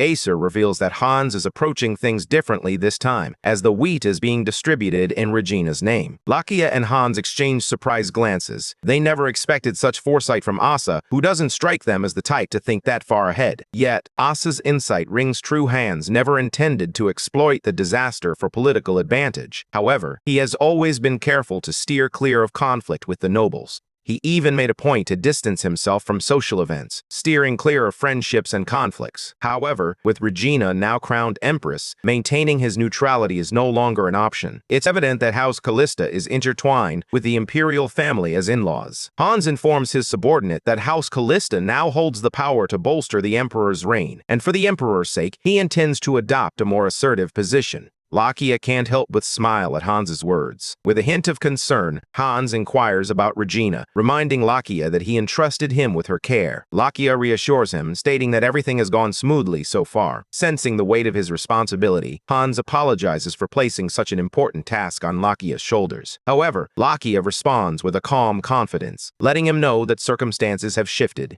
Regina's visits to the city seem to yield nothing but gratitude and cheers. Hans is pleased to hear this. It signifies that their relief strategy is working wonders. Just then, Alman approaches, informing Hans that the Joel Trading Company has requested an audience. Hans raises an eyebrow, surprised, as he had already turned down all requests for meetings. However, when he learns that Ivan is escorting them, his curiosity is piqued. Annabelle had previously cautioned Hans about Joel's connections to Ivan, hinting that one day, Joel might leverage those ties to get closer to him. Now, as Hans welcomes Ivan and Joel into his chambers, he finds himself apologizing for his earlier unruly behavior. Despite Lakia's evident displeasure, Hans reassures her that there's nothing to worry about. Joel finally introduces himself, stating, "I'm Kirk Joel," and offers his own apology for any rudeness he may have displayed. Joel turns to Hans and reveals that he has come to secure the distribution rights for the wheat owned by Callista. Curiously, Hans asks why Joel doesn't negotiate directly with merchants. Joel nods, acknowledging the question. He understands Hans' strong belief in prioritizing public interest and supporting the vulnerable. With conviction, Joel assures Hans that his company isn't focused on retail margins. Rather, they aim to establish a nationwide distribution network through the wheat supply.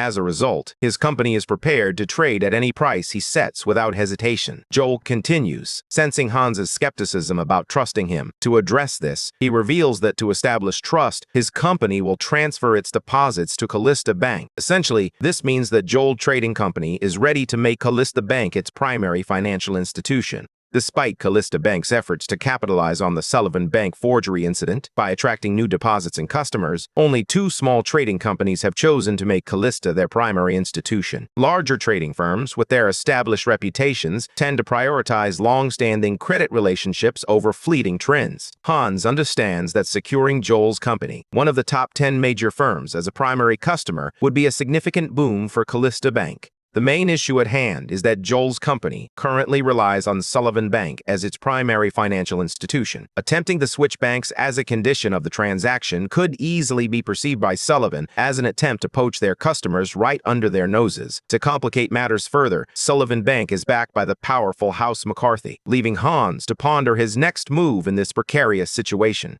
He contemplates whether the moment has finally come for him to confront House McCarthy, the very pillar of the empire. After a brief pause, Hans turns to Joel and declares that he will accept the deal. Joel's face lights up with relief, assuring Hans that it's a wise choice. Wasting no time, they dive into drafting the contract. Hans's decision stems from the realization that he has already ruffled the feathers of several nobles by implementing the relief policies. Moreover, it seems that Sullivan Bank already has a grudge against Callista due to significant losses from their check business. After reviewing the contract, Joel is taken aback to discover that Hans has set the supply price more generously than anticipated, which ultimately shrinks House Callista's profit margin. Hans then remarks that he understands trading companies are typically profit-driven, so it's only fair for him to offer Joel a share to foster smooth relations. Joel fully grasps Hans's approach. It's a clever method to prevent betrayal. He can't help but admire Hans's keen insight. However, he reassures him that there's no need for concern. His reputation is his top priority. Joel then reveals that this very principle is what allows him to confidently engage with cat people.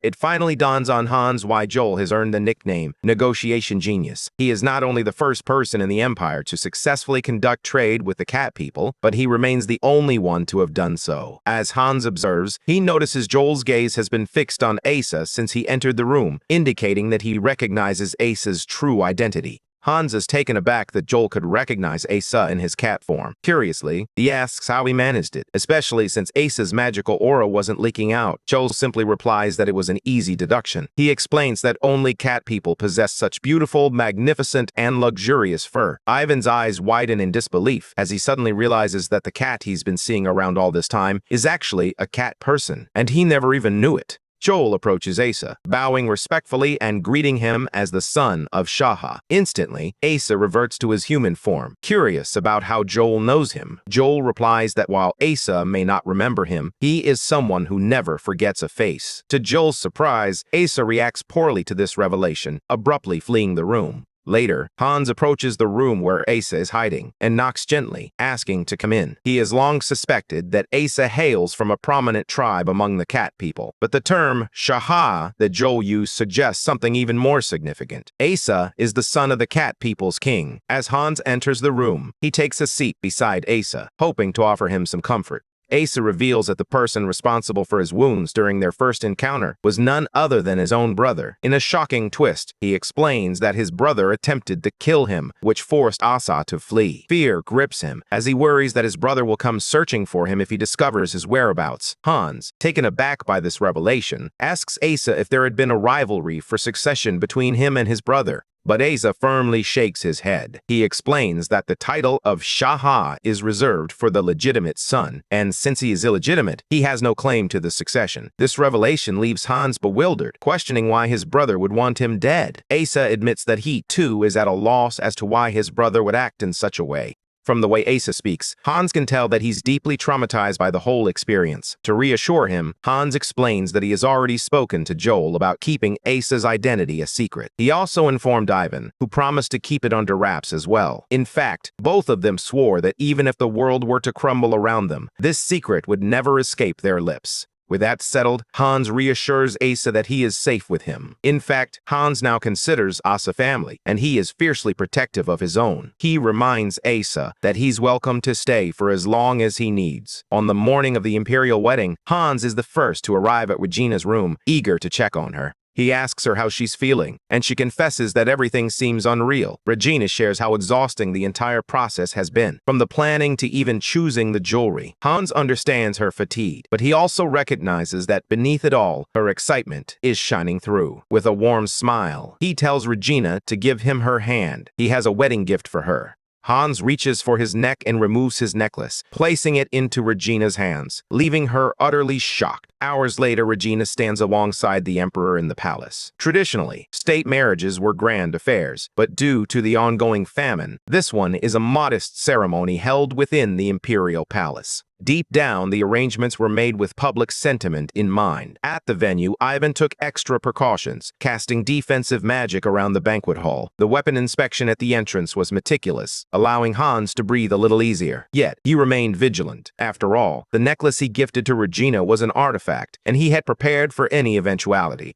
Regina was taken aback when Hans presented her with the necklace. He insisted that she never remove it and warned her to keep its effects a secret. Concerned, Regina asked Hans if the imperial palace was truly a dangerous place. He nodded solemnly, confirming her fears. "You can't trust anyone inside," he cautioned. In the grand banquet hall, Hans silently wishes that Regina would never have to rely on the necklace. After the official wedding ceremony concludes, they transition to the reception, a true battlefield of social maneuvering. This gathering serves as a crucial opportunity to forge connections with influential nobles, especially now that Hans is the emperor's brother-in-law. Before long, Hans finds himself face-to-face with Duke Townsend. With a respectful nod, he acknowledges the esteemed noble, ready to navigate the intricate web of alliances that awaits him. As the two men shake hands, Hans feels an overwhelming pressure from their encounter, far more intense than when he met Sullivan. In that moment, it becomes clear to Hans that Townsend harbors ill intentions. He can't help but wonder if this was a silent warning or merely an act of intimidation. Just then, he receives word that Prince Carlisle of Garcia wishes to greet him.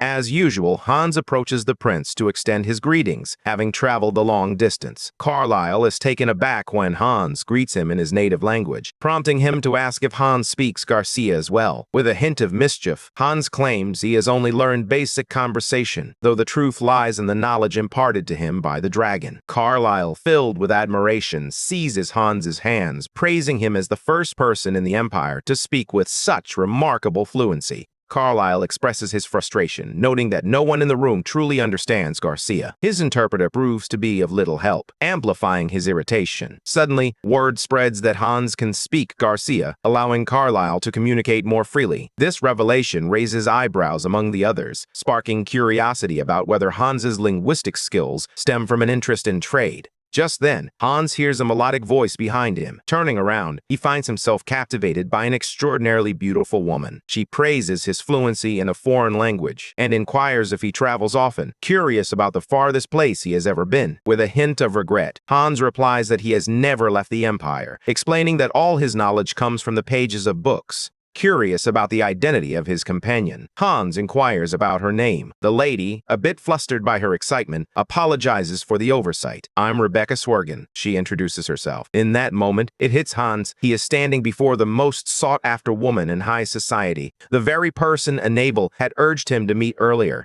Before long, whispers ripple through the crowd as people notice Rebecca engaging in conversation with Hans. It's a rare sight. Rebecca, known for her reticence, is speaking to a man first. Realizing they've become the focus of attention, Rebecca glances at Hans, concern etched on her face. "I'm sorry if I'm making you uncomfortable," she says, her voice tinged with uncertainty. "Maybe I should just leave." But Hans, with a reassuring smile, shakes his head. "I'm perfectly fine," he replies, easing her worries. "You don't need to go." Hans reminds Rebecca that the party is just getting started, but she firmly insists on leaving. As she walks away, she tells him that if fate allows, they will meet again. Just then, a few men notice her departure and quickly rush to offer their escort, making it clear to Hans why she is so popular. Having greeted most of the key figures, Hans begins to contemplate taking a break. Just then, Claude appears behind Hans, prompting Hans to ask if he's all right. Claude replies affirmatively, but the truth is, this isn't the real Claude at all. Beneath the mask is Lakia, who was eager to attend the wedding. To facilitate this, Hans had used illusion magic to transform Lakia's appearance into that of Claude. Before the wedding, Hans had asked Lakia if he would be able to face the high-ranking nobles responsible for his family's downfall.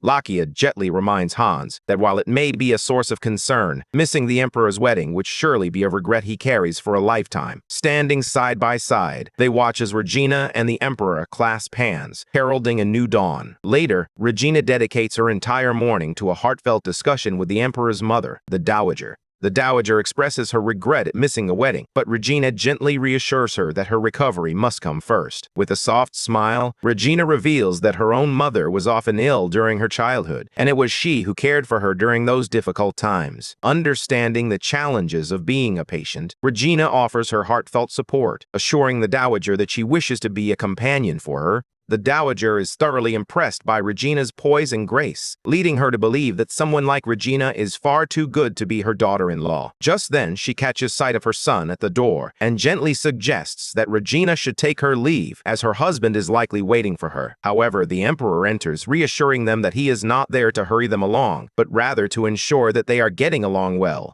Despite her reservations, the Dowager insists that Regina go to meet her husband. The two offer their respects before taking their leave. Watching them depart, the Dowager feels a warmth in her heart, pleased to see her son smiling at last. As they stroll through the palace halls, the Emperor expresses his gratitude to Regina for her kindness toward his mother, noting that the Dowager has found renewed strength since Regina arrived at the imperial palace. Regina reassures the Emperor, saying it's not a big deal, as the Dowager reminds her of her own mother. Just then, an attendant approaches with a letter from House Callista. As Regina reads the letter, her eyes widen in shock. Her brother's academy has been completed. Hans, who recently toured the academy, was utterly amazed by the sheer size of the entire complex. Allman reassures Hans that the academy will indeed become the finest on the continent, just as he envisioned. Meanwhile, Asa is feeling overwhelmed by the sheer size of the place. He's already forgotten everything he saw during the tour. Sensing Asa's confusion, Hans offers to help by explaining the layout using a map. He points out that the academy is divided into 3 distinct departments.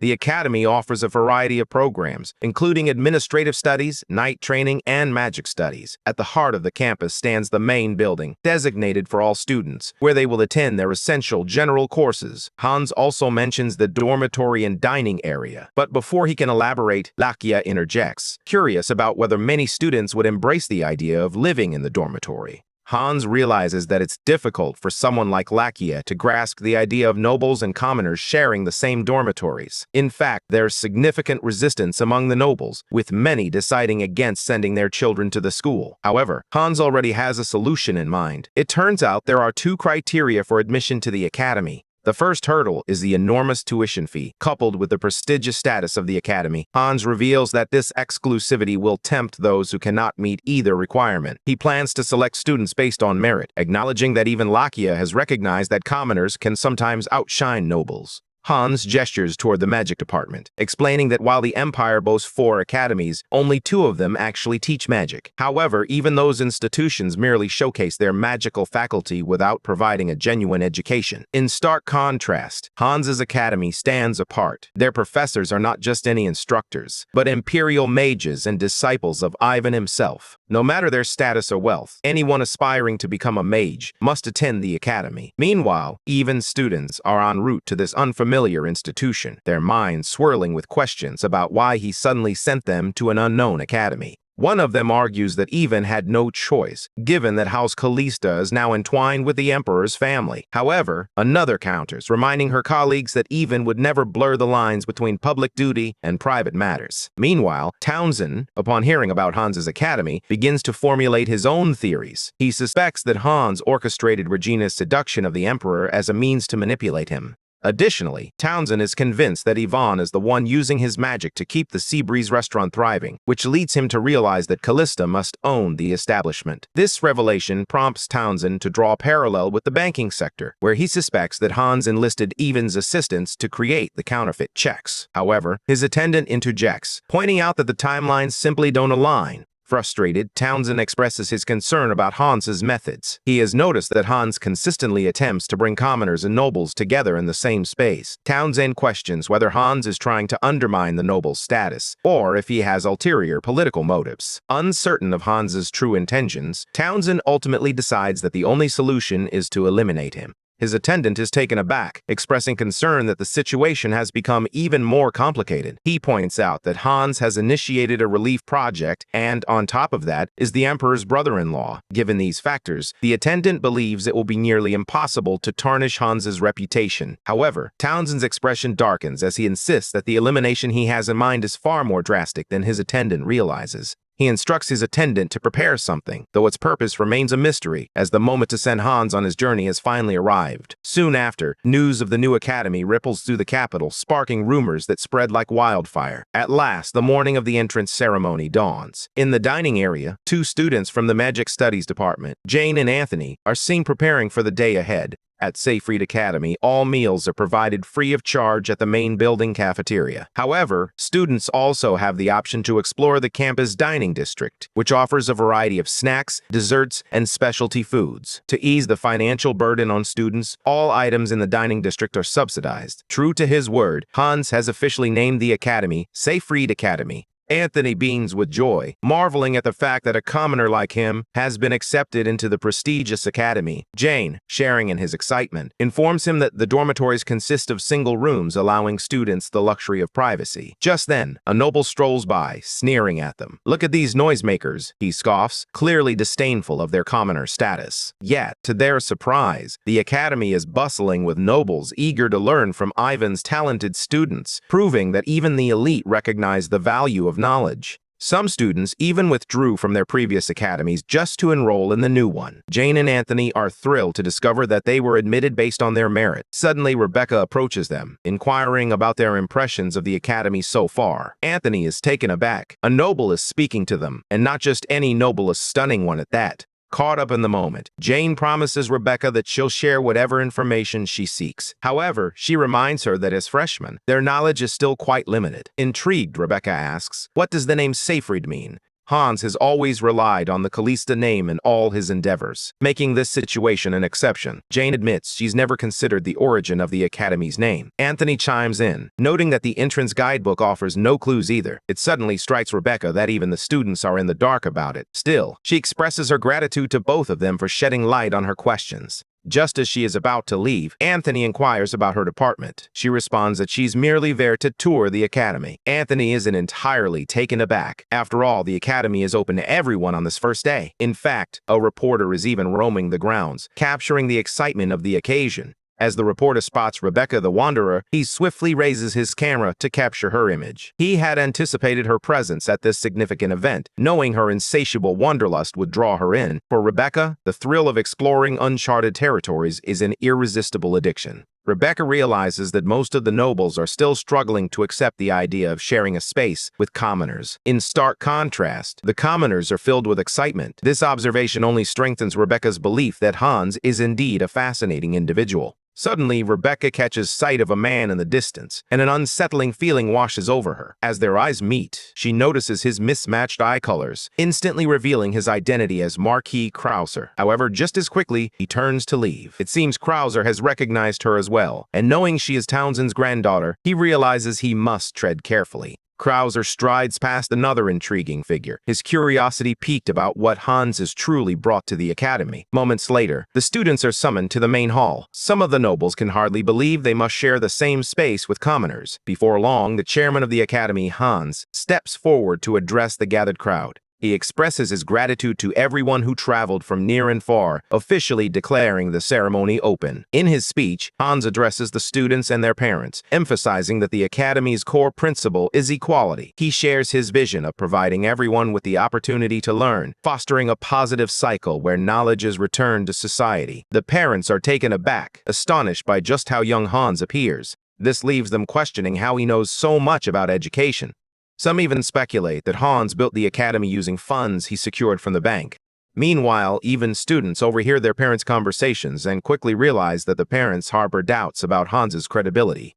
Among them, Tara speaks up, revealing her indifference to everything except following Ivan's orders. She expresses her belief that Hans is merely using the academy as a money-making scheme. However, her colleague Byron counters her claim, stating that he has already inspected the main building and found it constructed with the finest materials. Byron is convinced that Hans must truly love magic to have spent so much money on everything. In contrast, the third member of their group, Porto, remains unimpressed. He believes that Hans is merely wealthy enough to fund the academy, but lacks any real understanding of magic itself. As Hans delivers his speech, he senses an unfamiliar mana lingering in the air. Unsure if it stems from Yvonne's students, he chooses to concentrate on the entrance ceremony for now. Meanwhile, Lakia and Asa stand at a distance, observing Hans with keen interest. Asa remarks, "He speaks so smoothly, it's as if he's lived through this moment twice." Lakia then explains that Hans is able to deliver such a compelling speech because he took the time to prepare. With a playful smirk, she teases Asa about his unusual focus, noting that he hasn't wandered off this time. Asa responds thoughtfully, saying that today feels different from any other day, and he can't shake the feeling that something is amiss. Suddenly, Asa's instincts kick in, sensing an impending danger. He leaps from his spot, adrenaline surging through him. Lakia quickly grabs him, trying to calm his racing heart. But before they can catch their breath, the roof begins to cave in. Panic erupts in the hall as one of the nobles shouts, blaming the collapse on the inferior materials used in the construction.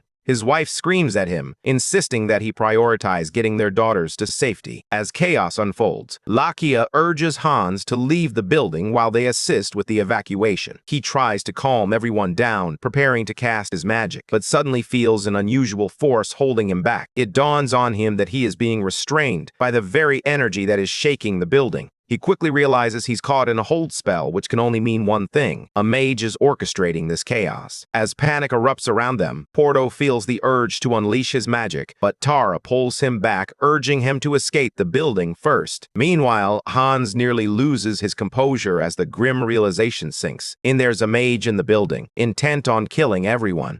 As anticipated, the suspicious figure from earlier is revealed to be the mastermind behind it all. Just as he prepares to celebrate his victory, Hans shatters the spell that had been restraining him. The dark mage's eyes widen in fear. But it's too late. Cans is furious, and his eyes now glow a fierce yellow. The evil mage, overwhelmed by fear, loses his footing and tumbles to the ground. In that moment, those still in the hall gaze in awe as Hans floats effortlessly in the air. Even Asa is taken aback, realizing that Hans is revealing his true identity as a mage. Yet Hans understands the gravity of his situation. This is far more precarious than the flood he faced before. He knows he must shield everyone from the falling debris. If the building collapses, the disaster will be catastrophic. He realizes he needs a spell that is both overwhelmingly powerful and delicately precise. With determination, Hans casts an 8-circle-wide area spell, Sanctuary, creating support circles to prevent the building from collapsing. In that moment, it finally dawns on even students and the onlookers in the hall what they are witnessing is indeed magic.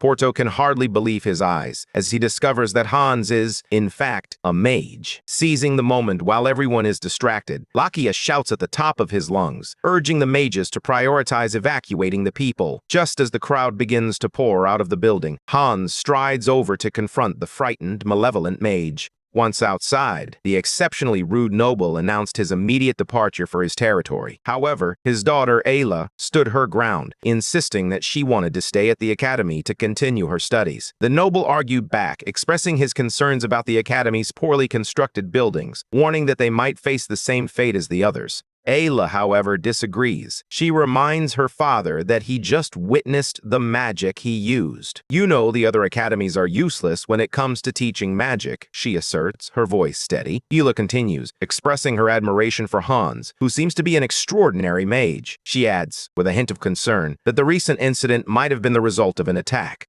Her father questions her, seeking clarification. She reminds her parents that Hans had been moving closer to a suspicious man as they exited the building. She suspects that the man harbors guilt about something, which is why he seemed unable to leave his spot. Convinced that this isn't merely an accident, the noble resolves to stay and learn the outcome of the investigation. At that moment, one of the nobles hurriedly approached Porto, her voice laced with urgency as she demanded to know why he wasn't tending to her wounded son. Porto took a breath, soothing the woman with calm reassurances. His injuries are minor, he explained gently. It's standard practice to prioritize those with critical wounds. Her son, eager to ease his mother's worries, chimed in, I'm fine, mother. Please, let them help the others first. Healing magic is notoriously difficult to master, and Porto believes it's only right to reserve it for those who truly need care. Just then, Tara arrives, informing him that she and Byron have tended to everyone with minor injuries, but they've exhausted their mana in the process. Porto nods, determined. I'll take care of the rest, he replies, ready to step in where he's needed most. One of the mothers overhears the trio discussing their mana exhaustion, her heart sinking as she realizes the dire situation. Some of the children are on the brink of death. Porto turns to her, apologizing and explaining that mages aren't all-powerful beings capable of healing critical wounds at will. Just then, Hans steps forward, his presence commanding attention. Show me the children who need help, he demands, determination etched on his face.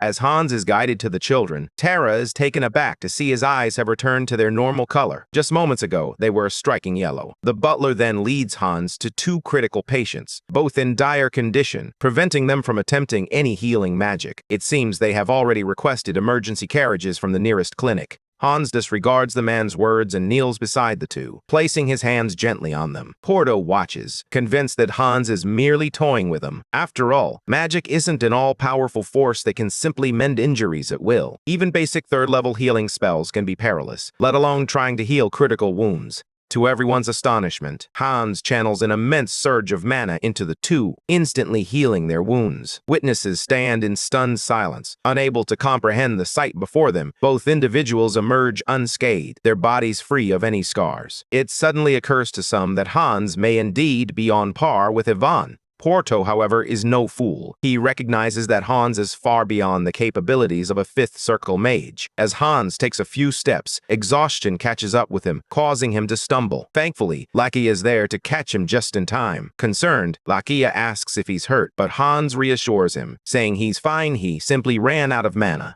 Hans turns to Lakia, inquiring if he managed to capture the evil mage. Lakia shakes his head, revealing that Asa is currently keeping a watchful eye on him. He emphasizes that the mage didn't put up any resistance. With a sense of urgency, Lakia urges Hans to leave the rest to them, assuring him that all the injured have been tended to. Suddenly, Lakia senses that overwhelming presence from before once more. Krauser stands before him, yet Lakia remains unaware of his true identity. Despite the absence of any overt killing intent, Lakia senses the danger that lurks beneath Krauser's calm exterior. After a tense few seconds of silence, Krauser shifts his gaze from Hans to Lakia, then abruptly turns and walks away, leaving Lakia in a state of bewilderment. Hans notices Lakia's troubled expression, but she quickly reassures him that it's nothing serious. Still concerned, he suggests they return to the castle as swiftly as possible. Moments later, Regina and her husband arrive at Callista Castle. Hans steps outside to greet them, and Regina hurries over, anxious to check on him. The Emperor expresses his surprise at the unfolding events, admitting that he had been more worried about arriving late to the ceremony than the turmoil that would soon ensue.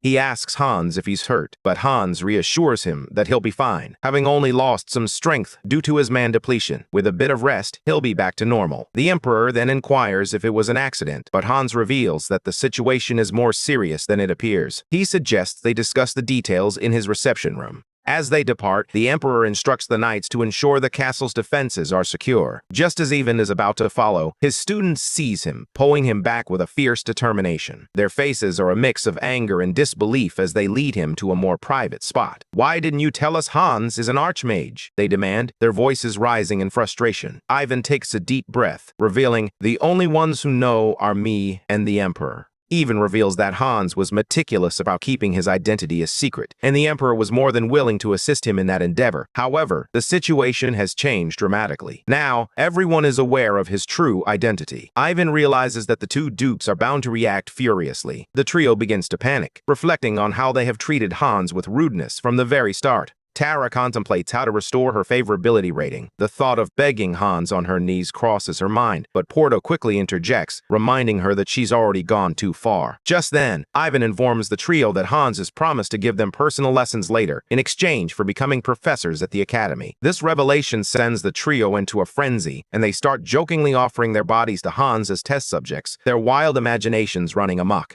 Ivan complicates matters further by expressing his admiration for Hans, noting that he would have loved to learn from him, especially considering Hans is a Sixth Circle Archmage. Porto, however, remains skeptical about Hans's status as a Sixth Circle Mage. Ivan encourages them to share their account of the events, as they were witnesses to the scene. Porto responds, noting that the type of magic Hans employed is unfamiliar to them, especially since they didn't even hear him chant. Tara reveals that she was truly impressed by the healing magic Hans used. Ivan is left in utter disbelief upon hearing that Hans actually performed healing magic. Tara expresses her confusion, marveling at how Hans managed to structure his mana to heal two critically injured individuals. Just then, Byron interjects with a curious observation about the Academy's name. He mentions that Seyfried is the name of a legendary gold dragon, suddenly suggesting that Hans might be a dragon as well. However, Ivan dismisses this notion, urging Byron to put down the fantasy novels. Porto chimes in, reminding Byron that dragons went extinct 100 years ago, making it impossible for Hans to be one.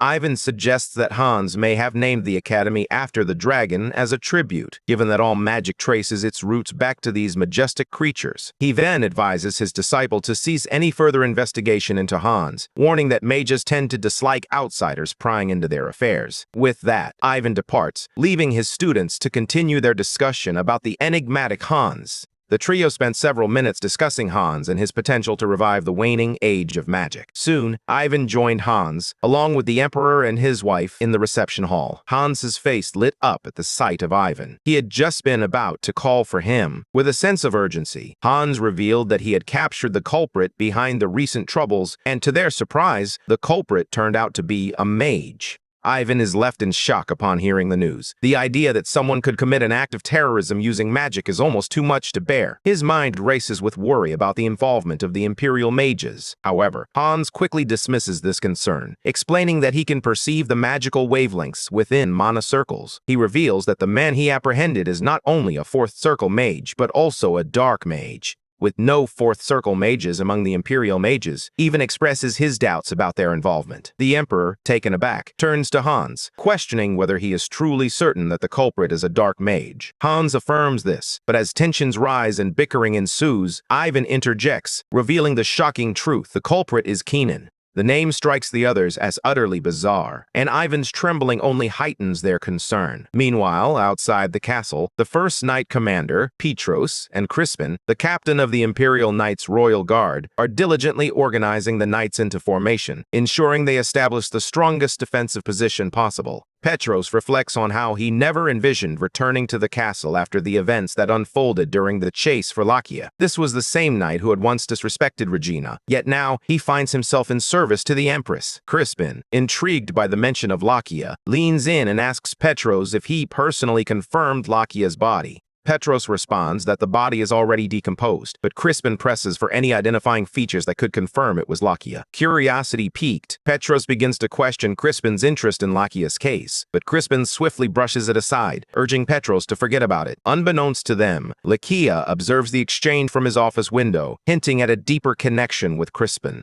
Back in the reception hall, Ivan shares with the trio that Keenan was his longtime best friend. Renowned as an exceptional genius among the Imperial mages, Keenan made waves when he became the first of their generation to successfully wield Fourth Circle magic. The entire research institute buzzed with admiration for his achievement. Yet, not everyone was pleased to see a commoner like Keenan rise to such heights. Soon after, Keenan was approached by two mages who presented him with a so-called Fourth Circle magic formula. They urged him to amplify the formula and demonstrate its power. As Keenan examined the formula, a sense of unease washed over him. Something felt off. Yet, the two mages continued to press him, their enthusiasm unwavering. Desperate for the approval of his peers, Keenan saw this as his chance to win them over. He activated the formula, only to discover it was dark magic, a force that quickly consumed him. Unlike ordinary magic, which draws from the caster's own mana, dark magic operates on a sinister exchange. It demands a soul from its user, offering unlimited mana in return. Due to the heinous acts committed by practitioners of dark magic, the Empire deemed it a crime on par with treason. Consequently, dark magic was sealed away as a taboo for centuries, leaving its true nature obscured. Now, even the most skilled mages cannot discern dark magic simply by examining its formula. Keenan desperately attempts to explain to the judges that he had been deceived, but they coldly dismiss his claims. They remind him that he had already wielded dark magic, leaving no room for leniency. With a heavy hand, the judge expelled him from the research institute and ordered his execution for the crime of using dark magic. Ivan reflects on this moment, revealing that it was the last he heard of Keenan, and that was over a decade ago. Ivan had long believed Keenan to be dead, but the arrival of this new dark mage sparked a flicker of hope. Could it truly be Keenan? Sensing Ivan's uncertainty, Hans suggested that he confront Keenan directly to verify his suspicions. With purpose, Hans guided them to the basement, where Ivan was taken aback to find it eerily unguarded. Hans informs the Emperor that guards are unnecessary, prompting the Emperor to notice Ivan's face is obscured. Concerned, he asks Ivan if something is amiss. In that moment, Hans recalls the actions he took that led to this unsettling situation. He apologized for neglecting to mention that he had already established a barrier in the prison, ensuring that only he could use magic. With Ivan's magic now depleted, Hans reassured him, saying he would gladly look away if Ivan felt uncomfortable revealing his true self. Yet, beneath Ivan's calm exterior, a question lingered. Just how powerful was Hans, capable of casting a monoblocking barrier that permitted only select individuals to wield magic? Ivan is astonished. He's never encountered such magic before, and it's clear that Hans is far ahead in his mastery. As they approach the cell, Keenan suddenly bolts away from the door upon seeing Ivan. Ivan quickly confirms Keenan's identity, telling Hans he's the one. Hans looks taken aback by this revelation, but then he turns to Ivan with a serious expression. There's just one small problem, he says. He tells Ivan that Keenan doesn't seem to be in the right state of mind, struggling even to hold a civil conversation. Curious, Ivan asks how Keenan ended up like this. Hans admits he has no idea. From the moment they arrested Keenan, he has been acting strangely. Hans confirms to Ivan that Keenan has indeed used dark magic, but given his current condition, they can't press charges just yet. The Emperor proposes that they hand the investigation over to the Imperial Palace, emphasizing the need to uncover how a death row inmate ended up in the Kalista territory. Meanwhile, Ivan grapples with a baffling situation, struggling to reconcile the fact that Keenan, a man who couldn't harm a fly, is at the center of it all. Just then, Keenan snaps back to reality, his eyes widening as he realizes that Ivan is the one standing behind the locked gate. Meanwhile, Lakia and Asa have climbed to the top of a tower for a better view of the house below. Lakia explains that their mission stems from a suspicious figure he spotted at the academy. He acknowledges the man's strength, but admits he can't determine whether his intentions are malicious. Feeling fatigued and aware that the Emperor and his wife are at the castle, Lakia emphasizes the need to remain vigilant to prevent any potential disasters. Asa expresses his surprise that Lakia invited him to join the watch, especially since Lakia often complains about his presence. With a hint of reluctance, Lakia swallows his pride and admits that he can't face Krauser alone, given what he's witnessed. Asa is taken aback by this admission, but quickly reassures Lakia, saying they have nothing to fear after all. Cat people excel at detection.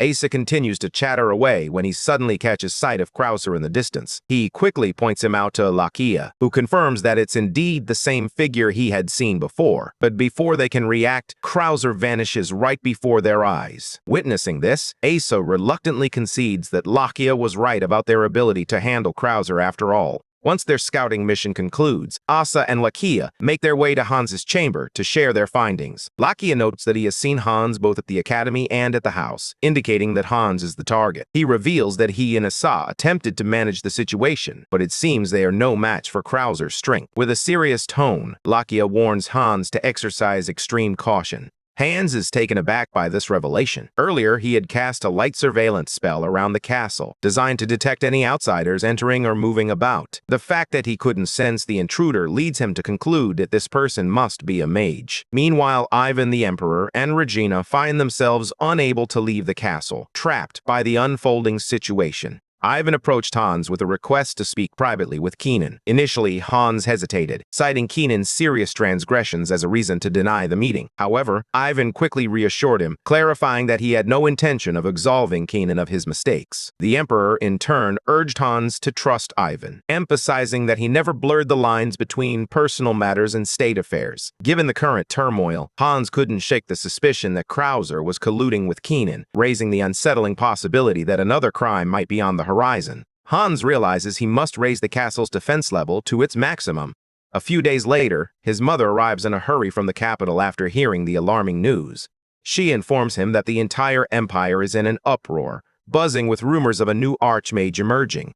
Owen is aware that her son is a mage, but she can't shake the curiosity about what sets him apart from others. Sensing the intrigue from his family, Hans decides it's time to reveal the truth. He gathers his mother and sister and confesses that he is no ordinary mage. With a serious tone, he declares that he is a dragon's successor. The revelation leaves both women utterly stunned. Owen inquires how this is possible, given that dragons have been extinct for so long. In response, Hans takes a deep breath and begins to explain everything. As he shares his insights, Owen's eyes widen in disbelief at the revelation of a dragon lair hidden within the Compton Mountains. Regina chimes in, recalling that Hans had begun acting strangely around that same time, adding an air of mystery to the unfolding tale. Owen realizes why her son had to remain silent. The Compton Mountains lie between the Townsend and McCarthy territories. If either side had discovered the lair, it would have sparked a war over its control. Thankfully, Hans's wisdom has managed to avert such a conflict. Curiously, Owen turns to Hans and inquires whether the recent incident is connected to the dragon lair.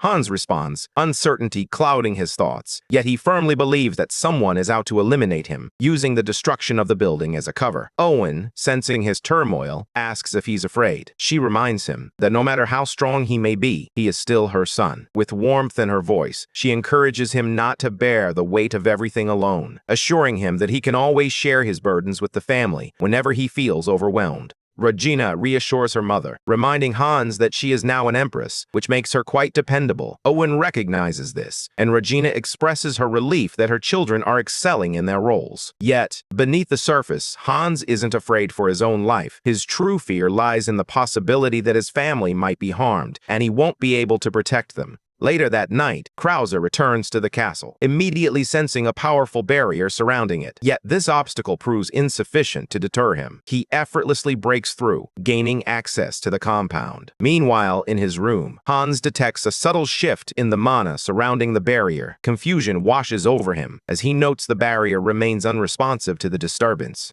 Before he knows it, Krauser slips into the room through the window. A chill of fear grips Hans as he realizes his six-circle barrier magic has been breached. To his surprise, he doesn't sense the same energy as Keenan emanating from the intruder. As he takes a closer look, the distinct difference in eye color strikes him, and it suddenly dawns on him. The person standing before him is none other than Krauser. Hans introduces himself, and Krauser's surprise reveals that he knows who Hans is. Meanwhile, a whirlwind of questions churns in Hans's mind as he grapples with the possibility that Krauser might be the mastermind behind everything that has unfolded. Suddenly, Krauser throws Hans a curveball with an unexpected question. Krauser's voice drips with intensity as he demands to know why dragon energy is seeping from Hans's body. Though Hans appears human, the magic coursing through him is unmistakably that of a dragon. The weight of Krauser's question hangs heavily in the air, and Hans feels a wave of fear wash over him, nearly causing him to lose control. Hans recalls the warnings from Lakia and Asa about Krauser, piecing together the unsettling truth. Krauser is a formidable threat. Fear laces his voice as he warns Krauser not to approach him. Suddenly, a chilling realization strikes Hans. His entire family is inside the castle. If he falters, their safety hangs in the balance.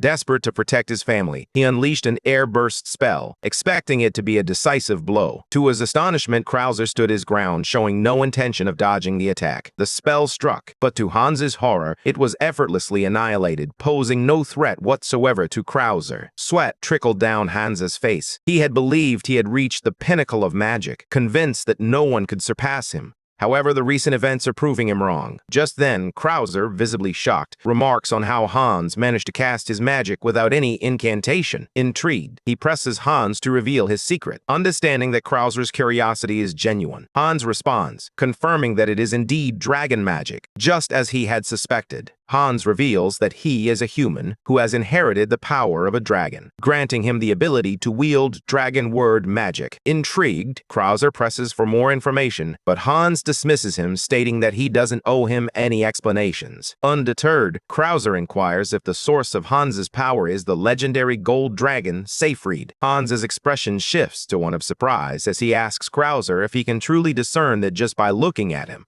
He inquires whether Krauser is connected to Seyfried, but Krauser shakes his head, explaining that the idea only came to him because of the Academy's name. He then shares a startling revelation. He was also born after the dragons had gone extinct. In an unexpected twist, Krauser discloses that he is a guardian, specifically the guardian of the black dragon, Lakentos. Hans is taken aback, utterly unprepared for the revelation that a human could be a guardian. With a formal air, Krauser introduces himself as Chai von Krauser. He explains that his grandfather was the first to inherit the dragon's mark, a legacy that has now passed down to him. Hans's shock deepens as he processes this information. After all, dragons have been extinct for over 500 years.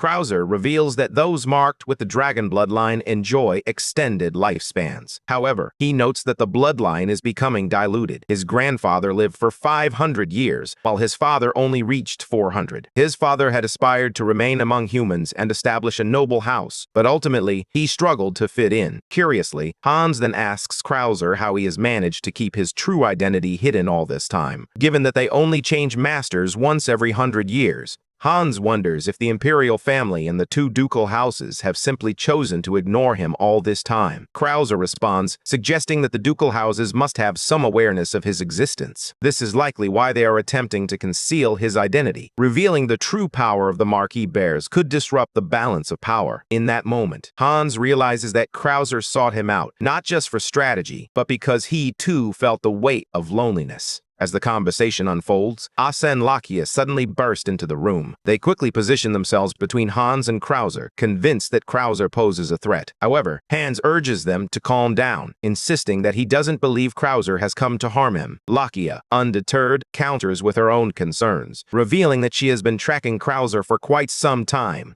Suddenly, Krauser addresses Lakia by his real name, sending shockwaves through the room. Curiosity and disbelief ripple among the onlookers as they bombard him with questions about how he uncovered Lakia's true identity. With a calm demeanor, Krauser reveals that the eye granted to him by the dragon is the eye of truth. This extraordinary gift allows him to see through all deceptions, no matter how meticulously crafted. Hans finally reveals to Asa and Lakia the identity of Krauser, and it suddenly clicks. For Lakia, Krauser is the very person Hans has been searching for. Hans proposes that they address Krauser with formality, but Krauser swiftly dismisses the idea, insisting they simply call him by his name. Hans is taken aback by this response, and Krauser adds that it makes him feel more at ease when they speak to him plainly. Hans attempts to remind Krauser of the established hierarchy, but Krauser dismisses him outright. Titles are merely constructs of human design, he asserts. In a startling twist, he declares that since guardians are meant to serve dragons, he will also serve Hans. The room falls silent, stunned by the unexpected request. Without a moment's hesitation, Hans firmly rejects it. He feels he has already taken on enough responsibility for his family and is not ready to welcome another member into the fold. And with that, our story comes to an end. For now. If you enjoyed the recap, please leave a like and subscribe to support the channel. Thanks for watching, and I'll see you in the next recap.